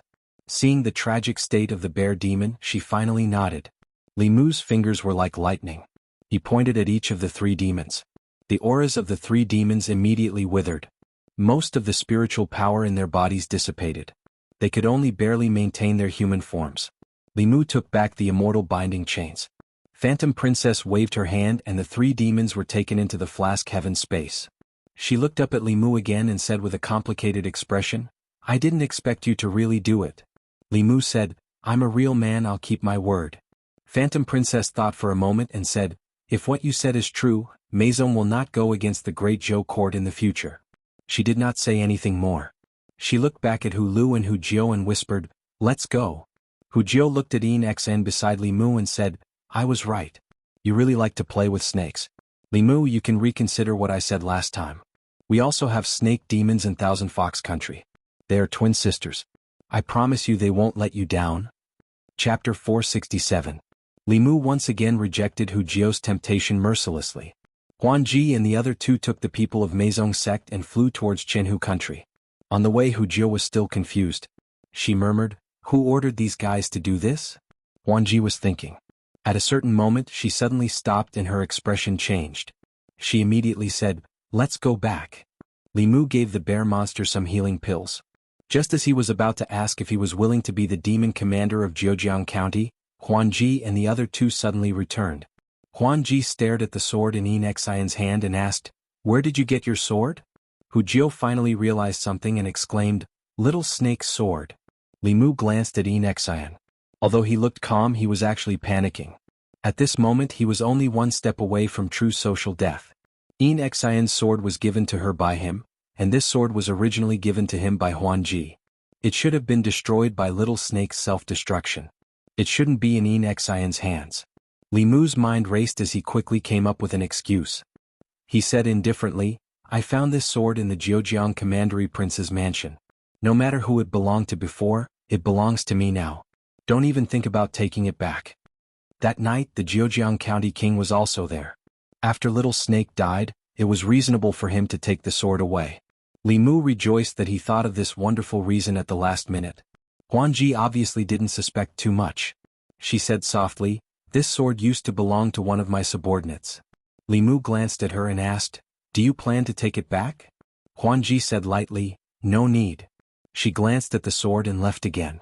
Hu Jiao followed her and asked hesitantly, "Lord Huan Ji, that's Little Snake's relic. Do we really not want to take it back?" Huan Ji took a deep breath and said, "Little Snake is already dead. There's no point in taking back the sword." Hu Jiao sighed and said, "That's right. I don't want to think of Little Snake every time I see the sword. At Black Bear Ridge, Bainxin looked at the snake-shaped sword in her hand. She instinctively felt that there was some secret between Li Mu, the fox demon, and this sword. She tilted her head and asked Li Mu, "Brother Li, who is Little Snake?" Li Mu shook his head and said, "I don't know, not familiar." Bainxin looked meaningfully at the sword in her hand and didn't ask any more questions. Li Mu heaved a sigh of relief. At this moment, the level 5 black bear spirit had already walked over. He clasped his fists and said, "Thank you, Lord Li, for saving us. Thank you, Lord Li, for killing Zhejiang Commandery Prince Xiaoheng and returning peace to the demons of Zhejiang Commandery." Li Mu said, "Bear King is too polite. Great Zhou is not a place for these evil cultivators to run amok." The black bear spirit took the initiative to ask, "Sir, you came here to establish the Zhejiang County Demon Department, right?" Li Mu nodded and said, "The demon department of a commandery needs a demon king who can intimidate the demons. Is Bear King willing to take on this responsibility?" The black bear spirit did not hesitate and said, "I am willing." He knew very well that he had to choose between the demon sect and the imperial court. At this point, it was impossible for him to stay out of trouble and not offend both sides. He could choose to agree or remain neutral from the imperial court. However, if he did not follow the demon sect, he would definitely be killed by the demon sect. Rather than that, he would rather rely on the imperial court and obtain their protection. They were demons born and raised in the Great Zhou. They had a certain sense of belonging to the Great Zhou. However, humans had always adhered to the idea that those who were not of the same race must have different intentions. They had never accepted the demons. The demons of the Great Zhou had been waiting for this day for thousands of years. After establishing the Zhejiang County Demon Department, the northwestern commanderies had been settled. The remaining commanderies could be handed over to the consecration department. The two high consecrators would personally lead the charge to convince the demons through reason and slowly push forward. To prevent the same thing from happening again, Li Mu set up an offensive and defensive formation in the Bear Demon Cave in the Black Bear Ridge. With the Black Bear King's cultivation, unless a 6th realm cultivator attacked, it would be difficult for anyone below the 6th realm to break through. As for the Demon Nation and the Demon Sect, if cultivators above the 6th realm appeared openly in the Great Zhou and attacked the demons and civilians of the Great Zhou, it would be tantamount to declaring war on the Great Zhou. The last Nether Saint to do this was already gone. As long as a 6th realm cultivator did not appear, this formation could ensure the safety of the Bear Demon tribe. After returning from Zhejiang County, Li Mu prepared to return to the Immortals' capital. If he had to deal with every commanderies in the Great Zhou personally, then what was the point of having so many consecrators? The annual salary that the imperial court gave to the consecration department was better given to him alone. Li Mu brought Yinxin and was already on the flying boat back to the Immortals' capital. In the Thousand Fox Nation, Phantom Princess looked at Bai Xian and questioned, "Why did you make such a decision without the approval of the elders?" Bai Xian glanced at her and said calmly, "The Great Zhou court wants to establish the demon department in the commanderies and divide the demons. They have ulterior motives. How can we let them do as they wish? What's wrong with me asking them to destroy the Great Zhou court's plan?" Phantom Princess's lips moved, but she was speechless for a moment. Bai Xian looked at her meaningfully and said, "Junior sister, don't forget your identity and the responsibility of the Meizong sect. Don't think that I don't know. In Zhejiang County, you flirted with Li Mu in the Great Zhou and watched Li Mu destroy our people's cultivation. I won't report this to the Sage sect for now. I hope you can take care of yourself." Hu Jiao said angrily, "What do you mean watch? Do you know how strong Li Mu is? Even if we worked together, we were no match for him. Only Lord Phantom Princess could bring them back and spare their lives. Otherwise, their heads would have been chopped off by the Great Zhou court. You wouldn't even be able to see them." Bai Xian's face darkened and he said coldly, "Is this the place for you to interrupt?" Hu Jiao snorted and said, "You? I wouldn't interrupt even if you asked me to." "Disgusting," Phantom Princess said. "Hu Jiao, leave first." Although Hu Jiao looked angry, she still left. Only Phantom Princess and Bai Xian were left. Bai Xian's face softened a little. He looked at Phantom Princess and said, "Junior sister, you know how I feel about you. In these years, you disobeyed the Sage sect's orders many times. I helped you hide it. Including this time, I won't tell the Sage sect. But I need you to give me a response." Phantom Princess sighed and shook her head. "Sorry, senior brother Bai. I don't have any romantic feelings for you." Bai Xian looked disappointed and said, "I'm being sentimental." After he finished speaking, his expression returned to normal, and he turned around to leave. Bai Xian returned to the palace and saw a young man sitting in his seat. Behind the young man were 3 old men. The 3 old men gave Bai Xian the feeling that they were ordinary people. But the 3 black lotuses embroidered on their chests made Bai Xian's pupils shrink. In the sage sect, 3 black lotuses represented elders of the 7th realm. Shindu. The consecration department had already made steady progress in the demon division. The 36 demon divisions were directly under the consecration department and were not under the jurisdiction of the imperial court. The local government of each county had no right to mobilize the demon division. Even Li Mu didn't believe in the imperial court, let alone the demon clan. During the time of the previous emperor, the imperial court had done many despicable things and caused a lot of trouble for the empress and Li Mu. Li Mu didn't forget that the demon division was directly under the consecration department, and the consecration department was directly under the empress. This could avoid many problems. This way the Great Zhou had 2 imperial courts. They didn't affect each other and were both controlled by the empress. Li Mu only did one thing these days, and that was to make pills. From the demon clan's heavenly book, Li Mu obtained a pill formula for the demon clan. From the pill cauldron sect's heavenly book, Li Mu obtained the method of making pills. After returning to Shindu, he applied for some high-grade spiritual herbs from the empress to make realm-breaking pills. A realm-breaking pill that could help a 4th realm to 5th realm was already a heaven-grade pill and wasn't easy to make. As for a realm-breaking pill that could increase the chances of a 5th realm to 6th realm, it was even at the saint level. Currently, Li Mu didn't consider it. In order to ensure that he wouldn't be disturbed, Li Mu's place of making pills was the secret underground room of Chang'e Palace. It was also the empress' place of seclusion. A cauldron of pills was about to be completed. Li Mu's forehead was already covered in sweat, but he couldn't reach out to wipe it away. At this moment he missed the time when Yinxin was by his side. Although she couldn't help him much, she could still wipe away his sweat. As Li Mu was thinking about this, a slender white hand reached out from the side and used a handkerchief to wipe away his sweat. Li Mu turned around and saw the empress's face. He was a little flattered. "Your Majesty," Zhou Yi said softly, "focus on making pills?" Li Mu turned his head back and wholeheartedly began to refine pills. In fact, he had some complaints in his heart just now. He was just a small secretary, but he cared about the empress's heart. He approved the memorials, did the undercover work, drew the fulu and made the pills. Even the donkeys in the production team didn't dare to order him around. But the moment the empress lowered herself to personally wipe away his sweat, Li Mu felt that it was all worth it. Then, Li Mu couldn't help but despise himself. He was so easily satisfied that he was bought over by small favors. How embarrassing. In front of the empress, his heart had to be harder. Beside him, Zhou Yi had already peeled an orange. She took out a piece and said, "Open your mouth." Li Mu opened his mouth and she slowly put the piece of orange into Li Mu's mouth. This time Li Mu was really confused. It had only been half a month and the empress had changed a lot. Not only did she wipe away his sweat, but she also fed him oranges. She used to be good to him, but she wouldn't lower herself to do something like serving others. Li Mu swallowed the piece of tangerine with trepidation. After refining this cauldron of pills, when he returned home, he secretly gave Lord Mei a look. Walking out of the palace, Li Mu slowed down. Mr. Mei came from behind and asked, "What's the matter?" Li Mu was confused. "Did Her Majesty do anything strange when I wasn't here?" Mr. Mei said unhappily, "What strange things could Her Majesty do? If not, then forget it." Li Mu shook his head and went home on his own. Mr. Mei glanced at him, turned around and complained, "Strange?" Then her expression froze. Strictly speaking, Her Majesty did seem a bit strange when Li Mu wasn't here. For example, she went to Li Mu's house more often than when Li Mu wasn't here. And she didn't go to see Wan Wan and Xiao Bai. Instead, she spent more time with the little green snake. When did Her Majesty become so familiar with the little green snake? When Li Mu returned home, he was welcomed by 4 beautiful girls. Wan Wan, Xiao Bai and Yinxin were fine, but Tingxin was really clingy. As long as Li Mu was in his house, she would think of ways to pester him.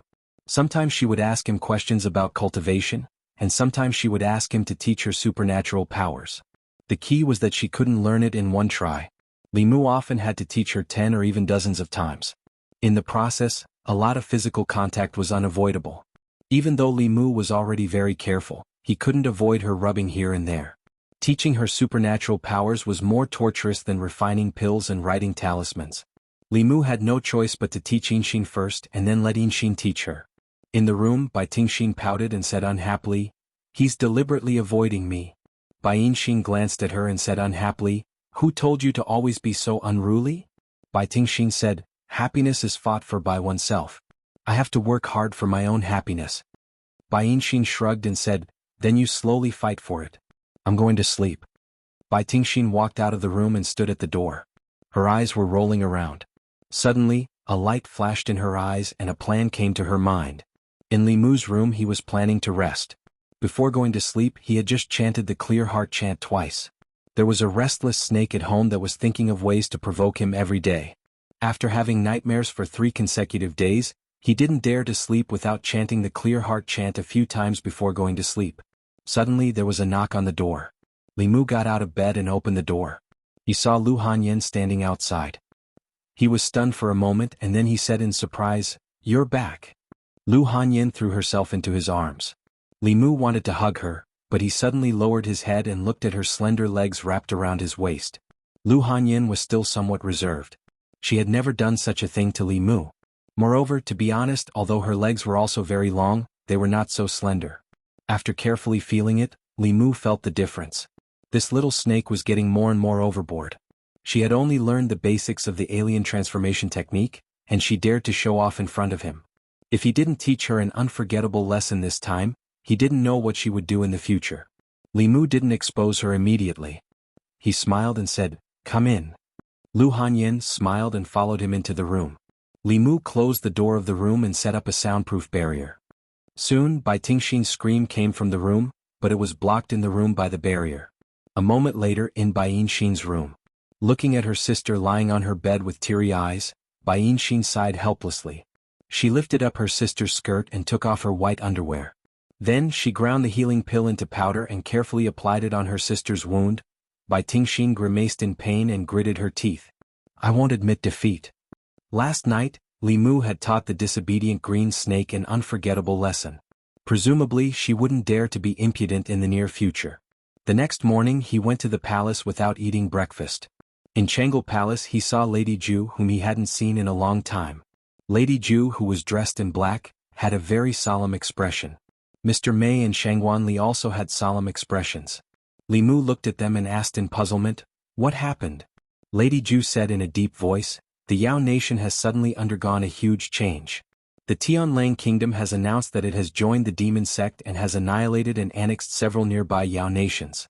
The Thousand Fox Nation's Meizong sect is in internal strife and the Meizong sect is under the control of the Bai royal family. The great elder of the 6th realm has been imprisoned and the fate of the 7th realm's 10,000 illusions monarch is unknown." Chapter 468. Lady Ju's words shocked Li Mu so much that he couldn't regain his senses for a long time. He had stayed in the Yao nation for a long time and knew the situation of the demon race. The celestial wolf race was the leader of the 4 major demon races in the demon nation. Their overall strength was stronger than the Thousand Fox Nation with the Heaven Lord of Illusions. They had always been the enemy of the Thousand Fox Nation and the Meizong sect. The Heaven Lord of Illusions was a 7th realm elder of the demon sect and had a pivotal position in the demon sect. Now, the celestial wolf kingdom had defected to the demon sect, the Meizong sect was in internal strife, the Grand Elder was imprisoned, and even the Heaven Lord of Illusions of the 7th realm was unknown. How could Li Mu believe this? The Empress was only at the 7th realm and wasn't much stronger than the Heaven Lord of Illusions. Li Mu couldn't imagine what kind of existence could almost kill a 7th realm cultivator. A battle between 2 7th realm cultivators could destroy the entire Thousand Fox Nation. Li Mu's first reaction was disbelief. He asked in a low voice, "Is the news true?" Lady Ju said solemnly, "It's true. Many of our spies in the Yao nation have sent back urgent reports. Even we don't know why the demon sect would have internal strife and attack their own 7th realm cultivator. It said that 3 7th realm elders of the demon sect took advantage of the critical moment when the Heaven Lord of Illusions was in seclusion to launch a sneak attack on him. The Heaven Lord of Thousand Fox Nation escaped with serious injuries. There was also internal strife in the Meizong sect. The Bai family of the Thousand Fox Nation took advantage of the chaos to imprison Grand Elder Huan Yun and take control of the Meizong sect. Li Mu roughly knew the reason why the demon sect attacked the Heaven Lord of Illusions. Although the Heaven Lord of Illusions was powerful, he often disobeyed the orders of the demon sect. A disobedient 7th realm teammate was even more threatening than a 7th realm enemy. However, he didn't expect the conflict between the Heaven Lord of Illusions and the demon sect to be so serious that the demon sect would send 3 Seventh Realm elders to kill him. A battle between 7th Realm cultivators had the power to destroy the world. The 3 7th Realm cultivators chose the time when the Heaven Lord of Illusions was in seclusion. Even so, he still managed to escape. Li Mu didn't care if 10,000 Illusions Heaven Monarch was fine or not. He asked Lord Ju, "Where is Phantom Princess from Meizong sect?" Lady Ju said, "When the incident happened, Phantom Princess was not in Thousand Fox Country. However, I believe that the Bai family and the Devil Dao will not let her off." The Crown Prince of Thousand Fox Country, Bai Xian, has now become the King of Thousand Fox Country and the Grand Elder of Meizong sect. After he ascended to the throne, he wantonly placed a bounty on Phantom Princess in the Demon Country. Just providing information about Phantom Princess would be able to obtain a generous reward. This was not out of Li Mu's expectations. The Fox clan's heavenly book was in Huanji's hands. Bai Xian wanted Huanji for that page of the heavenly book. Mr. Mei said worriedly, "The Celestial Wolf clan has already begun to annex the other forces of the Demon Nation with the secret support of the Demon Dao. They probably want to unify the Demon Nation. If the Demon Nation is unified, the northern part of the Great Zhou will face an unprecedented strong enemy.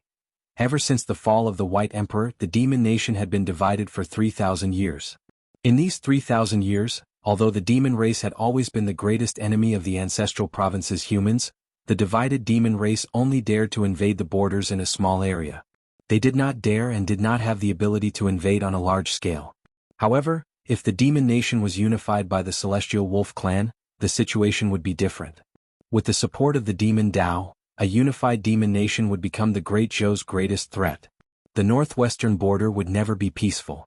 More importantly, once the Demon Nation invaded, the Ghost Realm and the southern countries would definitely take advantage of the situation to invade. The centuries-old foundation of the Great Zhou would be in jeopardy. After this news was spread, the imperial court was in chaos. Under the auspices of the Minister of War, the head of the Secretariat and the palace attendants, an impromptu court meeting was held in the Crepe Myrtle Hall. Officials of the fairies' capitals rank 4 and above were not allowed to be absent for any reason. Today there were no old party members or new party members in the Crepe Myrtle Hall. Everyone only had one identity, and that was the Great Zhou's officials.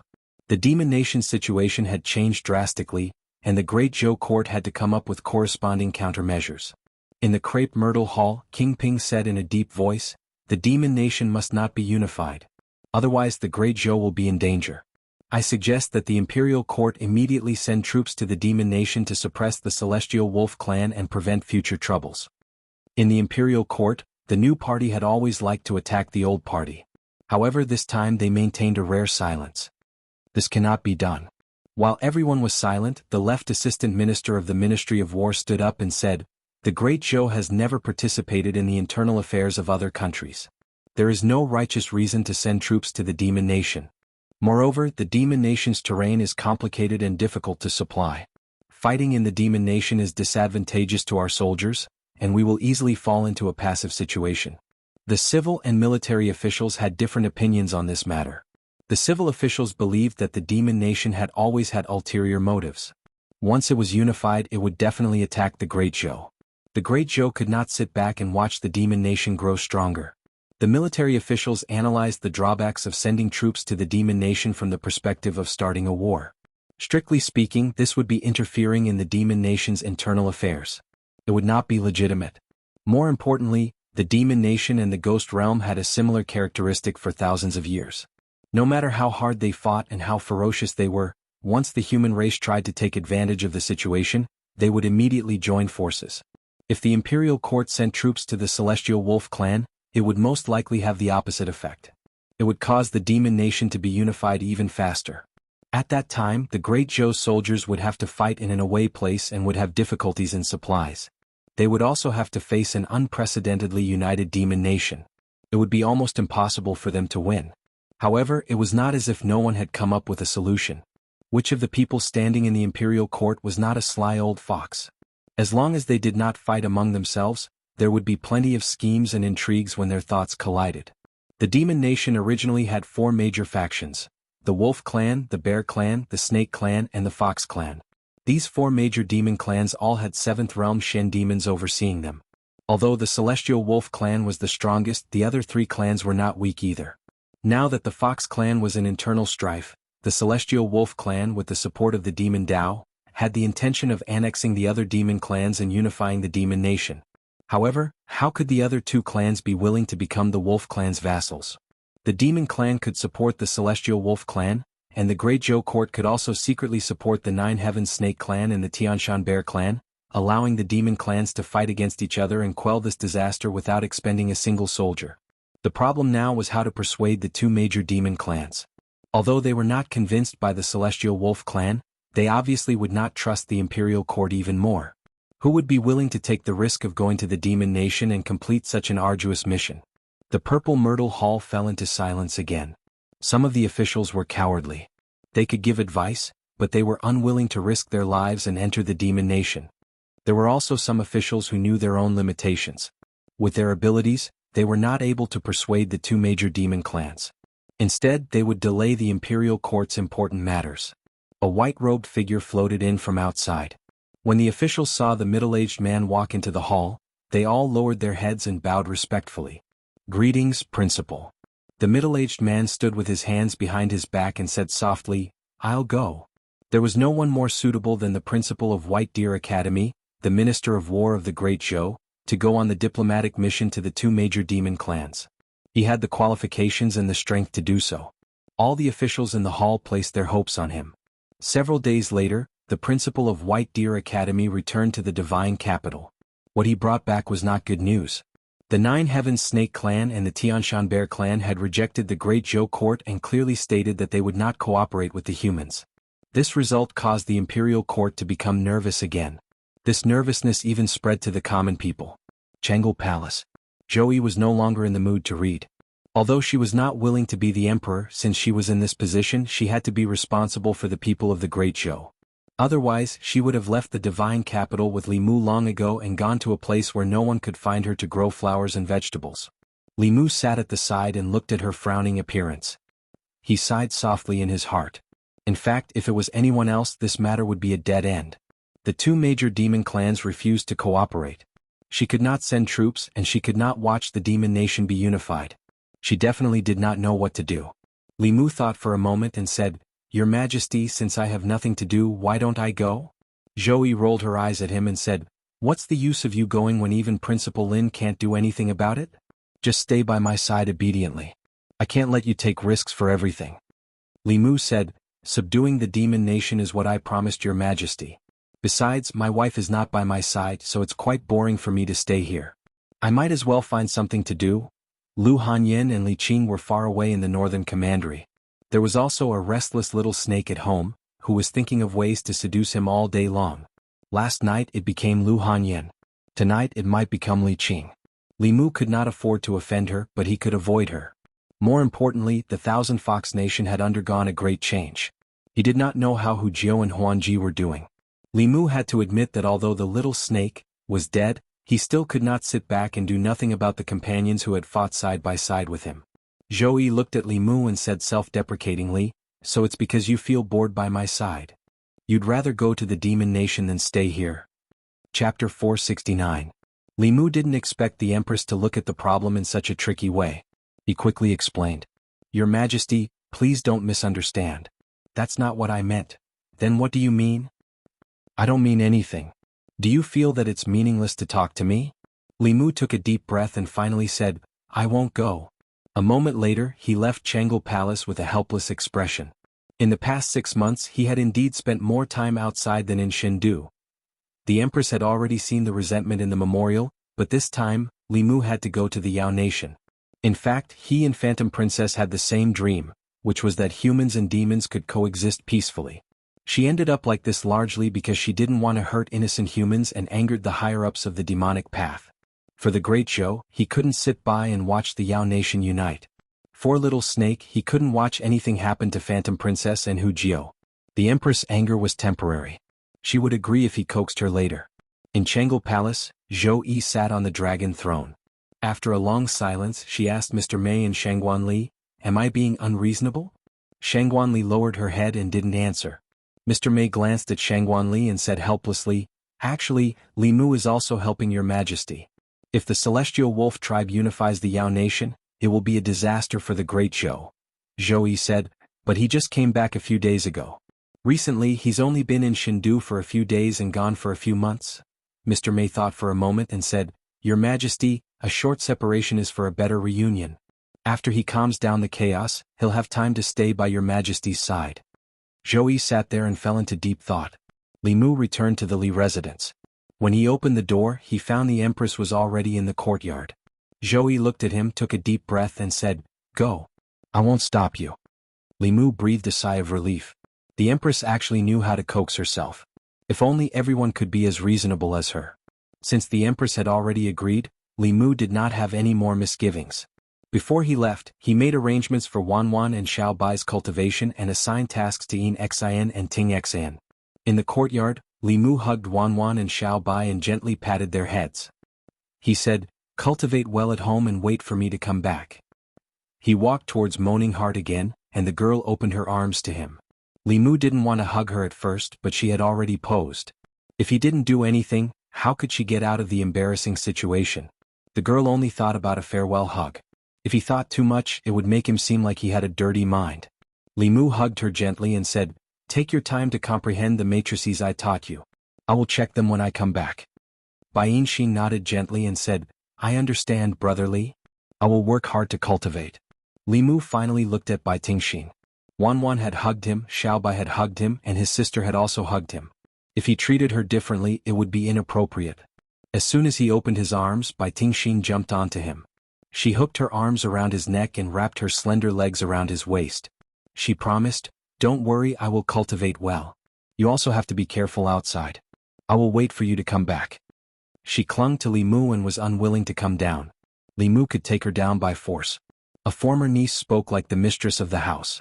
Li Mu even wanted the Empress to bring her to the palace to learn the rules.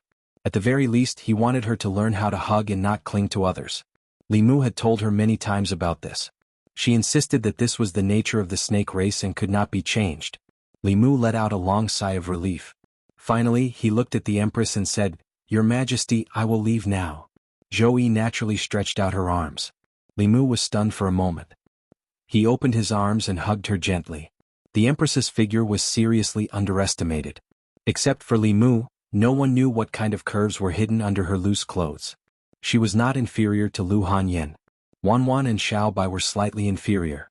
Yinxin and Tingxin were even more incomparable. After a short hug, Li Mu took a step back. He looked at them again and turned to leave. Until his figure completely disappeared, several figures were still standing at the door. At a certain moment, Zhou Yi asked the green snake beside her, Don't you like him? Why didn't you leave with him this time? Bai Tingxin said meaningfully, As long as two people's hearts are together, why would they care if they can accompany each other every day? Zhou Yi said, But your hearts are not together. Bai Tingxin clenched her fists and said firmly, Sooner or later, it will be. Great changes had occurred in the Yao kingdom. The great Zhou court wanted to ally with the Yao to resist the Yao, but they were rejected. They could only find other ways. In recent days, various large and small court meetings had been held. They were all discussions about resisting the Yao race. Another group of students of White Deer Academy had gone to the north. Even the dean had personally gone to Zhejiang County to stand guard there and deal with possible conflicts in the future. The Secretariat, the Assistant Minister of the Secretariat, and the several secretaries of the Secretariat all looked haggard. They had yet to reach a conclusion about the Yao race. They began to miss the days when they had Li Mu. He was in the Secretariat and they did not have to worry about big or small matters. Unfortunately, in the past half-year, he had rarely participated in the affairs of the imperial court. He focused on the affairs of the consecration department. The tasks he carried out were all confidential tasks. The Secretariat did not have the authority to know. Louis scratched her hair and said with some annoyance, Where did Lord Li go? In the hinterland of Yingzhou. In a hollow mountain, Qin Shi, Han Shisan, Sun Qi, and nearly 100 corpse sect disciples stood respectfully beside a platform. They said loudly, All corpse sect disciples greet the great elder. Not everyone was willing to work with corpses. Thus, within the 10 demonic Dao sects, there weren't many corpse sect disciples. This time, in order to refine the 10 demonic Dao corpses, Qin Shi and the others had called back all the corpse sect disciples. In the middle of the platform, a young man stood with his hands behind his back. He said faintly, Something happened recently that made me very sad. All the corpse sect disciples had been hiding in this mountain for the past few months. They did not pay attention to the outside world and focused on refining the sage corpses. They did not know what was happening outside. However, anyone could see that the great elder was very angry. The pressure of an expert made them unable to breathe. They could not help but lower their heads. Li Mu was silent for a moment and said again, "There is internal strife in the Meizong sect. The great elder, Huan Yun, was seized and imprisoned by a traitor." As soon as he said this, the crowd immediately exclaimed, "How is this possible? Doesn't the Lord of Heaven still exist in the Meizong sect?" "The Lord of Heaven will not sit by and do nothing." Li Mu stretched out his hand and pressed down. The crowd's voices stopped abruptly. The scene became so quiet that even a pin drop could be heard. Li Mu continued in a deep voice, "When the Lord of Heaven was in seclusion, he was attacked by 3 elders of the sage sect. He was seriously injured. It is unknown whether he is dead or alive now." His words caused an even greater uproar among the corpse sect disciples. How is this possible? The Lord of Heaven is at level 7. He can also become an elder in the sage sect. Why would the sage sect attack the Lord of Heaven? This doesn't make sense. Fake news, it must be fake news. Li Mu stretched out his hand again, and the crowd's noise immediately disappeared. He snorted and said, "The Meizong sect has made so many contributions to the sage sect. The Lord of Heaven is loyal to the sage sect, but he ended up like this. I can't take this lying down." Qin Shi looked hesitant and said slowly, "Great Elder, no matter why the sage sect attacked the Lord of Heaven, it has nothing to do with us. I think we should not provoke the sage sect. Otherwise, we may follow in the footsteps of the Lord of Heaven and the Meizong sect." "What nonsense are you talking about?" Li Mu looked gloomy and said, "I am close friends with the Lord of Heaven. How can I watch him be wronged? Since the sage sect is not benevolent, don't blame the corpse sect for being unjust. From now on, the corpse sect will no longer listen to the sage sect. If you don't accept my decision, you can leave now." Qin Shi's face changed and said immediately, "Great Elder." Li Mu waved his hand and said, "Say no more. I have made up my mind. If you want to leave, go ahead." The hundreds of corpse sect disciples fell into silence. The corpse sect was their home. They had everything here and they could even refine the corpses of the strongest. They were unwilling to leave, but the power of the sage sect was deeply rooted in their hearts. They did not want to offend them. Many people looked hesitant. In the end, a figure stood out. A man with a thin face said, "I, Su Shichi, will only be loyal to the sage sect. Since the great elder wants to leave the sage sect, I, Su Shichi, will leave the corpse sect from today onwards. Please don't blame me." Li Mu asked indifferently, "Anyone else?" After he said that, after a short silence, more than 10 figures stood out. "The great elder has lost his mind. I choose to leave the corpse sect." "I will also leave the corpse sect. Glory sect will not let this go. Think about it carefully." "Very well." Li Mu nodded. He suddenly stretched out his finger and drew a few runes in the air. The runes lit up. He formed a seal with his hands, and the runes turned into more than 10 and shot into the figures of more than 10 people. Plop. More than 10 people fell to the ground at the same time, unconscious. Li Mu glanced at the crowd and asked indifferently, "Who else wants to leave the corpse sect?"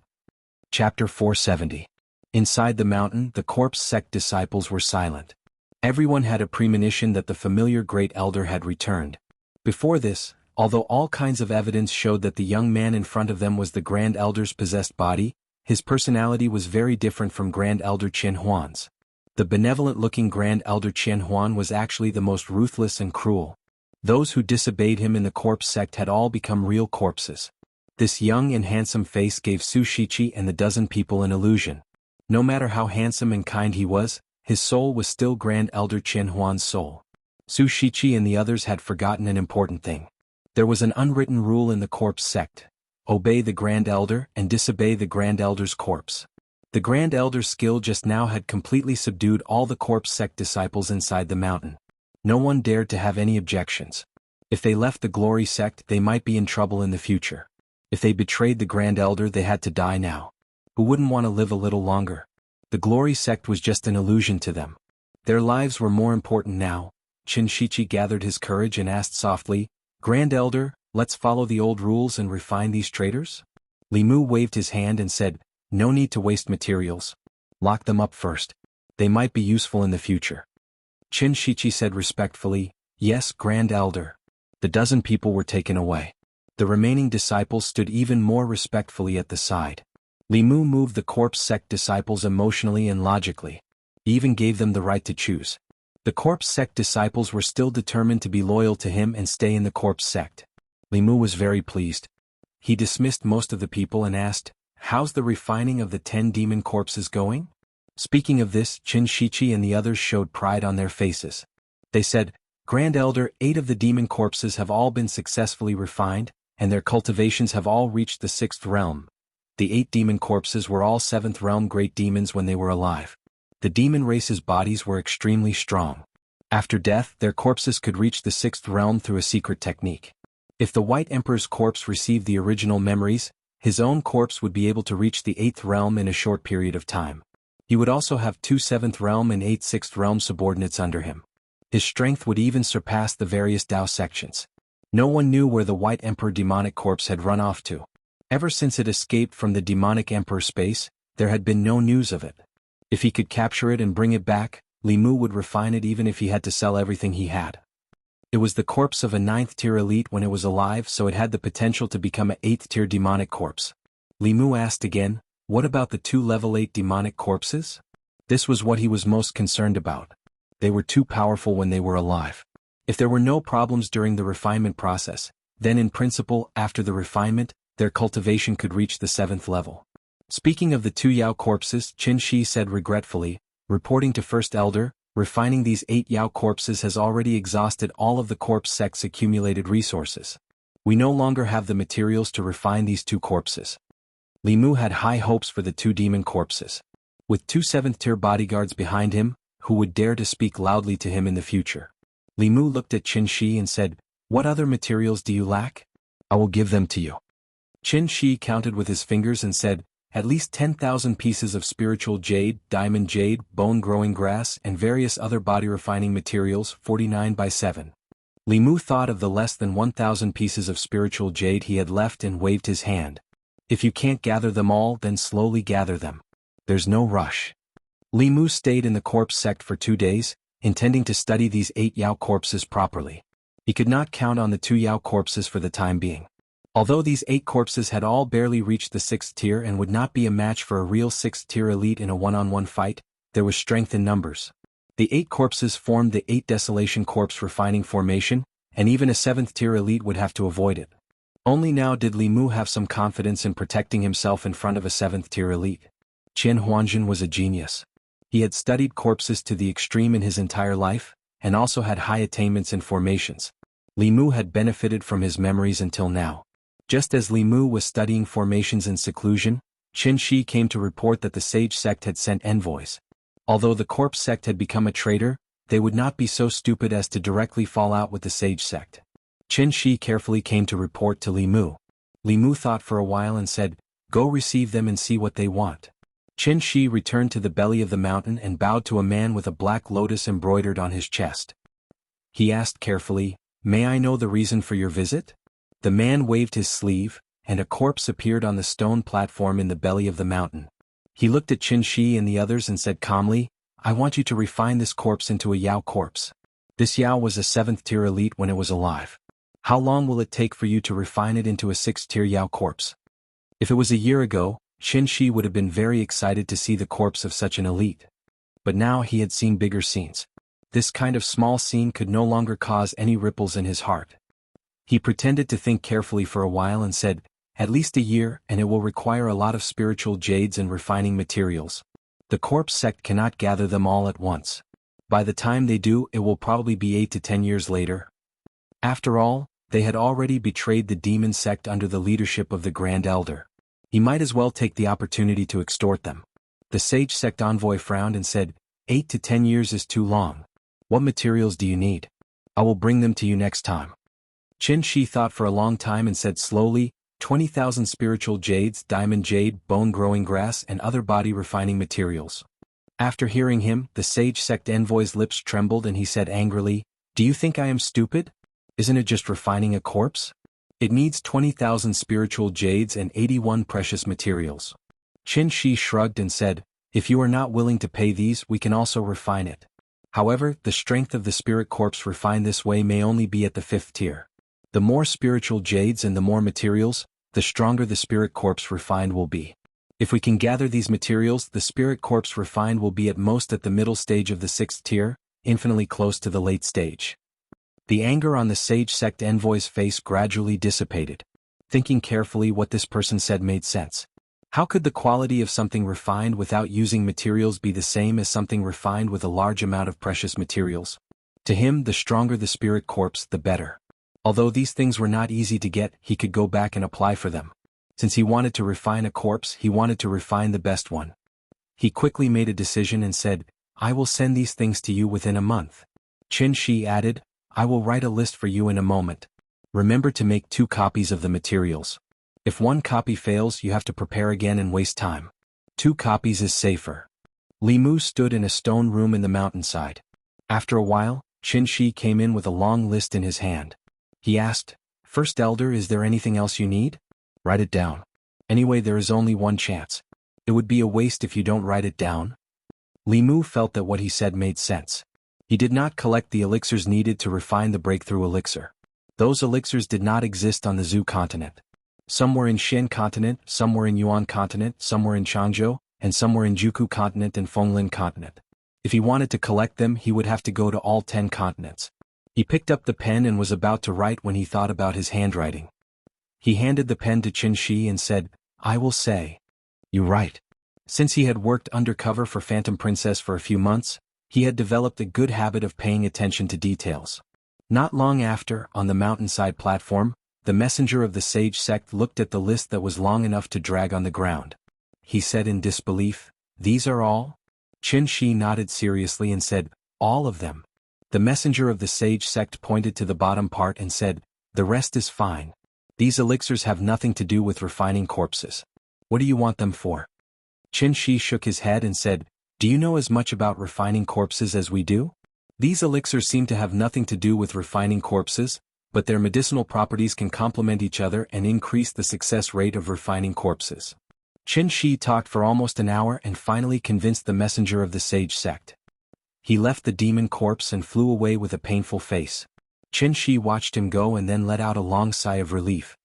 He said with lingering fear, "If he had not left, I would not have been able to make it up anymore." On the mountainside platform, Li Mu looked at the middle-aged man's corpse on the platform. It looked similar to Phantom Princess. His expression was a little complicated. Chapter 471. Li Mu couldn't be more familiar with the middle-aged man lying on the platform. There was a statue of him in Thousand Fox City. Although Li Mu saw the corpse of the Heavenly Lord of Illusions, it didn't mean that he was dead. Hu Jiu could still be alive without a body, and Chen Huan had died countless times.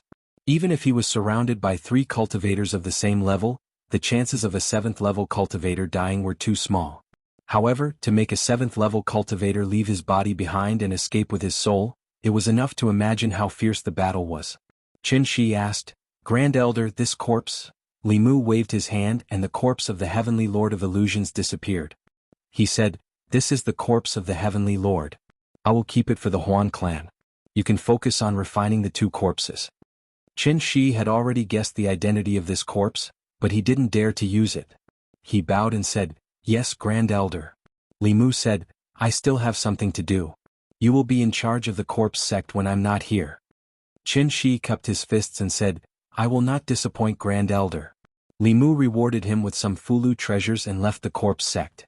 Qin Shi accepted the first elder's reward happily. However, he was a little worried. He could hide it for a while, but he couldn't hide it forever. After a year, if he couldn't hand over the refined corpse of the Lord of Heaven, the sage sect would definitely find out. By then, they would have to face more than just a 5th realm Black Lotus emissary. However, even if he died, he had to refine the 2 corpses. If he could use the corpses of 8th-level cultivators to refine corpses, he would have no regrets even if he died. Qin Shi took a deep breath and began to look forward to the return of the sage sect envoy. 100,000 great mountains, 1,000 demon country. Ever since the fall of the demon emperor, the once unified demon clan had fallen apart. The situation of the major forces ruling over a region had lasted for 3,000 years. Now the entire demon country was going through a change that hadn't happened in the past 3,000 years. In these 3,000 years, the demon country's forces had never stopped changing. Small demon races rose, large demon races fell, and the various forces swallowed each other up. This happened every few years, but the demon country was always able to maintain a balance. Now this balance had been broken. Under the secret instigation of the demon path, the once hostile Thousand Fox Nation and Tianlang Nation actually joined hands and began to annex the surrounding large and small monster race forces. The balance of power in the monster nation was broken. Some of the smaller monster races were in constant fear, while some of the larger monster races chose to surrender. There were also some that were unwilling to submit to the demon path and chose to stubbornly resist to the end. The eastern part of the Yao Nation had completely fallen into the territory of the Thousand Fox Nation. In the past, Thousand Fox Nation's sphere of influence was limited to Thousand Fox Nation and its surroundings. They didn't care about the demon clans outside their sphere of influence. Now, under the orders of the new monarch of Thousand Fox Country and the Grand Elder of Meizong Sect, by Xian, all the experts of Thousand Fox Country and Meizong Sect were out to sweep the mountains in the eastern part of the demon nation and take in the various demon clans. Those who were willing to submit were sent to Thousand Fox Country to accept orders. Those who were unwilling to submit were exterminated and their demon cores and souls were taken. In recent days, some of the smaller demon clans in the demon nation were exterminated. At this moment, the rabid demon clan of Tianfeng Mountain was facing such a situation. The rabid demon clan was one of the weakest demon clans in the demon nation. There were only a dozen or so rabid demons in this clan, and the strongest was only at the fourth realm. Most of them were small demons who had yet to transform. There were many great demons in the demon nation, and they usually didn't dare to show themselves. They could only hide in their cave abodes on Tianfeng Mountain and cultivate silently. On Tianfeng Mountain, a man with an aquiline nose floated in the air. He looked down at the rabbit demons from above and asked calmly, "Have you thought it through?" The transformed rabbit demons looked at each other and shook their heads. If the rabbit demon clan submitted to the Fox clan, they would have to go to Thousand Fox Country and be ordered around by the Fox clan. They wouldn't even have the power to decide their own lives. Not a single rabbit had ever walked out of the Thousand Fox Country alive. It was easy to foresee what would happen to them. They would either be used as cannon fodder and die in battles with other demon clans or become food for the Fox clan. The fourth realm rabbit demon raised his head and said, "Sir, our rabbit demon clan only wants to cultivate here," the aquiline-nosed man said calmly, "so you're not willing to submit?" Beside him, another subordinate said, "Sir, why are you still talking nonsense with them? Take their demon cores and souls. Tonight we'll have spicy rabbit heads and rabbit stew." A hint of greed flashed across the aquiline-nosed man's eyes. Although he was ordered by his superiors to take in the rabbit demon clan, it wouldn't do him any good even if he did. He might as well take the demon core of the leading rabbit demon. The other transformed rabbit demons could be used as cauldrons to absorb their dermic powers. As for the remaining rabbit demons who hadn't transformed, he could bring them back and stew them. A hint of bloodlust flashed across his sharp eyes. He said sternly, "Since you're not willing to submit, then die." As soon as he said that, his body swooped down from the sky. Against the weakest rabbit demon he didn't even bother to use weapons. His hands turned into sharp eagle claws, and his nails shone with a cold light. He grabbed at the fourth realm rabbit demon's abdomen. Although the two demons were both fourth realm, the eagle demon's dermic powers were much stronger than the rabbit demon's. In terms of bloodline, the eagle demon suppressed the rabbit demon. The eagle demon was extremely fast. Although the rabbit demon was more agile and kept dodging, it still couldn't make up for the difference in strength. Poof. At a certain moment, the rabbit demon let out a painful growl. A bloody hole appeared in its abdomen. A bloody demon core floated in the eagle demon's palm. He licked his lips, opened his mouth and swallowed it directly. Most of the core formation stage demon's cultivation was in the demon core. After losing the demon core, the rabbit demon's cultivation immediately fell to the transformation stage. The rabbit demon didn't care about wiping the blood at the corner of his mouth. He gritted his teeth and said, "Run, big brother." The other female rabbit demons had tears of grief and anger on their faces. When they wanted to escape, they found that they were already surrounded by the eagle demon's subordinates. The eagle demon licked the blood at the corner of his mouth and said, "Kill all the male rabbits. Keep the female rabbits and send them to my room tonight." Just as the demons were about to attack, a ray of light flashed across their heads. A young eagle demon raised his head and said angrily, "Who is it? Come down."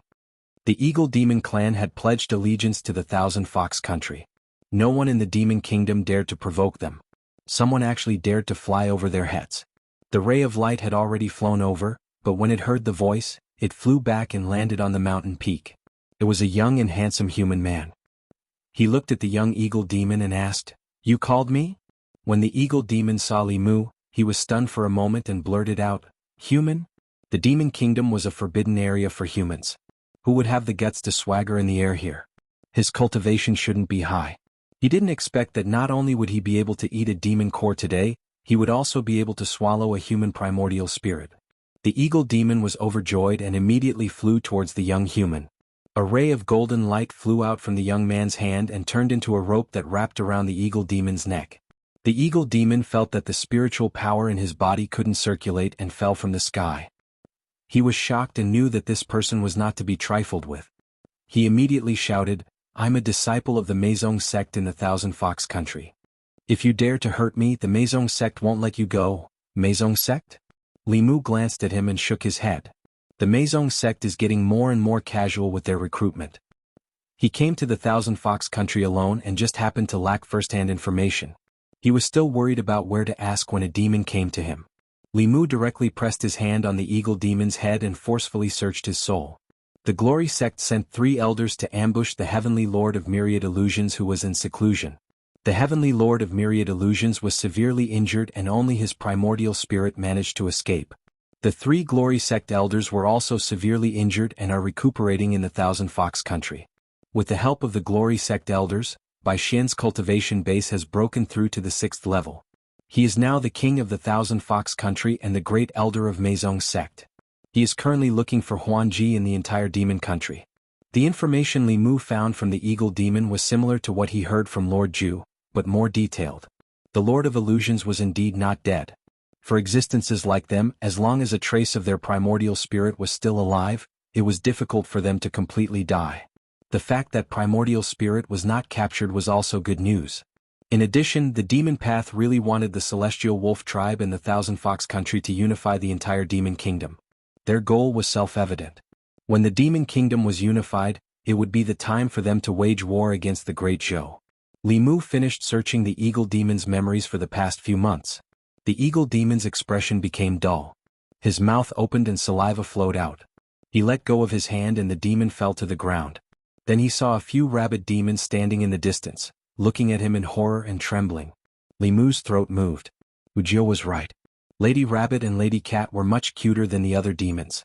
Although they had transformed into human form, they still retained their long furry ears. At this moment, due to the shock, their rabbit ears were drooping. Their hands were hanging in front of their chests, and their beautiful faces were pale. However, they looked even cuter and could easily arouse the pity of others. Li Mu could not help but want to go up and rub their ears. Chapter 472. In the end, Li Mu resisted the urge to rub the rabbit.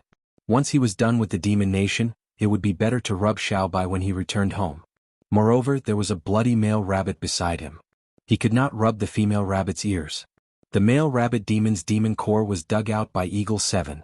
His cultivation level was greatly reduced. Although he would not die, his previous cultivation was completely ruined. It would be almost impossible for him to cultivate to the 4th realm in the future. The demon nation was an extremely cruel place. Big demons ate small demons and small demons ate even smaller demons. Rabbit demons were basically at the bottom of the food chain. Li Mu sensed the mixed demonic aura below and did not want to join in the fun. If not for the little eagle's shout, he might not have come down to meddle in other people's business. But since he came down, Li Mu could not bear to see the rabbit demon's blood continue to flow. In the end, his heart softened. With a flip of his hand, an elixir appeared in his palm. He threw it to the rabbit demon and said, "Eat it and heal yourself." The rabbit demon held the elixir that was filled with spirit chi and said gratefully, "Thank you, benefactor." "Thank you." Li Mu ignored the rabbit demon and thought about how to deal with the 3 eagle demons. Besides the 4th realm eagle demon that he searched the soul of just now, there were 2 other little eagles here. The little eagle that was talkative just now was now pale. His intestines were green with regret. Because of what he said just now, the king had become an idiot. He did not know what would happen to him. The 2 little eagles looked at each other and immediately revealed their true forms. They were 2 goshawks. When they spread their wings, they were more than 10 feet long. They did not even care about the king as they spread their wings and flew into the sky. Li Mu's figure disappeared from where he was. Then there were 2 bangs in the air. A few feathers slowly floated down. The two goshawks fell to the ground. There was a footprint on each of their backs. Li Mu had already thought of the next step of the plan. Of course he would not let them run away just like that. The two little eagles fainted from the fall. The rest of the rabbit demons surrounded them. The male rabbit demon's wound was no longer bleeding. He knelt on the ground and bowed to Li Mu with his hands clasped. He said, "Thank you, benefactor, for saving us." The female rabbit demons knelt down to express their gratitude. Even those rabbits that had yet to transform also knelt on the ground and kowtowed incessantly. Li Mu waved his hand and said, "Consider yourself lucky. I can save you this time, but I can't save you next time. You better find another place to cultivate," the male rabbit demon said. "Little demons plead for benefactor to take us in. We are willing to do anything for benefactor to repay your kindness." Li Mu did not need him to work like an ox or a horse. Making spicy rabbit heads was more like it. However, as the saying went, save the rabbit to the end and send the Buddha to the west. The situation in the Yao nation had changed. If Li Mu abandoned them, they would still be on the same path. That would mean that he had saved them for nothing. He thought for a moment and said, "The Yao nation is no longer safe. You can go to the Great Zhou's North County or Zhejiang County and seek refuge with the demon minister of these two counties.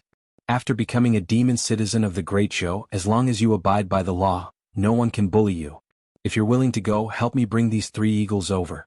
Tell the demon order to let the three of them reform through labor."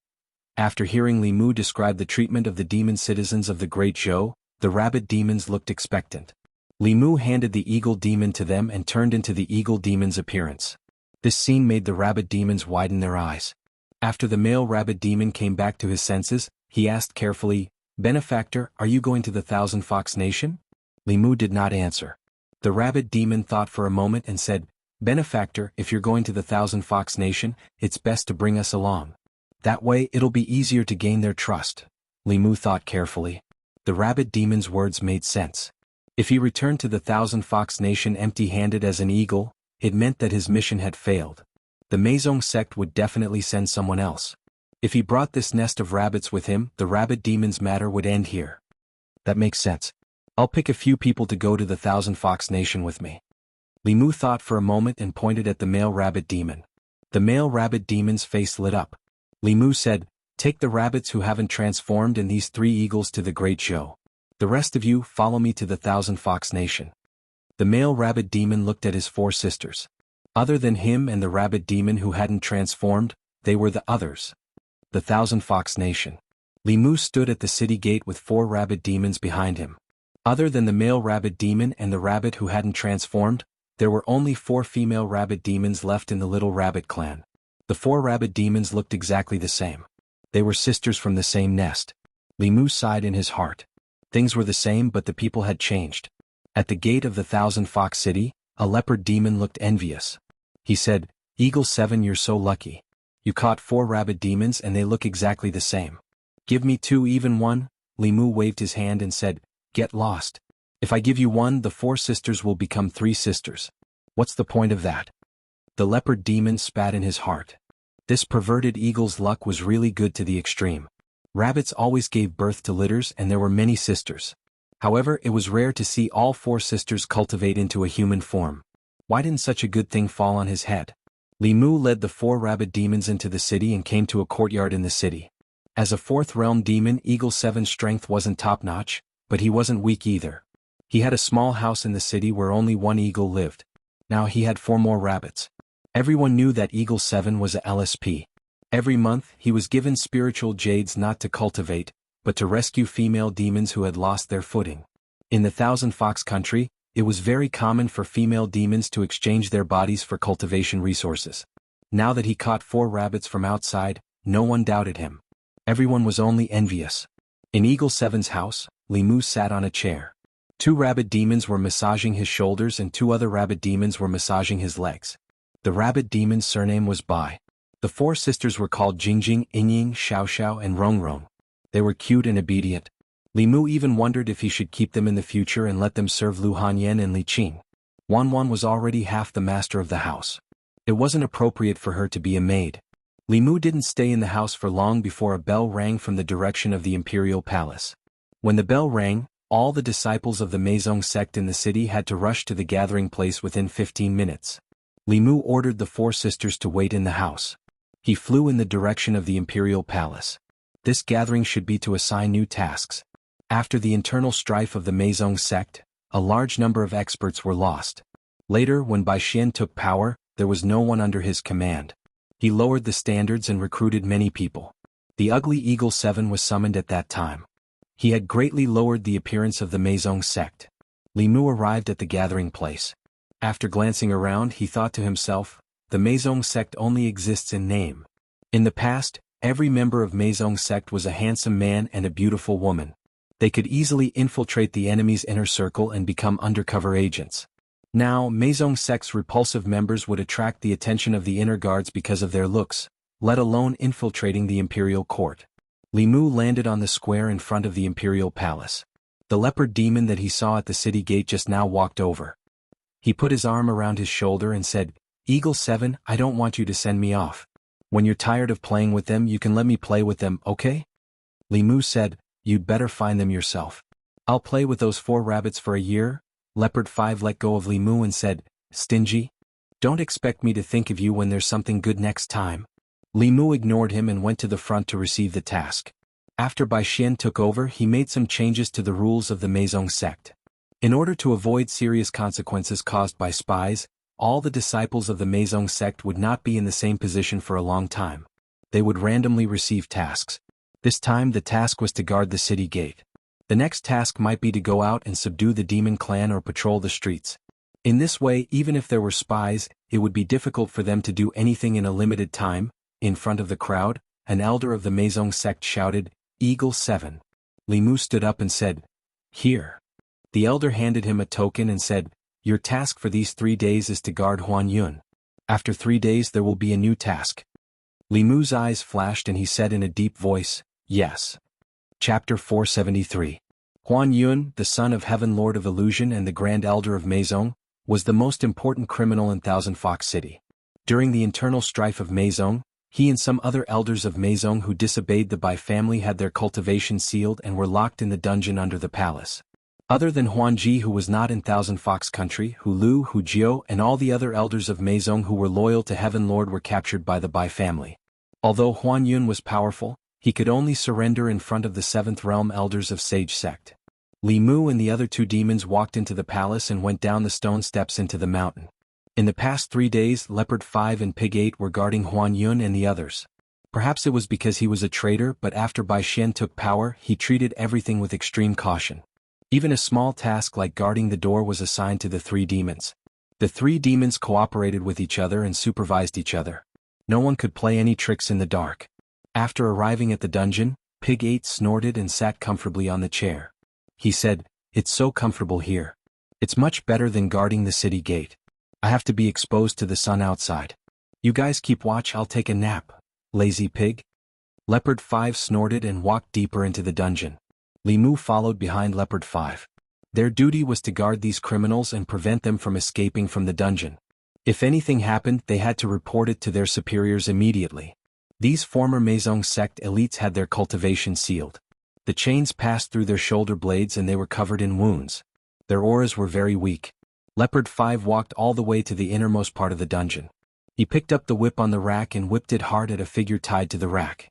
The figure's hands and feet were tied. There were also chains passing through his shoulder blades. His hair was disheveled and he looked at Leopard 5 indifferently. Leopard 5 was frightened by this gaze. But he soon realized that no matter how powerful he was in the past and how high his status was, he was just a prisoner now. What was there to be afraid of? Thinking of this, he waved the whip even more frequently. Do you still think you're the Grand Elder of Meizong sect? How dare you look at me like this? Try looking again. In the past, he didn't even have the qualifications to be looked at by Huan Yun. Now he could stand in front of Huan Yun and humiliate him. This made Leopard 5 feel a sense of accomplishment. It was the current Great Elder Bai Xian's idea to humiliate Huan Yun every day. Not only was he following orders, but he also enjoyed the pleasure of tormenting experts. Huan Yun's cultivation had been sealed, so this kind of whip could not hurt him. However, the physical pain and psychological humiliation were unavoidable. After whipping himself for a while, Leopard 5 handed the whip to Li Mu and said, Eagle 7, do you want to come? Li Mu waved his hand and said, do it yourself. I'll study other torture devices. Leopard 5's excitement had already worn off. He returned to the torture chamber at the front and called Zhu 8 to gamble with spirit jades. Li Mu picked up a soldering iron and a pair of scissors. The torture tools in Thousand Fox Nation were even more varied than those in the Ministry of Justice. In the end, Li Mu didn't pick up any of them. He walked forward and patted Huan Yun's face. Shaking his head, he said, "I didn't expect that a sixth realm cultivator would end up like this." After saying that, he turned and left. Huan Yun felt a surge of dermic powers in his body, erasing all his pain and slowly repairing his body. He slowly raised his head and looked at the departing figure. In the dungeon, Leopard 5 and Zhu 8 were gambling with spirit jades. Li Mu sat on a chair and closed his eyes to rest. It wasn't that he couldn't save Huan Yun. However, if he did, it would definitely cause a commotion. His identity was also very likely to be exposed. For the sake of the big picture, it was better to let Huan Yun suffer a little first. The Imperial Court's alliance with the Nine Heaven Snake clan and the Tianshan Bear clan was rejected. Li Mu's reputation was no greater than that of the Dean of White Deer Academy. It was very likely that these two clans would ignore him. Therefore, Li Mu didn't want to ally with them from the beginning. The simplest way was to help Huan Ji regain control of Thousand Fox Nation and destroy the Demon Sect's plan. However, those three old fellows were still here. It was not easy to do that. If there was only one of them, it would be fine. However, he couldn't deal with 3 7th realm experts no matter what. Li Mu didn't believe that these three old fellows would stay here forever. Although the Demon Sect's foundation was deep, there wouldn't be many 7th realm experts. These three people definitely wouldn't stay here forever. Li Mu looked at Leopard 5 and said casually, "Old 5, aren't you afraid that the Heavenly Monarch will come back and regain control of the Demon Sect? When that time comes, you will be skinned alive by the Heavenly Monarch."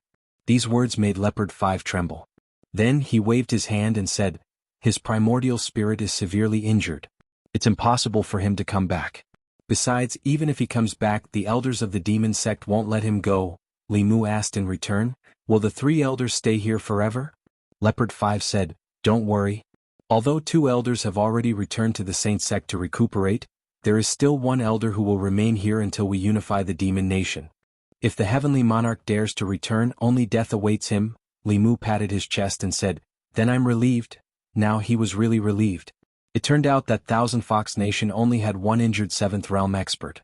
1 7th realm expert couldn't break the defense of the Dao Bell at all. Li Mu set up the 8 Desolation Corpse refining array. Even if he couldn't kill him, he could trap him. If Chen Shi and the others finished refining the last 2 demon corpses and the 3 elders of Yu and Ming gathered, he wouldn't be afraid. The problem now was how to find Huan Ji. Only by finding Huan Ji could his plan continue. However, there was someone more anxious than him about finding Huan Ji. After Bai Xian took over, he sent out most of the experts of Meizong and Thousand Fox Nation to capture Huan Ji. Li Mu's strength alone couldn't compare to all of them. The only thing he needed to do was to wait. Li Mu was watching Leopard 5 and Piggy 8 gamble with spirit jades when he suddenly heard footsteps outside. The two escorted a woman in. The woman's figure was plump and her looks were also top-notch. Although she wasn't young, she had a mature charm. Leopard 5 and Piggy 8 glanced at her and couldn't move their eyes away. A handsome man walked in front. Leopard 5 and Piggy 8 immediately stood up and said respectfully, "Greetings, Grand Elder." Li Mu also stood up and bowed. Bai Xian didn't even look at them and just waved his hand casually. He looked back at the voluptuous woman and said, "The Huan family has become a thing of the past. Why are you so stubborn? I don't want to attack my own people anymore.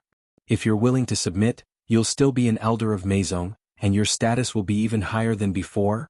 The voluptuous woman spat and gritted her teeth. "You traitor. You betrayed your master, senior brothers and junior sisters. I feel disgusted just by looking at you. You'll die a horrible death." Slap.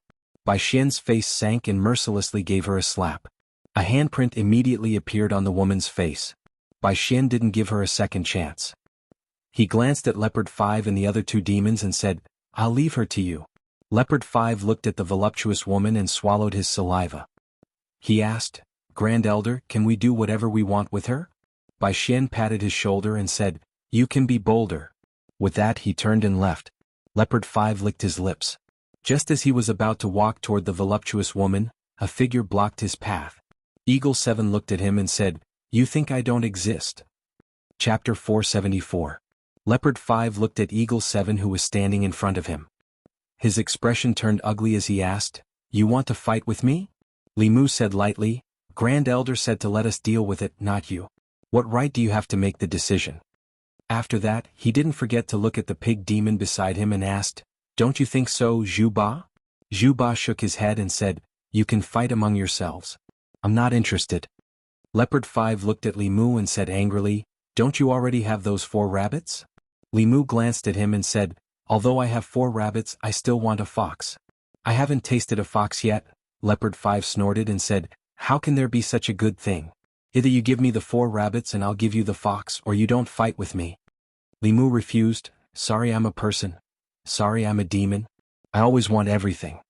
Leopard 5 didn't waste any more words with Li Mu. He gritted his teeth and asked, You mean you want to fight with me? Li Mu said, Same old rules. Whoever wins gets the fox. The demon race respected strength and also worshipped the strong. Under such circumstances, it was common to determine the winner through battle. Only the winner had the right to speak. Leopard 5 snorted and said, Don't forget you lost to me 3 times. I won't show mercy later. Li Mu grinned and said, Coincidentally, I just ate a rabbit demon's inner core. My magic power increased greatly and I was just about to take revenge on you. This wasn't the place to fight. The two walked out of the dungeon and saw Bai Xian standing outside with his arms crossed. He was looking at them with interest. Leopard 5 wasn't confident and asked, Grand Elder Bai Xian waved his hand and said, It's okay. You guys fight. Don't worry about me. Although he had not caught Huanji, he had caught Hulu. He was in a good mood today. When he heard the conversation between the eagle and the demon, he had the urge to watch the show. In an open space outside the entrance of the dungeon, both of them had thrown away their weapons. For the demon race, their bodies were their most powerful magical weapons. Under normal circumstances, they would also choose this kind of primitive and violent method to fight. Leopard 5 had been enduring Eagle 7 for a long time. Not only because he had obtained quadruplet rabbit demons, but also because of his greed. He faced the sky and let out a roar. Black fur grew on the outside of his body. His eyes turned red and his arms turned into leopard claws. His sharp nails shone with a cold light. He bared his fangs and said, Mixed hair bird, I'm going to pluck all your feathers today. As soon as he finished speaking, he, who had already turned into a half-demon, shot towards Li Mu. His speed was extremely fast, so fast that several afterimages appeared in the void. Speed was the Leopard clan's racial talent. Although Leopard 5 was only at the 4th realm, if he unleashed his full speed, a typical 5th realm demon would be able to catch up to him in no time. Behind Bai Xian, the demons watched with trepidation. This leopard demon relied on speed. It would be hard to find a match for him in the same realm. Then they looked at the eagle demon opposite them. Although this demon did not reveal his true form, his hands had already turned into claws. His hands looked white and slender, but it was definitely not a problem for him to split gold and stone. The leopard demon was the fastest on the ground. The sky was the eagle demon's territory. If they were to compete in speed, the eagle demon would definitely win against the leopard demon of the same realm. However, the leopard demon still had the advantage in a physical fight on the ground. It could be seen from this battle. The eagle demon was at a disadvantage almost from the beginning. The reason he did not lose was because his fighting style was too ruthless. He was almost sacrificing himself to injure the eagle demon. The leopard demon did not want to exchange injuries with him. He went from being proactive in the beginning to being passive in defense. At the edge of the open space, Bai Xian looked at the eagle demon with admiration. He did not lack powerful warriors, but he lacked such fearless warriors. The snake under Huanji's command was like this. Bai Xian used to envy Huanji for having such a subordinate. Now he had one too. Whoosh. Leopard 5's sharp claws cut through the air and left a few bloody grooves on Eagle 7's arm. However, Eagle 7's claws also landed on his abdomen. If Leopard 5 did not dodge quickly, this claw would have dug out his demon core. Even so, a wound was left on his abdomen. Leopard 5's face was pale and his eyes were filled with fear. He was scared. He was really scared. He only wanted a female fox, but Eagle 7 wanted his life. Wasn't it just a woman? He could just give it to him. This perverted eagle, it was not enough that he had 4 female rabbits at home. He would not even let a female fox go. Sooner or later, all his fur would fall off from excessive indulgence. Thinking of this, Leopard 5 retreated as fast as he could and shouted, I won't fight with you. I won't fight with you, okay? You lunatic. At this moment, there were a few wounds on his body that were still bleeding. However, Eagle 7 was even more miserable. There were more than a dozen wounds on his body and he was covered in blood. Although his cultivation was not high, the aura he emitted made even Realm 5 demons tremble in fear. He was like an Azura that walked out of a mountain of corpses and a sea of blood. Bai Xian walked out slowly and looked at him. He asked, "What's your name?" Li Mu wiped the blood on his face and said, "Your subordinate is Eagle 7. Bai Xian said, "You can tell me your real name." When the demons around him heard this, they were all surprised. Leopard 5 was about to go crazy with jealousy. Most of the demons in Thousand Fox Country did not have names. For example, Leopard 5, Pig 8 and Eagle 7. Only the strong had the right to give human names. For example, the Fox Country royal family and the former Grand Elder Huan Yun and Elder Huan Ji. The fact that the Grand Elder allowed Eagle 7 to have a name meant that he admired Eagle 7 a lot. The demons that were given names by him were all powerful elders of Maison. Li Mu thought for a moment and said, "My surname is Peng. Because my mother likes to eat fish and my father likes to eat geese, they call me Peng Yuyen." Bai Xian asked, "Peng Yuyen, are you willing to become my personal guard?" Li Mu cupped his fists and bowed. He said loudly, "Your subordinate is willing." Bai Xian stretched out his hand. With a flash of white light, a pill appeared in his palm. He threw the pill to Li Mu and said, "After you're healed, report to the palace." Li Mu said in a deep voice, "Yes." Bai Xian looked at him one last time and left with his hands behind his back. Even though Leopard 5 was extremely jealous, he still ran up immediately and said with a smile, "I was wrong in the past. I hope Commander Eagle will be magnanimous and not blame me." Li Mu could not be bothered with him and strode towards the dungeon. Leopard 5 still had a smile on his face, but he was cursing in his heart. This old pervert was so impatient. He would die in a woman's belly sooner or later. Then he hurriedly chased after him and said, "Commander Eagle, I'll arrange it for you." Not long after, in a sealed cell in the dungeon, whose 6th cultivation was sealed. At this moment she was no different from an ordinary human woman. She had always been fearless, but now she had a panicked expression on her face. Leopard 5 closed the door of the cell and shouted from outside, "I'll be right outside. If Commander Eagle needs anything, just tell me." Li Mu walked toward Hu 6 step by step. Hu 6 looked at the eagle demon covered in blood, her beautiful face full of despair. As he slowly approached, Hu 6 suddenly slammed her head against the wall. Li Mu stretched out his hand and an invisible force controlled her. Li Mu looked at Hu 6 and said indifferently, "Although your cultivation is sealed, you're still a 5th realm expert. Even if your body is dead, your primordial spirit is still here." Hu 6 said fiercely, "I don't believe you're still interested in a corpse." Li Mu smiled and said, "I won't let you become a corpse." Hu 6 knew that she couldn't die even if she wanted to. She closed her eyes in despair and said unwillingly, "If I knew I would be tainted by a beast like you, I would have let that Li guy take advantage of me earlier." Li Mu stopped in his tracks. He had something to say but didn't know where to go. He glanced at Hu 6 and said with his voice, "In your dreams. I told you you're too old. I don't want you. It's better if it's Phantom Princess." Hu 6 was stunned. She pointed at Li Mu and was so shocked that she couldn't speak. You, Li Mu continued, "Stupid fox, it wasn't easy for me to come in undercover. Don't ruin it." Hu 6 was stunned for a long time. Then she sat on the ground and hugged her knees as she cried. After falling into Bai Xian's hands, she met 2 lechers. She thought that she was about to face the darkest moment of her life. She didn't expect that the lechers would be lechers, but they were the lechers she wanted to see even in her dreams.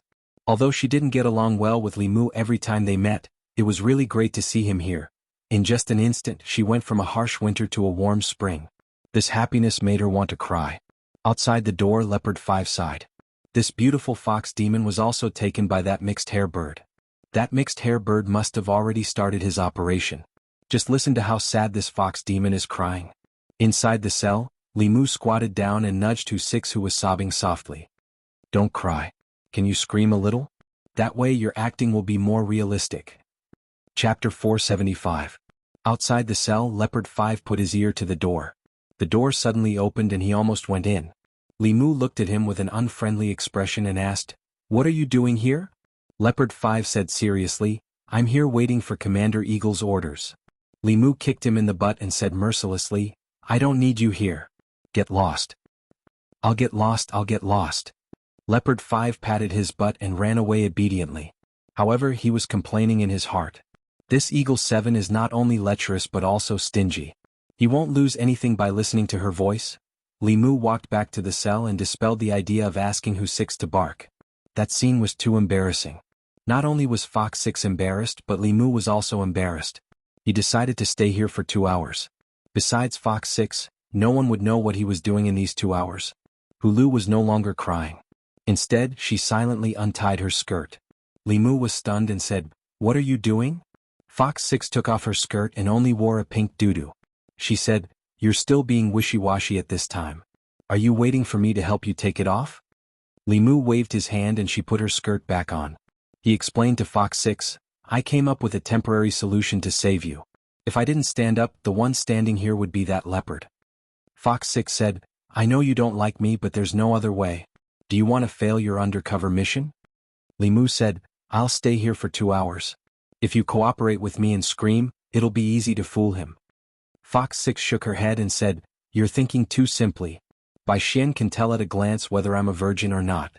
The next time he sees me, it'll be the time your identity will be exposed." Li Mu stood there in a daze. It wasn't until now that he realized he had made a fatal mistake.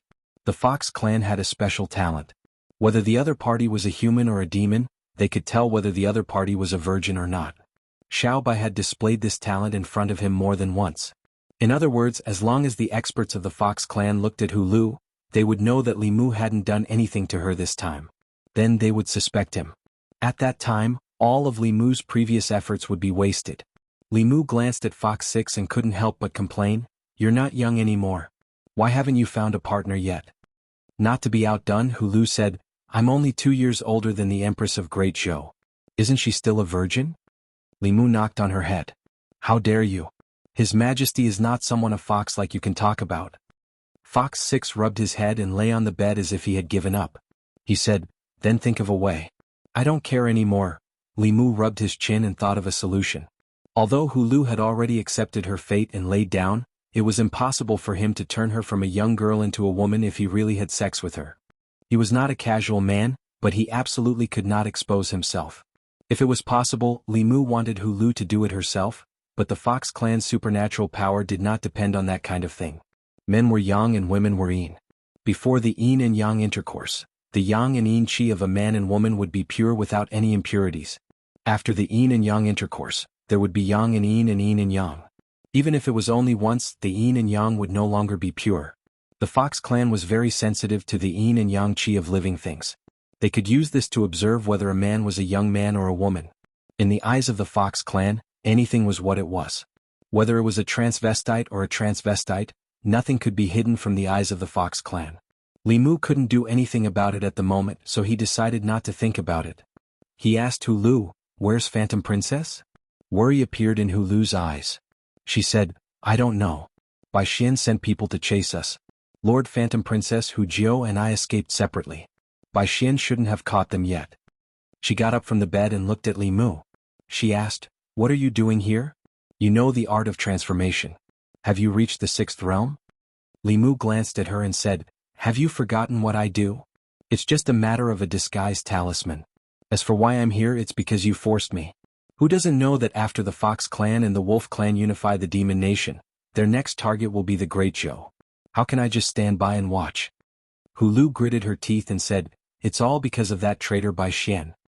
He colluded with the Sage Sect's elder and ambushed the Lord of Heaven. He even imprisoned the Great Elder. In principle, the Lord of Illusion was the traitor of the Diabolism. Bai Xian and the Sage Sect's elder were just cleaning up the sect. However, Li Mu was also a traitor of the Diabolism. Not only did he betray the Diabolism, but he also led a group of traitors of the Corpse sect to steal the Sage Sect's wool. He also had no right to speak here." He looked at Hulu and said, "If I help Phantom Princess return to the Thousand Fox country and regain control of the Maisong sect, do you dare to go against the Sage sect?" Hulu immediately asked, "Are you willing to help Lord Phantom Princess regain control of the Maisong sect?" Li Mu thought for a moment and said, "You can't make the decision on this matter. Let's talk about it after seeing Phantom Princess." He walked to the door and said, "You stay here first. I can't stay here for too long. I'll contact you in the next few days." Li Mu's original plan was to stay here for 2 hours. During these 2 hours, Hulu would cooperate with him to make a symbolic call, and then he would go out.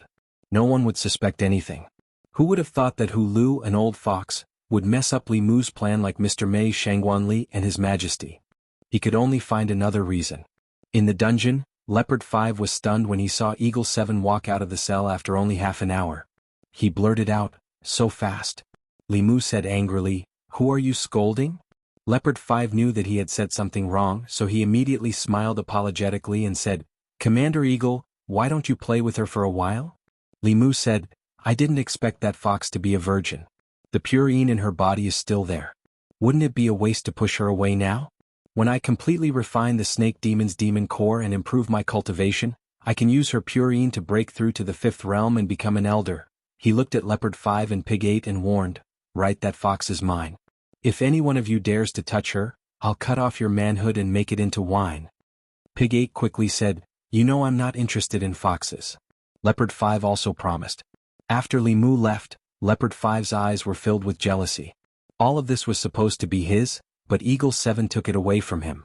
When Eagle 7's cultivation broke through, the gap between him and this mixed eagle would be irreparable.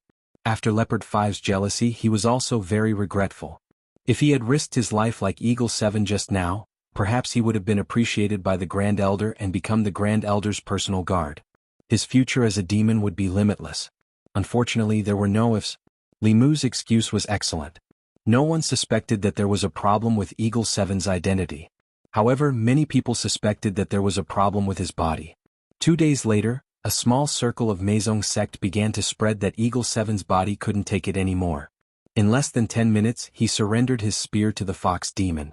As for keeping the purine, it was just an excuse for him to cover up his inability. It wasn't until some meddlesome Maisong experts went to the dungeon to take a look and found that the fox demon's purine was indeed still there that the rumor was dispelled. The first purine of a 5th realm fox demon was so precious that many demons were drooling over it. The prisoners in the dungeon could be dealt with at will. As long as they were alive, the Grand Elder wouldn't care. However, no one dared to have any thoughts about that fox. Firstly, that eagle was lucky enough to be appreciated by the Grand Elder and became his personal guard. His status was above ordinary Maisong sect disciples and no one was willing to offend him.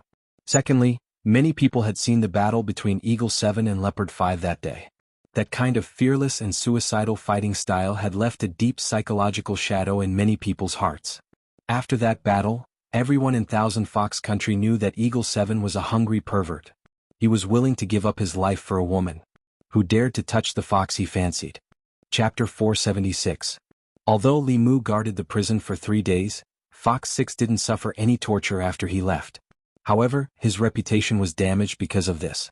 Everyone in Maisong of Qinhu knew that Eagle 7 was a pervert who cared more about sex than his life.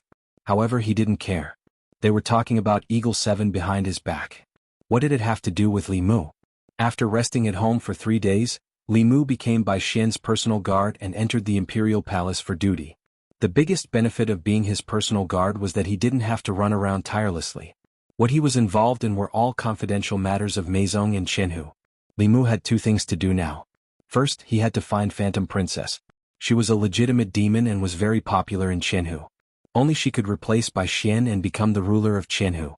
Second, he had to find out where one of Glory Sect's Yuming elders, the elder who was recuperating in Qinhu, was in seclusion. He had to take his life while he was sick. Li Mu didn't forget that there was another level 7 old man in Tianlang. If he waited until Glory Sect's elder finished recuperating, Li Mu would have to die here alone even if he had 8 demon corpses. Only by getting rid of one of them and interfering in Qinhu's affairs would he have some confidence. That Glory Sect elder was seriously injured and wouldn't be able to recover in a short time. Even if Li Mu couldn't get rid of him, he had to make him even more injured and eliminate the threat of a level 7 expert. However, he hadn't gained Bai Xian's trust yet and definitely wouldn't have access to such core secrets. Although he had become Bai Xian's personal guard, Bai Xian only let him guard the door. He had to do something to gain Bai Xian's trust first. Li Mu planned in his heart as he stood at the palace gate and basked in the sun. A group of people walked in from afar. After those people walked in, another white Shen guard beside him said hatefully, "Those wolf cubs are here again." Li Mu asked, "What are they doing here?" Fox 18 said, "Of course it's to take over their territory. I don't know what the Sage sect is thinking. We're clearly on their side, but they'd rather support these immature wolf cubs." Ushiba had a deep grudge against the Celestial Wolf clan. In fact, he wasn't the only one.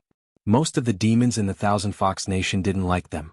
It wasn't just because the 2 clans used to be enemies. As one of the 4 great demon clans, the conflict between the Wolf clan and the Fox clan was the deepest. For hundreds and thousands of years, this kind of conflict had long been engraved in their bones. Although the two races had become allies from enemies, the enmity engraved in their bones could not be resolved. What's more, even if they were allies, the two races still had conflicts of interest. Under the instructions of Glory Sect, the Fox race and Wolf race began to swallow up the other forces of the Demon Kingdom. Both clans wanted to strengthen themselves. When fighting for territory, they naturally would not give in. However, the super expert of the Fox clan, Heaven Lord Wanhuan, was no longer around. After the internal strife in the Meizong sect, their vitality was greatly damaged. Their overall strength was far inferior to the Wolf clan. In the beginning, the territory that they snatched was quickly snatched back by the Wolf clan. Later, Bai Xin protested to the Glory Sect elder. After the Glory Sect elder stepped in, the Wolf clan calmed down a little.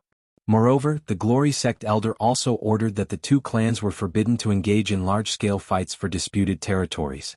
They would be settled by the most traditional method of the Demon Clan. The most traditional method of the Demon Clan to resolve disputes was the same as when Limu and Leopard 5 fought over Fox 6. The bigger fist was the law. Everything depended on strength. If the Wolf clan and the Fox clan had a dispute, each clan would send out a person to compete. The winner would have the only right to speak, and the loser could only blame themselves for not being as strong as the other. In order to avoid too much damage, the strength of the competing demons was limited to the 5th realm and below. This was obviously to take care of the Fox clan. After a wave of internal strife, there weren't many experts left in the Fox clan. If the restriction was lifted, the Wolf clan would simply crush the Fox clan. Even with the addition of this restriction, the Thousand Fox Nation had never won even once. As a result, many of the territories that the Fox clan had set their eyes on had already fallen into the hands of the Sky Wolf clan. The better territories were all swallowed up by the Sky Wolf clan.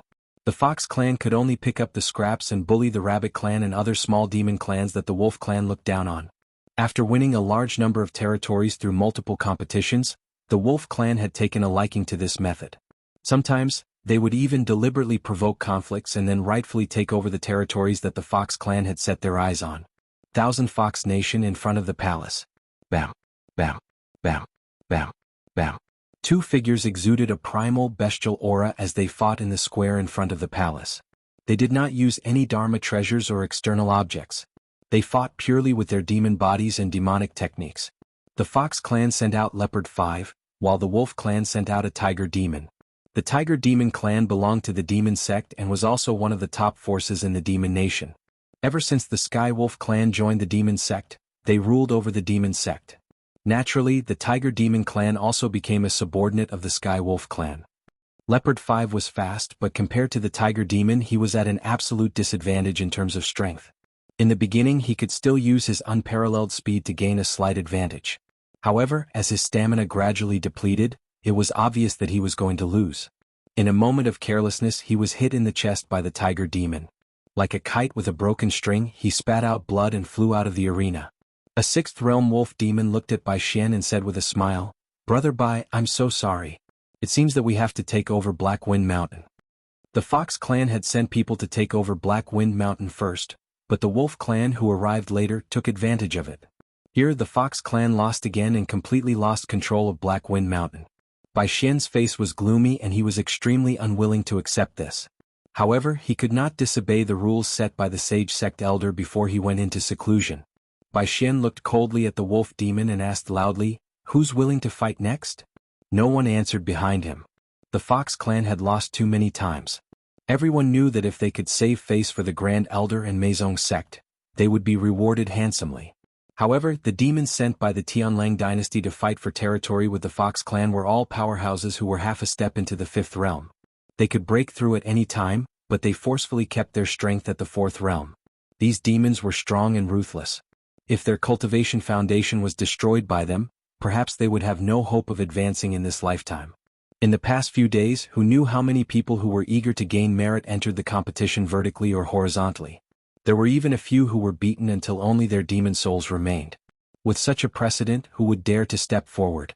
In the square, Bai Xian's face was as black as the bottom of a pot. Not only did they lose, but no one dared to fight. It was a complete disgrace to him. After today, the Sirius Kingdom would probably think that there was no one left in the Fox clan. They would go overboard in the fight for the Demon Kingdom.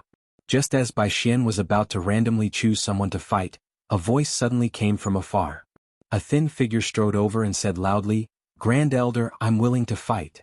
Bai Xian looked at the personal guard he had taken in a few days ago with admiration. He had not misjudged the demon. A true warrior dared to face an undefeatable enemy and had the determination to stand up even if he knew he was no match for them. However, Bai Xian still shook his head and said, "Seventh Eagle, stand down. You've just recovered from your injuries. There's no need to force yourself." Li Mu did not move from his spot and said in a low voice, "Seventh Eagle, even if you lose today and die here, you must let them know that Meizong sect and Grand Elder are not to be humiliated." "All right." Light flashed in Bai Xian's eyes. Ing Chi's words had reignited the fire that had been extinguished in his heart for a long time. He said loudly, "You can give it your all. I will protect you. If you die in battle today, I will kill your enemy and avenge you." The sixth realm wolf demon looked at Bai Xian and said unhappily, "Brother Bai, are you going to break the rules of the competition?" Bai Xian snorted and said, "If Seventh Eagle dies, the territory will belong to you. The person who killed him will belong to me. You can protect him for one day, but you can't protect him forever." The Heavenly Wolf King didn't say anything else. The Wolf clan had taken advantage of the Fox clan too much recently. If they pushed Bai Xian too far, it wouldn't be their goal. He could only look at the Tiger Demon and say, "Be careful. Don't kill him." The Tiger Demon nodded and said, "I understand." The Wolf Demon King looked at Li Mu with respect. Although they were on different sides, such an enemy was worthy of their respect. The Fox Demon clan and Meizong sect's people were breathing rapidly. Their blood was boiling. Seventh Eagle was hopelessly lecherous, but he never backed down in the face of difficulties. He was a true man of Thousand Fox Country. Two small demons were about to help the injured Leopard 5 down.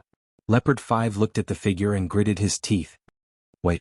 In the square in front of the palace, two figures stood facing each other, separated by 100 feet. Judging from the degree of demon chi they emitted, the Tiger Demon was undoubtedly stronger. However, compared to Seventh Eagle, he lacked an indomitable aura. The aura of the two demons reached a peak and exploded. Their figures disappeared at the same time. Bang, bang, bang. The demons with lower cultivation could not see them. They could only hear the sounds of collisions in the air. Fourth realm demons could barely catch a glimpse of their silhouettes. Only cultivators above the fifth realm could clearly see the details of the battle between the two demons. The Tiger Demon King's fist against the Eagle Demon King's claw. Soon many people revealed looks of disbelief. On the battlefield, the Tiger Demon, who was stronger, was at a disadvantage.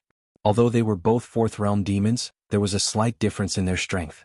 However, this was not the deciding factor of the battle. The Tiger Demon defended and attacked. However, the Eagle Demon only attacked. One was overcautious while the other was indomitable.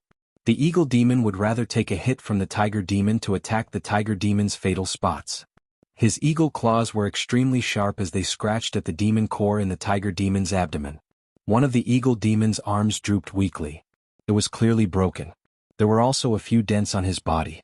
They were all caused by the Tiger Demon's attacks. However, the Tiger Demon's situation was not optimistic either. There were a few bone-deep wounds on his abdomen. As he attacked, his demon core could even be seen from the outside.